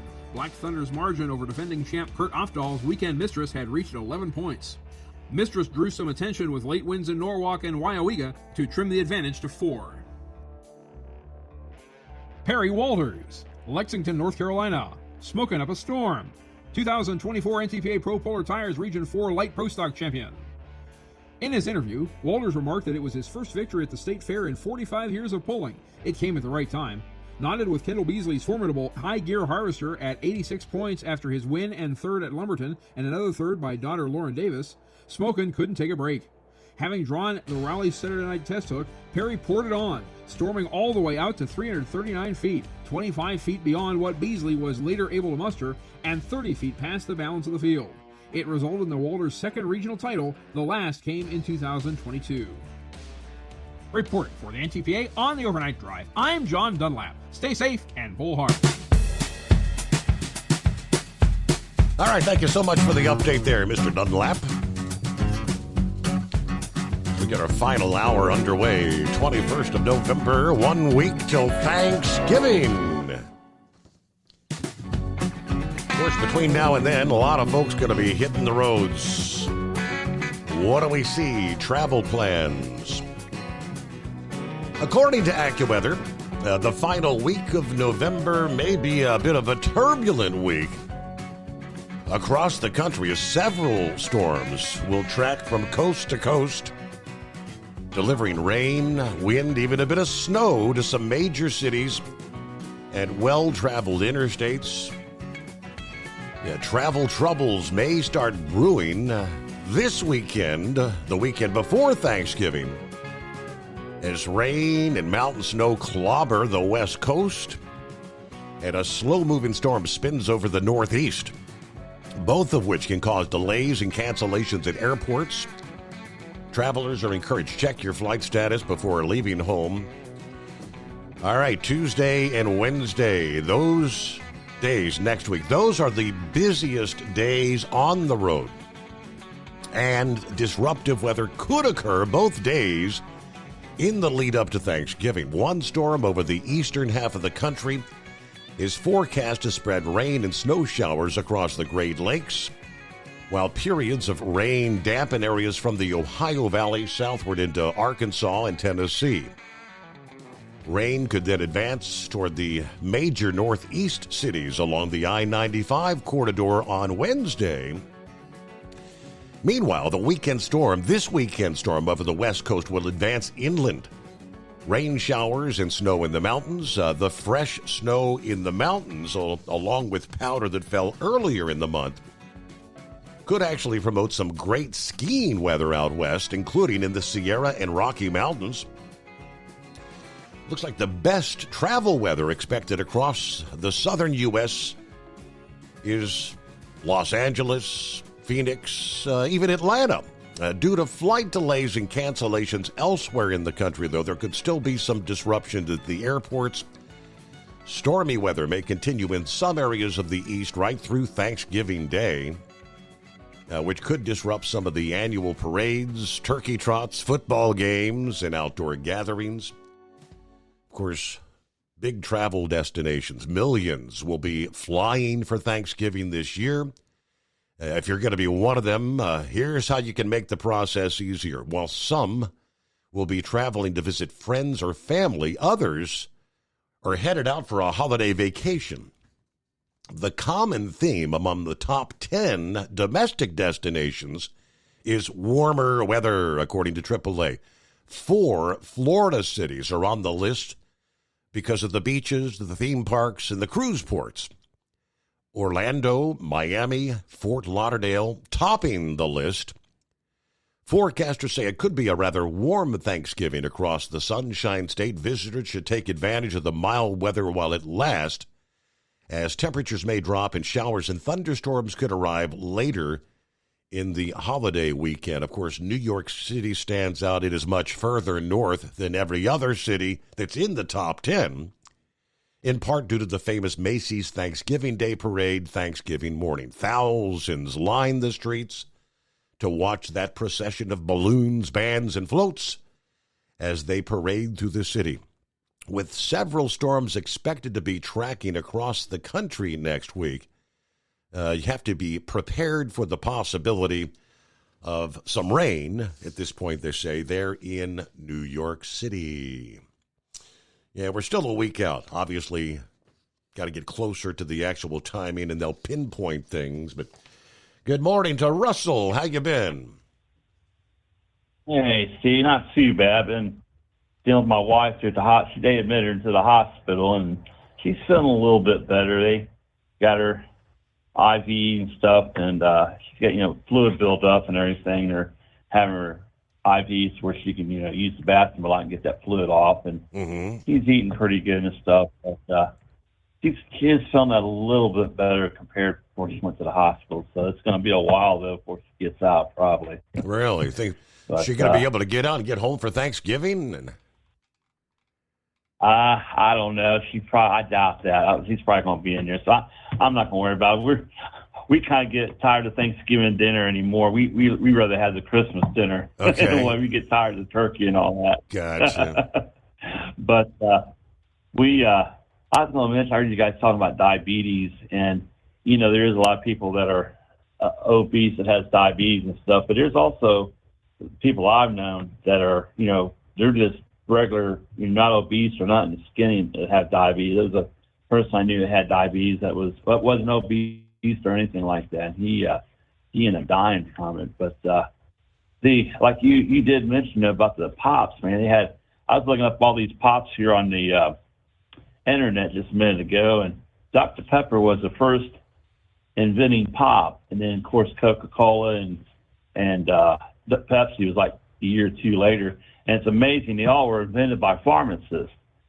All these pops were, but they didn't have, like you said, they didn't have the corn syrup. They had just the regular cane sugar, and that's what they need to go back to, is the cane sugar. Right. Well, and of course, the Coca-Cola, notorious for actually having the coca in it, the cocaine. Yeah. I remember that. We used to talk about that as kids. That's my favorite pop, Coke was, when I was a kid. But yeah, I heard about that. It's amazing. I didn't know that these pops was all invented by pharmacists, so I just, I looked it up. But I know I was going to say, Robert Jr., he's in there, helping Trump and stuff, but he was comparing a box of cereal, I'll forget what brand it was, here in America compared to a box of cereal overseas. They only had like 5 ingredients in it compared to our ingredients like 30. Yeah. I mean, that's kind of scary, It is. So something needs to be done. I mean, like what you all are saying, something needs to be done with these foods and stuff, to be changed and everything. But hopefully it'll get better, Yeah. Well, talking about the soda pops and the early, I mean, are you? My wife was watching like some historical Christmas stuff the other night, and they were going through it. I don't remember. I guess there was a thing about drinking a warm Dr. Pepper back in the 60s or something. You heat your Dr. Pepper with a slice of lemon. I do not recall that. I don't either. I was born in 65, but I don't never hear nothing about it. I used to like Dr. Pepper too when I was younger, when I was a kid, about 5, 6 years old. But I don't never hear nothing about that. Yeah, I'm like you. That was fascinating to me. I mean, she said, "Have you ever heard of that?" I said, "See, we were born about the same time. You're 65. I was 64. She was 62, but supposedly it was a thing." You do a little Google search. When is a soft drink no longer a soft drink? Well, when it's not carbonated by definition. Sugar, water, flavoring with bubbles is soda. Sugar, water, and flavoring served flat is something else. Hot Dr. Pepper is a drink that straddles a line between the two. They say when heat is applied to a cool can of soda, it transforms from a light, refreshing soft drink into a thick, sweet tea. Odd as a hot soda might sound, it's really not all that different, say, from a glass of hot cider. Like that classic wintertime beverage, it warms the innards on a cold day. First promoted in the 1960s, Dr. Pepper was developed as a corporate strategy to keep profits strong during the holiday season when sales of obviously cold drinks plummet. It caught on mostly in South America, cradle of fizzy innovations where it lives on to this day in some small towns. In most of the country, though, hot Dr. Pepper has long since faded into obscurity. With all the other long-lost trends that have returned to mainstream lately, it's about time we gave hot Dr. Pepper another chance. Served by itself with lemon, it's a little sweet for my taste. I wouldn't turn down a mugful now and then, though, with a splash of rum. Okay, it's not half bad on an icy afternoon, he says. Okay, I don't remember. Ever done a hot Dr. Pepper, pup? Yes, sir. Have you? Yes, sir. I'll be darned. And you can go on line and look up all kinds of recipes for smoking your meat and stuff. Yeah. And Dr. Pepper is in that. On some recipes. I'm not saying all recipes. Right. Okay. Some recipes. Mm-hmm. So Dr. Pepper, and that's Dr. really Pepper good. over your like a beef brisket or something. I guess that's like your beer brats. Yeah. Yep. But like you marinate them in that like 24 hours ahead of time. And I know Larry's a way better smoker than I am. But I like the Dr. Pepper. And I never have been a Coke fan. I've always been a Dr. Pepper or a Pepsi fan. Okay, yeah.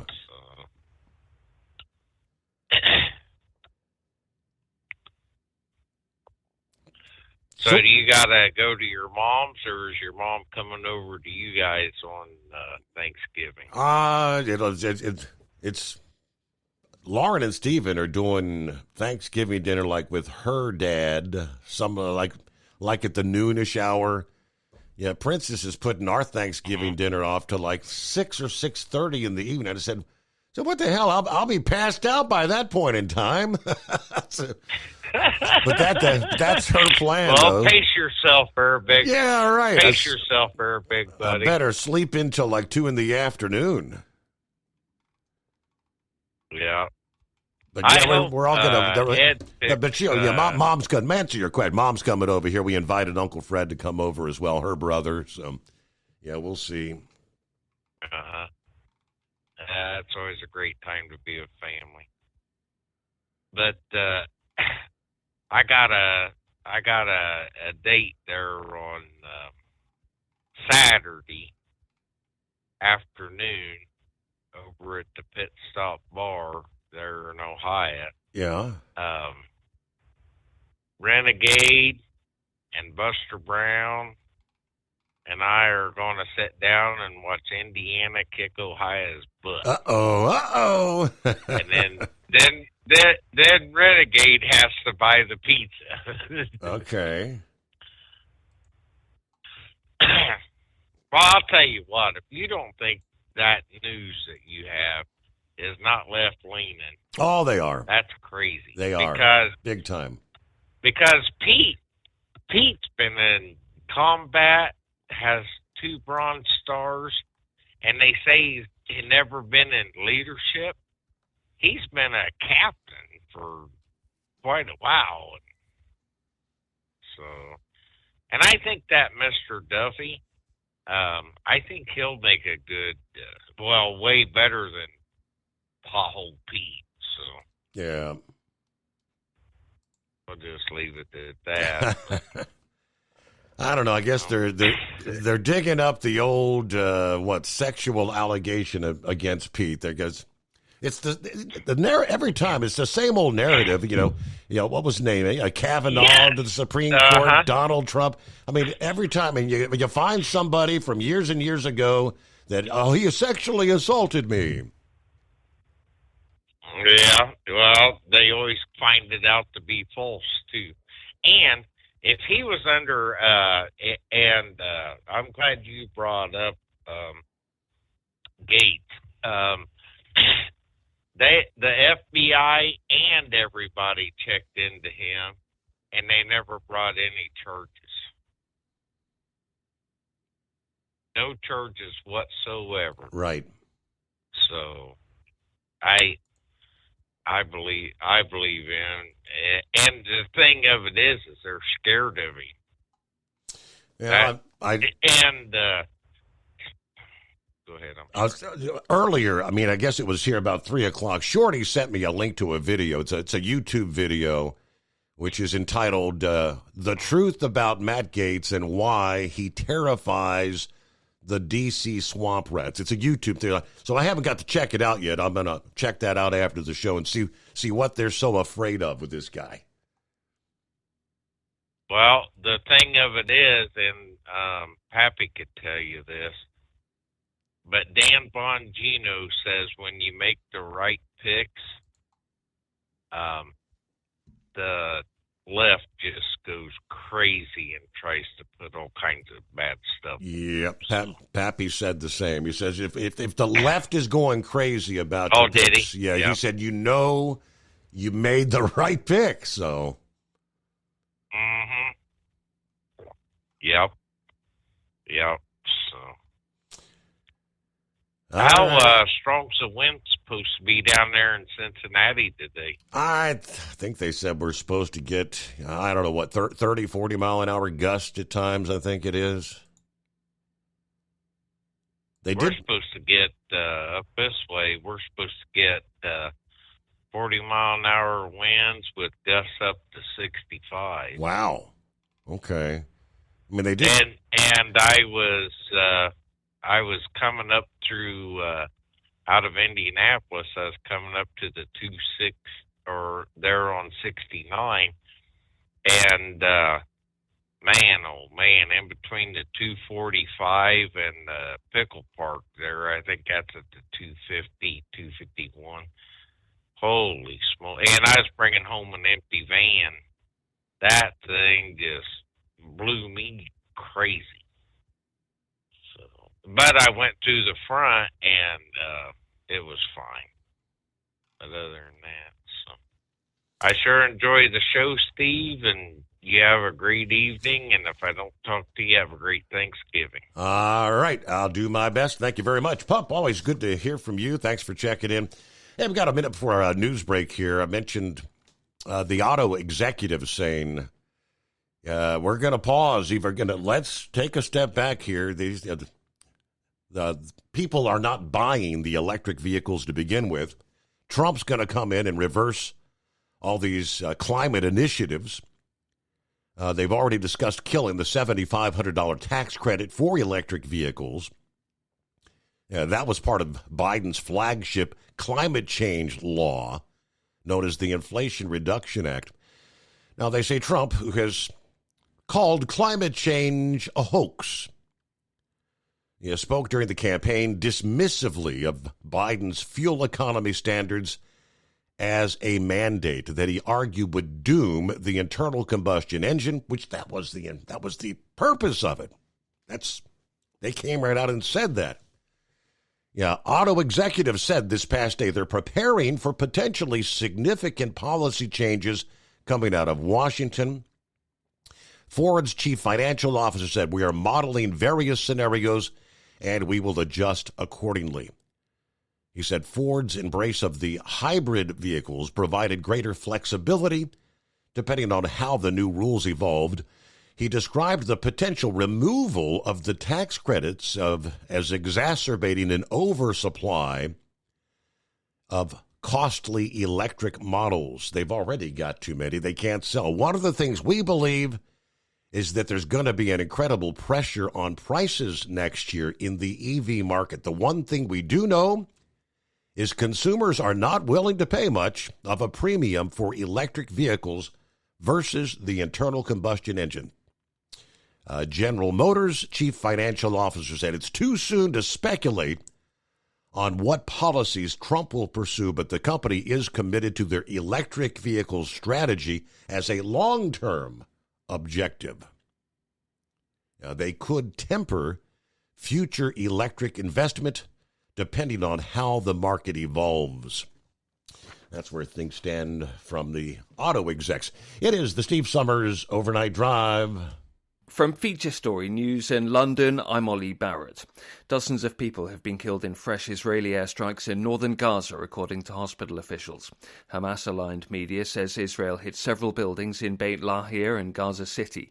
Israel's recently intensified operations in northern Gaza, saying it wants to stop Hamas regrouping there. At least 20 people have been arrested in raids across Europe targeting an alleged Syrian people smuggling gang. Law enforcement agencies in Austria, the Netherlands, Poland, Bosnia and Herzegovina and Serbia joined the UK's National Crime Agency and German police in taking action. It's thought the network brought hundreds of migrants through the Balkans and then into Eastern Europe before they were taken to Germany and the UK. The NCA's Director of Investigations, John Denley, says an Iraqi national was detained in the UK's Midlands area. The network operates in over 20 countries and is responsible for smuggling over 750 people into Germany and the United Kingdom. The arrest was undertaken with colleagues from Poland, and the subject will now face extradition. The United States has charged Indian billionaire Gautam Adani with orchestrating a $250 million bribery scheme. He's one of the world's richest men and is known for his close ties to India's Prime Minister Narendra Modi. Rebecca Bunden reports from Mumbai. US authorities say that Adani and other executives promised more than $250 million in bribes to Indian government officials to secure solar energy contracts. Federal prosecutors accused them of hiding and using the scheme to raise money from investors in the US. The Adani Group has interests in sectors including ports, airports and energy. The group last year faced a crisis after a US short seller accused it of stock manipulation and accounting fraud, accusations which Adani denied. Rebecca Bunden, Mumbai. The US state of Texas is offering Donald Trump land for use for deportation facilities as the president-elect promises to fix the country's border crisis. The state's land commissioner, Dawn Buckingham, says the ranch on the US-Mexico border can be used for the largest deportation of violent criminals in the nation's history. Sally Patterson reports. Donald Trump ran for president on a platform of tackling illegal immigration. Now he's working on turning those promises into action. Firstly, by using the US military to help with his proposed mass deportations. Now, Texas authorities say facilities can be built on their land to process, detain and deport undocumented migrants. There are around 11.4 million immigrants living in the country illegally, according to the Migration Policy Institute. Many now face an uncertain future as the next president prepares for his second term in office. FSN's Sally Patterson reporting there. From bureaus worldwide, this is FSN. Increase fuel economy up to 7.9% with Hot Shot Secret Gasoline Extreme. The solution to maximize your engine's performance and fuel economy. Whether you're driving a sports car or a daily commuter, Gasoline Extreme is specially formulated with PEA to deep clean. Don't settle for an average driving experience. Upgrade to Hot Shot Secret Gasoline Extreme and go further on each tank. Order now on Amazon or HotShotSecret.com. Hot Shot Secret. Powered by science. At Hot Shot Secret, we share the science behind common diesel problems. For example, ultra-low sulfur fuels. Fuel has two purposes, combustion and lubrication. Ultra-low sulfur fuels have diminished the fuel's ability to lubricate. Hot Shot Secret Everyday Diesel Treatment with LX4 restores lubricity, protects your engine, and optimizes performance. Everyday diesel treatment is available at truck stops, Tractor Supply, O'Reilly's Auto Parts, and online at HotShotSecret.com. Hot Shot Secret. Powered by science. Building relationships with their team drivers and customers still matter at IBI Security Transport. Since 1966, IBI and its team of drivers have been leaders and innovators in providing white glove service to its exclusive client base for transporting high-value freight safely and securely. Much of the IBI staff have driven trucks, so they understand both the customers' and drivers' needs. If you're seeking a career that values you as a person, not just a number, and offers great benefits and good home time, then IBI is the place for you. Call 800-582-5912 to discover why we are the leaders in team freight and start building a relationship with you. Attention all truckers, are you ready to own your own truck? Lone Mountain Truck Leasing makes it easy. Our lease-to-own program puts you in the driver's seat. Our inventory is always changing, and we have a variety of rigs, including Kenworths, Freightliners, automatics, and manuals. Once you make your last payment, the truck is yours. No interest, no balloons, and no buyouts. Take the first steps towards independence and financial freedom. Visit LoneMountainTruck.com or call 866-944-0383 to apply today.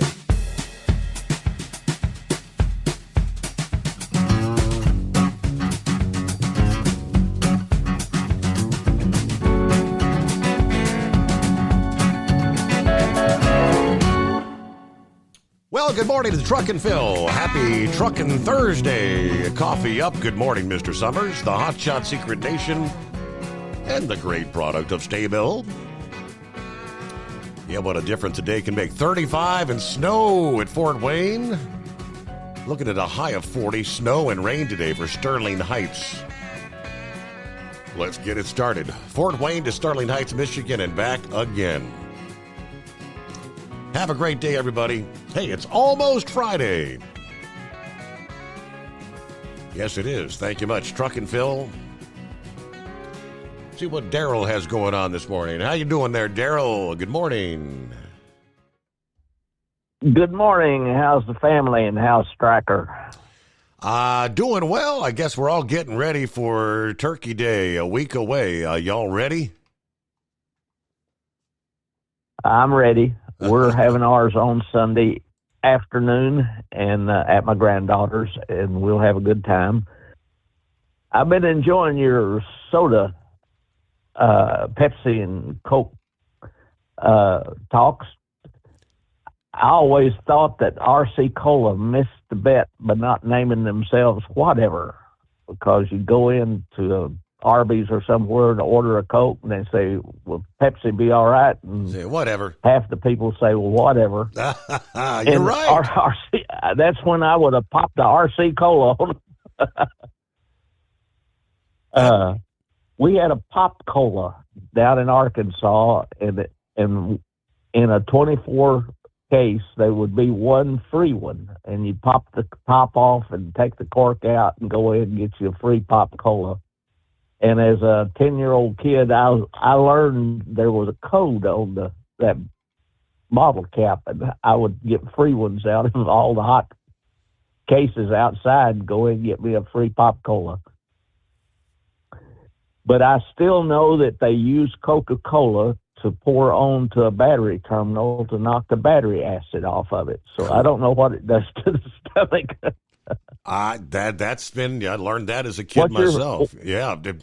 Have you done the warm Dr. Pepper with lemon? No, I've not, Steve. I think I'd have to be sick or have a cold or the flu.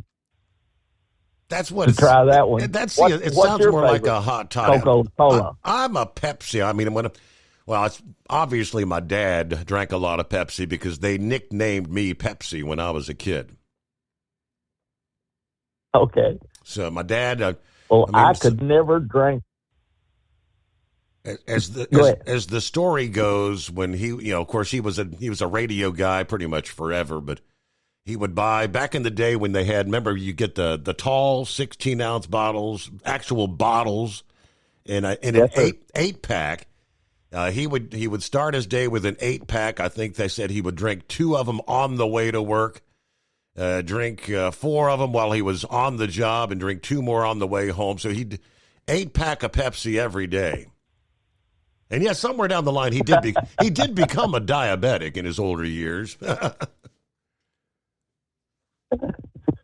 Well, when I was a teenager, I smoked, and I could never smoke a cigarette and drink a Pepsi at the same time. I don't know what the carbonation and the nicotine did, but it just absolutely set me on fire. Huh. And I don't know what they put. I always liked Pepsi whenever they had real sugar in it. I've drank my share of them.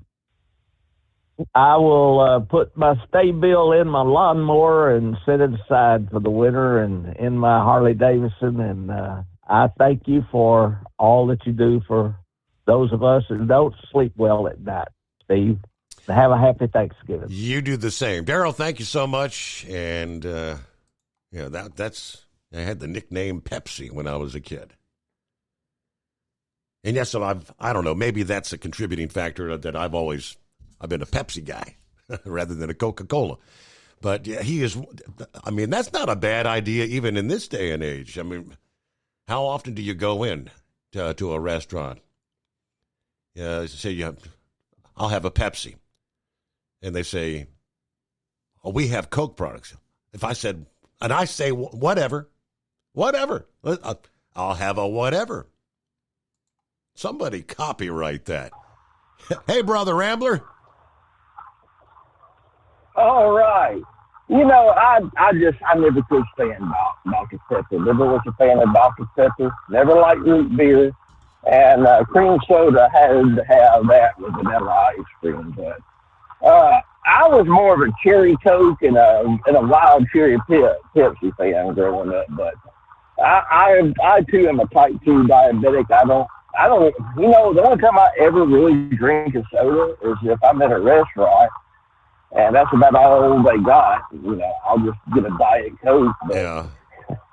I don't ever mess with it.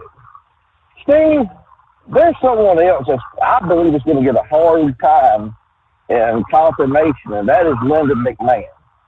Now, you got to stop and think. She was CEO of WWF/WWE back during the Attitude Era. So she ran the company. Now, I'm not knocking her, but I'm a traditional wrestling fan. She was CEO of the company when you had a guy named Stone Cold Steve Austin coming out there flipping the bird, drinking beer.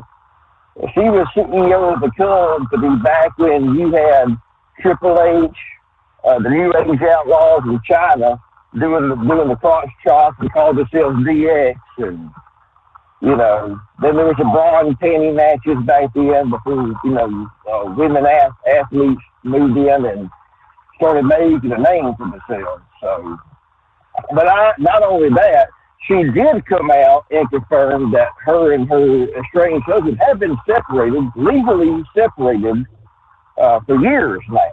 So at least that rumor has been quelled. But another thing I hear coming up is, you know, he's got this big sex trial coming up with a former girlfriend of his. And the rumors that I'm hearing around the circuit is, will she try to convince Trump to pardon this McMahon? It could happen. So I think she's going to face a tough time also. We shall see. Daryl, keep on doing what you're doing for the Lord, brother. I enjoy you every time you call. I enjoy Vic and all of the others. I enjoy everyone when they call. Like I said, I'll be working Monday, Tuesday, Wednesday, all Thursday. We're back at it Friday. So I'll be out here all week but 1 week. We're doing our Thanksgiving. Next Saturday, my brother-in-law just bought a house, and he never did a Thanksgiving. So he's having a bunch of people over. I said, Mark, how many people you have? And he said, about 27. I said, good. I said, you have overwhelmed yourself. But I have an oilless turkey fryer that Masterbuilt makes. I'm going to take a 17-pound turkey and inject it full of that Tony Chachere's Creole butter and put him in there and fry a turkey and bring it over there. And we're just going to have a good Thanksgiving. There's just one problem I told my brother-in-law. I said, you do know you're having Thanksgiving when the entire state of Alabama shuts down for one game. And that's the Iron Bowl. I said, you better have a daggone TV going. That way we can hopefully watch Alabama beat the living tar out of that Cal College on the Plains. And speaking of my Roll Tide, we have them traveling to Norman to play Ed's team, the Oklahoma Sooners, Boomer Sooner. I see that they're 5-5, we're 7-2. I hope we can get past them because Brent Venables is a good coach for Oklahoma, and I know that they will be ready. And traditionally, we have never won a game in Norman. Every time we've ever been in Norman, they have beat the living tar out of us. So it's going to be a tough game and a good game. But Pump, Renegade, and what was the other fellow? They're going to be watching Indiana and Ohio State. Yeah, Pump, Renegade, and whoever I it was, am pulling for Indiana. Are you? You dirty dog. Yeah. Well, look, I like Ohio State, but you know, that coach from Indiana was Gilligan's team over in West Virginia. He coached for them last year, brought them into the top 25. And he's been there in Indiana for 1 year. He has really turned that program around. And look, he has got some good recruits coming. I mean, he's went out. He's got a good staff. They're actually recruiting good, Steve. So I normally pull for Ohio State, but I'm going to be going for Indiana. But I thought your team was Cincy, Steve. The Bearcats. Well, I am from Cincinnati, and I don't really give a crap about either one, but that's okay. I love you to death, brother. All right. Listen, one more time. We will be live this Sunday over at the Turner Ministries Church. Come on and visit us. We'd love to have you. And know that we love you. Russell is his wife listen to us from time to time, and he had reached out to me here a while back, and his wife is having some health issues, and know that we love you. We're praying for her. As long as Miss Millie, Bruce Shore, so many of our listening friends are on our prayer list, and know that You know, we do pray for you, and we do love you. We don't ever forget about you. You know, sometimes I forget to write the name or two down, but people ask me, Brother Randall, how do you pray for everybody? I pray for everybody like this. I said, we pray for all friends, family, loved ones, acquaintances, and last but not least, even your enemies. We love you, God's children. Love is just not another four-letter word. It's something you have to do. It's something you have to enact. And if Jesus can love you, and he does, oh, Brother Randall loves you, and I do. And Steve, if I don't talk to you again, which I plan on talking to you again, happy Thanksgiving, and I love you, God's children, and I mean that. Bye now. Thank you so much. Yeah, we'll be here Friday morning if all goes according to plan. And, we'll get our official prognostication when it comes to college football from the prognosticator of prognosticators. I was just looking here. I mean, he had Big Ed. He went 6 for 6 on November the 9th, and he was 5 out of 6 last weekend. I know he's picking Ohio State coming up this weekend, but yeah, we'll see what else is in the mix, and we'll be right back. Taxes for Truckers provides full-service accounting solutions for owner-operators. Taxes for Truckers is the driver's financial co-pilot. We help independent truckers keep their taxes, filings, and bookkeeping running smoothly so they can focus on the road ahead. Drivers who want their business to run as smooth as their truck choose to partner with Taxes for Truckers for their accounting and tax filing needs. Stop overpaying taxes. Call 888-TAX-4TRK to start paying less tax today. At Hot Shot Secret, we share the science behind common diesel problems. For example, ultra-low sulfur fuels. Fuel has two purposes, combustion and lubrication. Ultra-low sulfur fuels have diminished the fuel's ability to lubricate. Hot Shot Secret Everyday Diesel Treatment with LX4 restores lubricity, protects your engine, and optimizes performance. Everyday Diesel Treatment is available at truck stops, Tractor Supply, O'Reilly's Auto Parts, and online at hotshotsecret.com. Hot Shot Secret, powered by science. Building relationships with their team drivers and customers still matter at IBI Security Transport. Since 1966, IBI and its team of drivers have been leaders and innovators in providing white glove service to its exclusive client base for transporting high-value freight safely and securely. Much of the IBI staff have driven trucks, so they understand both the customers' and drivers' needs. If you're seeking a career that values you as a person, not just a number, and offers great benefits and good home time, then IBI is the place for you. Call 800-582-5912 to discover why we are the leaders in team freight and start building a relationship with you. At Hot Shot Secret, we share the science behind common diesel problems. For example, fuel additives. The purpose behind most fuel additives is to impact performance of your diesel or provide protection to your fuel system. Hot Shot Secret Everyday Diesel Treatment provides both performance enhancement and protection with 6 key components. This fully formulated premium fuel treatment includes the performance-enhancing cetane boost, injector cleaner, and LX4 lubrication, as well as protection against water with a demulsifier and rust inhibitor, plus a stabilizer that minimizes fuel filter clogs. Everyday Diesel Treatment delivers a 6-in-1 premium fuel treatment for every fill-up, every time. Everyday Diesel Treatment is available at truck stops, Tractor Supply, O'Reilly's Auto Parts, and online at hotshotsecret.com. Hot Shot Secret, powered by science.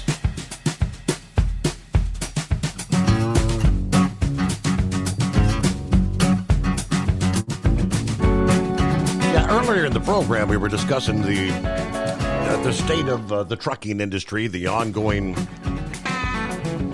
gathering there in Chattanooga, Tennessee this week.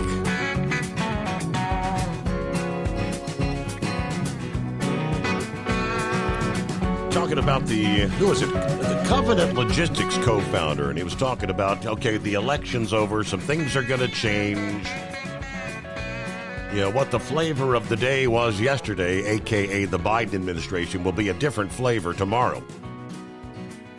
He said Trump's going to peel back the Environmental Protection Agency regulations when it comes to emissions.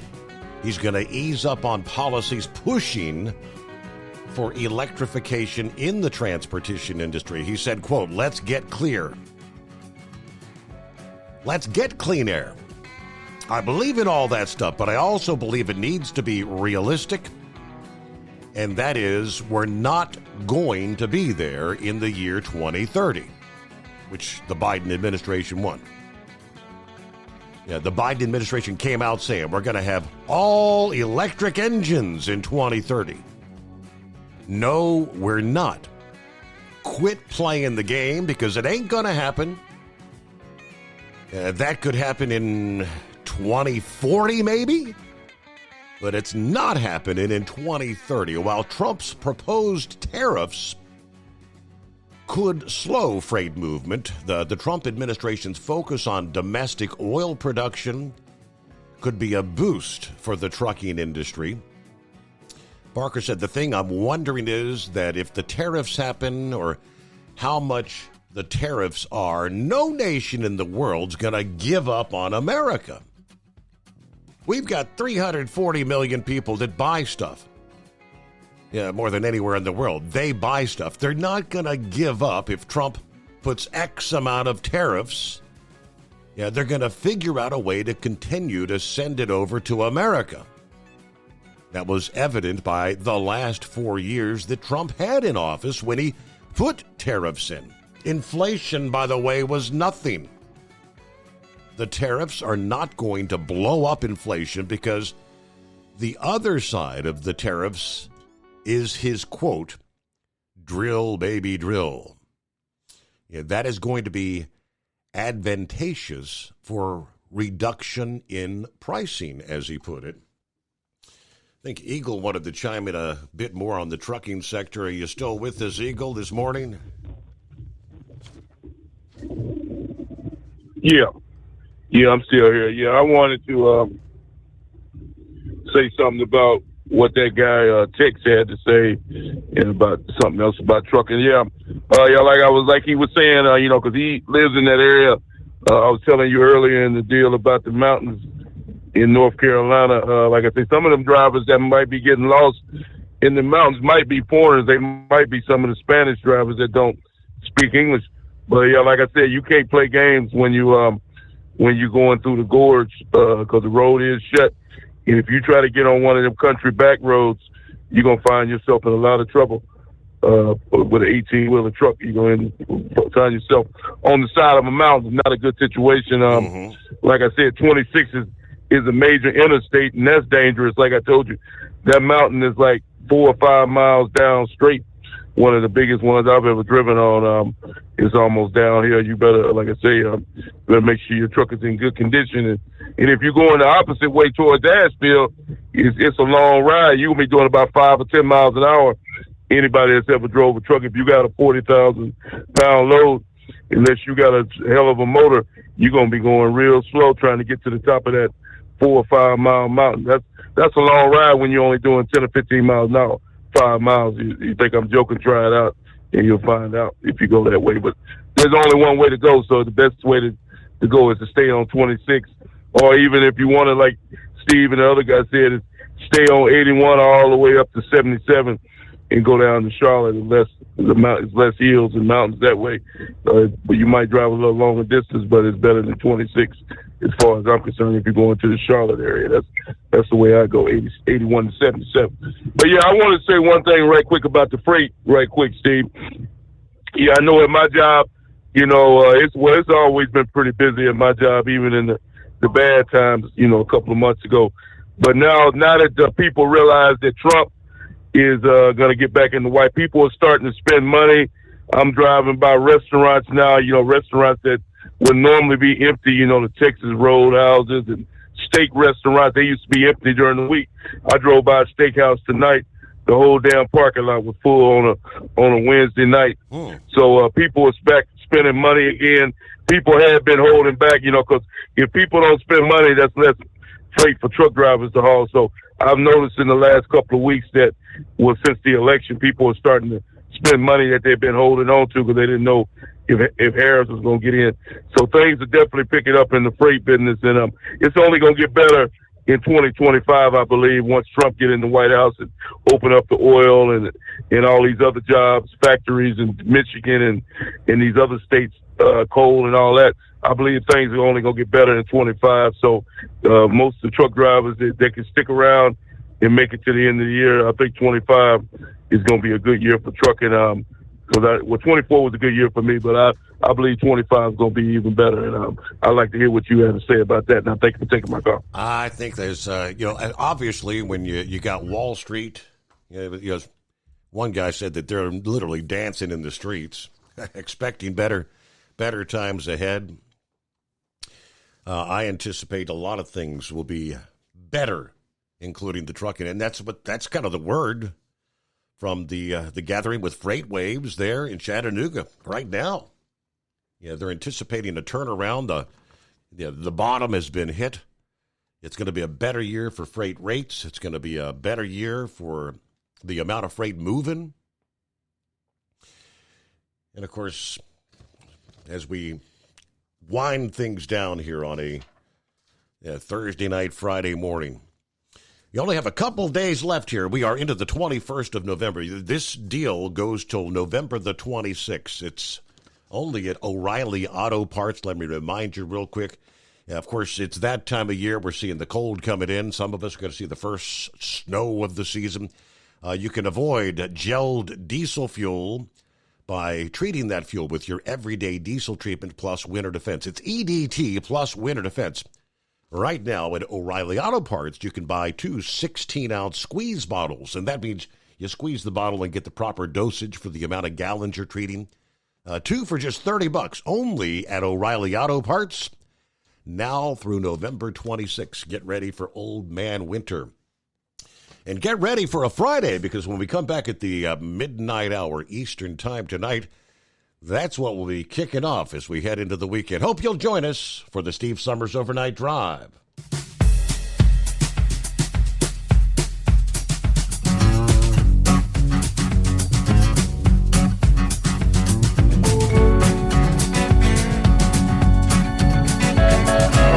You'll never guess the places that I've been.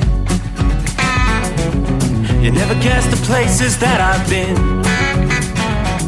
'Cause everything is like a dream, yeah, but only in that dream that I live in. I'm never gonna let the day begin. Never gonna let the day begin.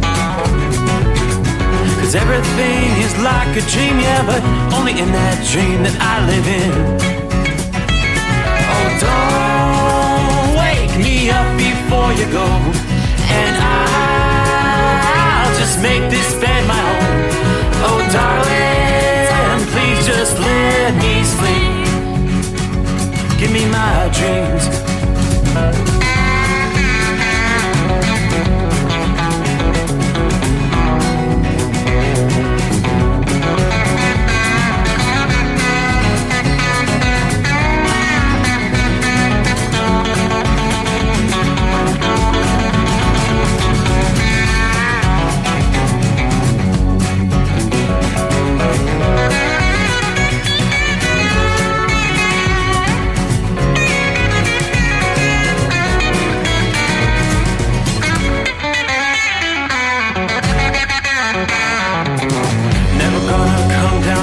Above,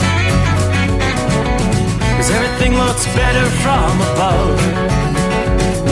Nothing's ever as it seems, yeah, except in that world that I dream of. Never gonna lose the ones I love. Never gonna lose the ones I love. 'Cause everything is like a dream, yeah, but only in that world that I dream of.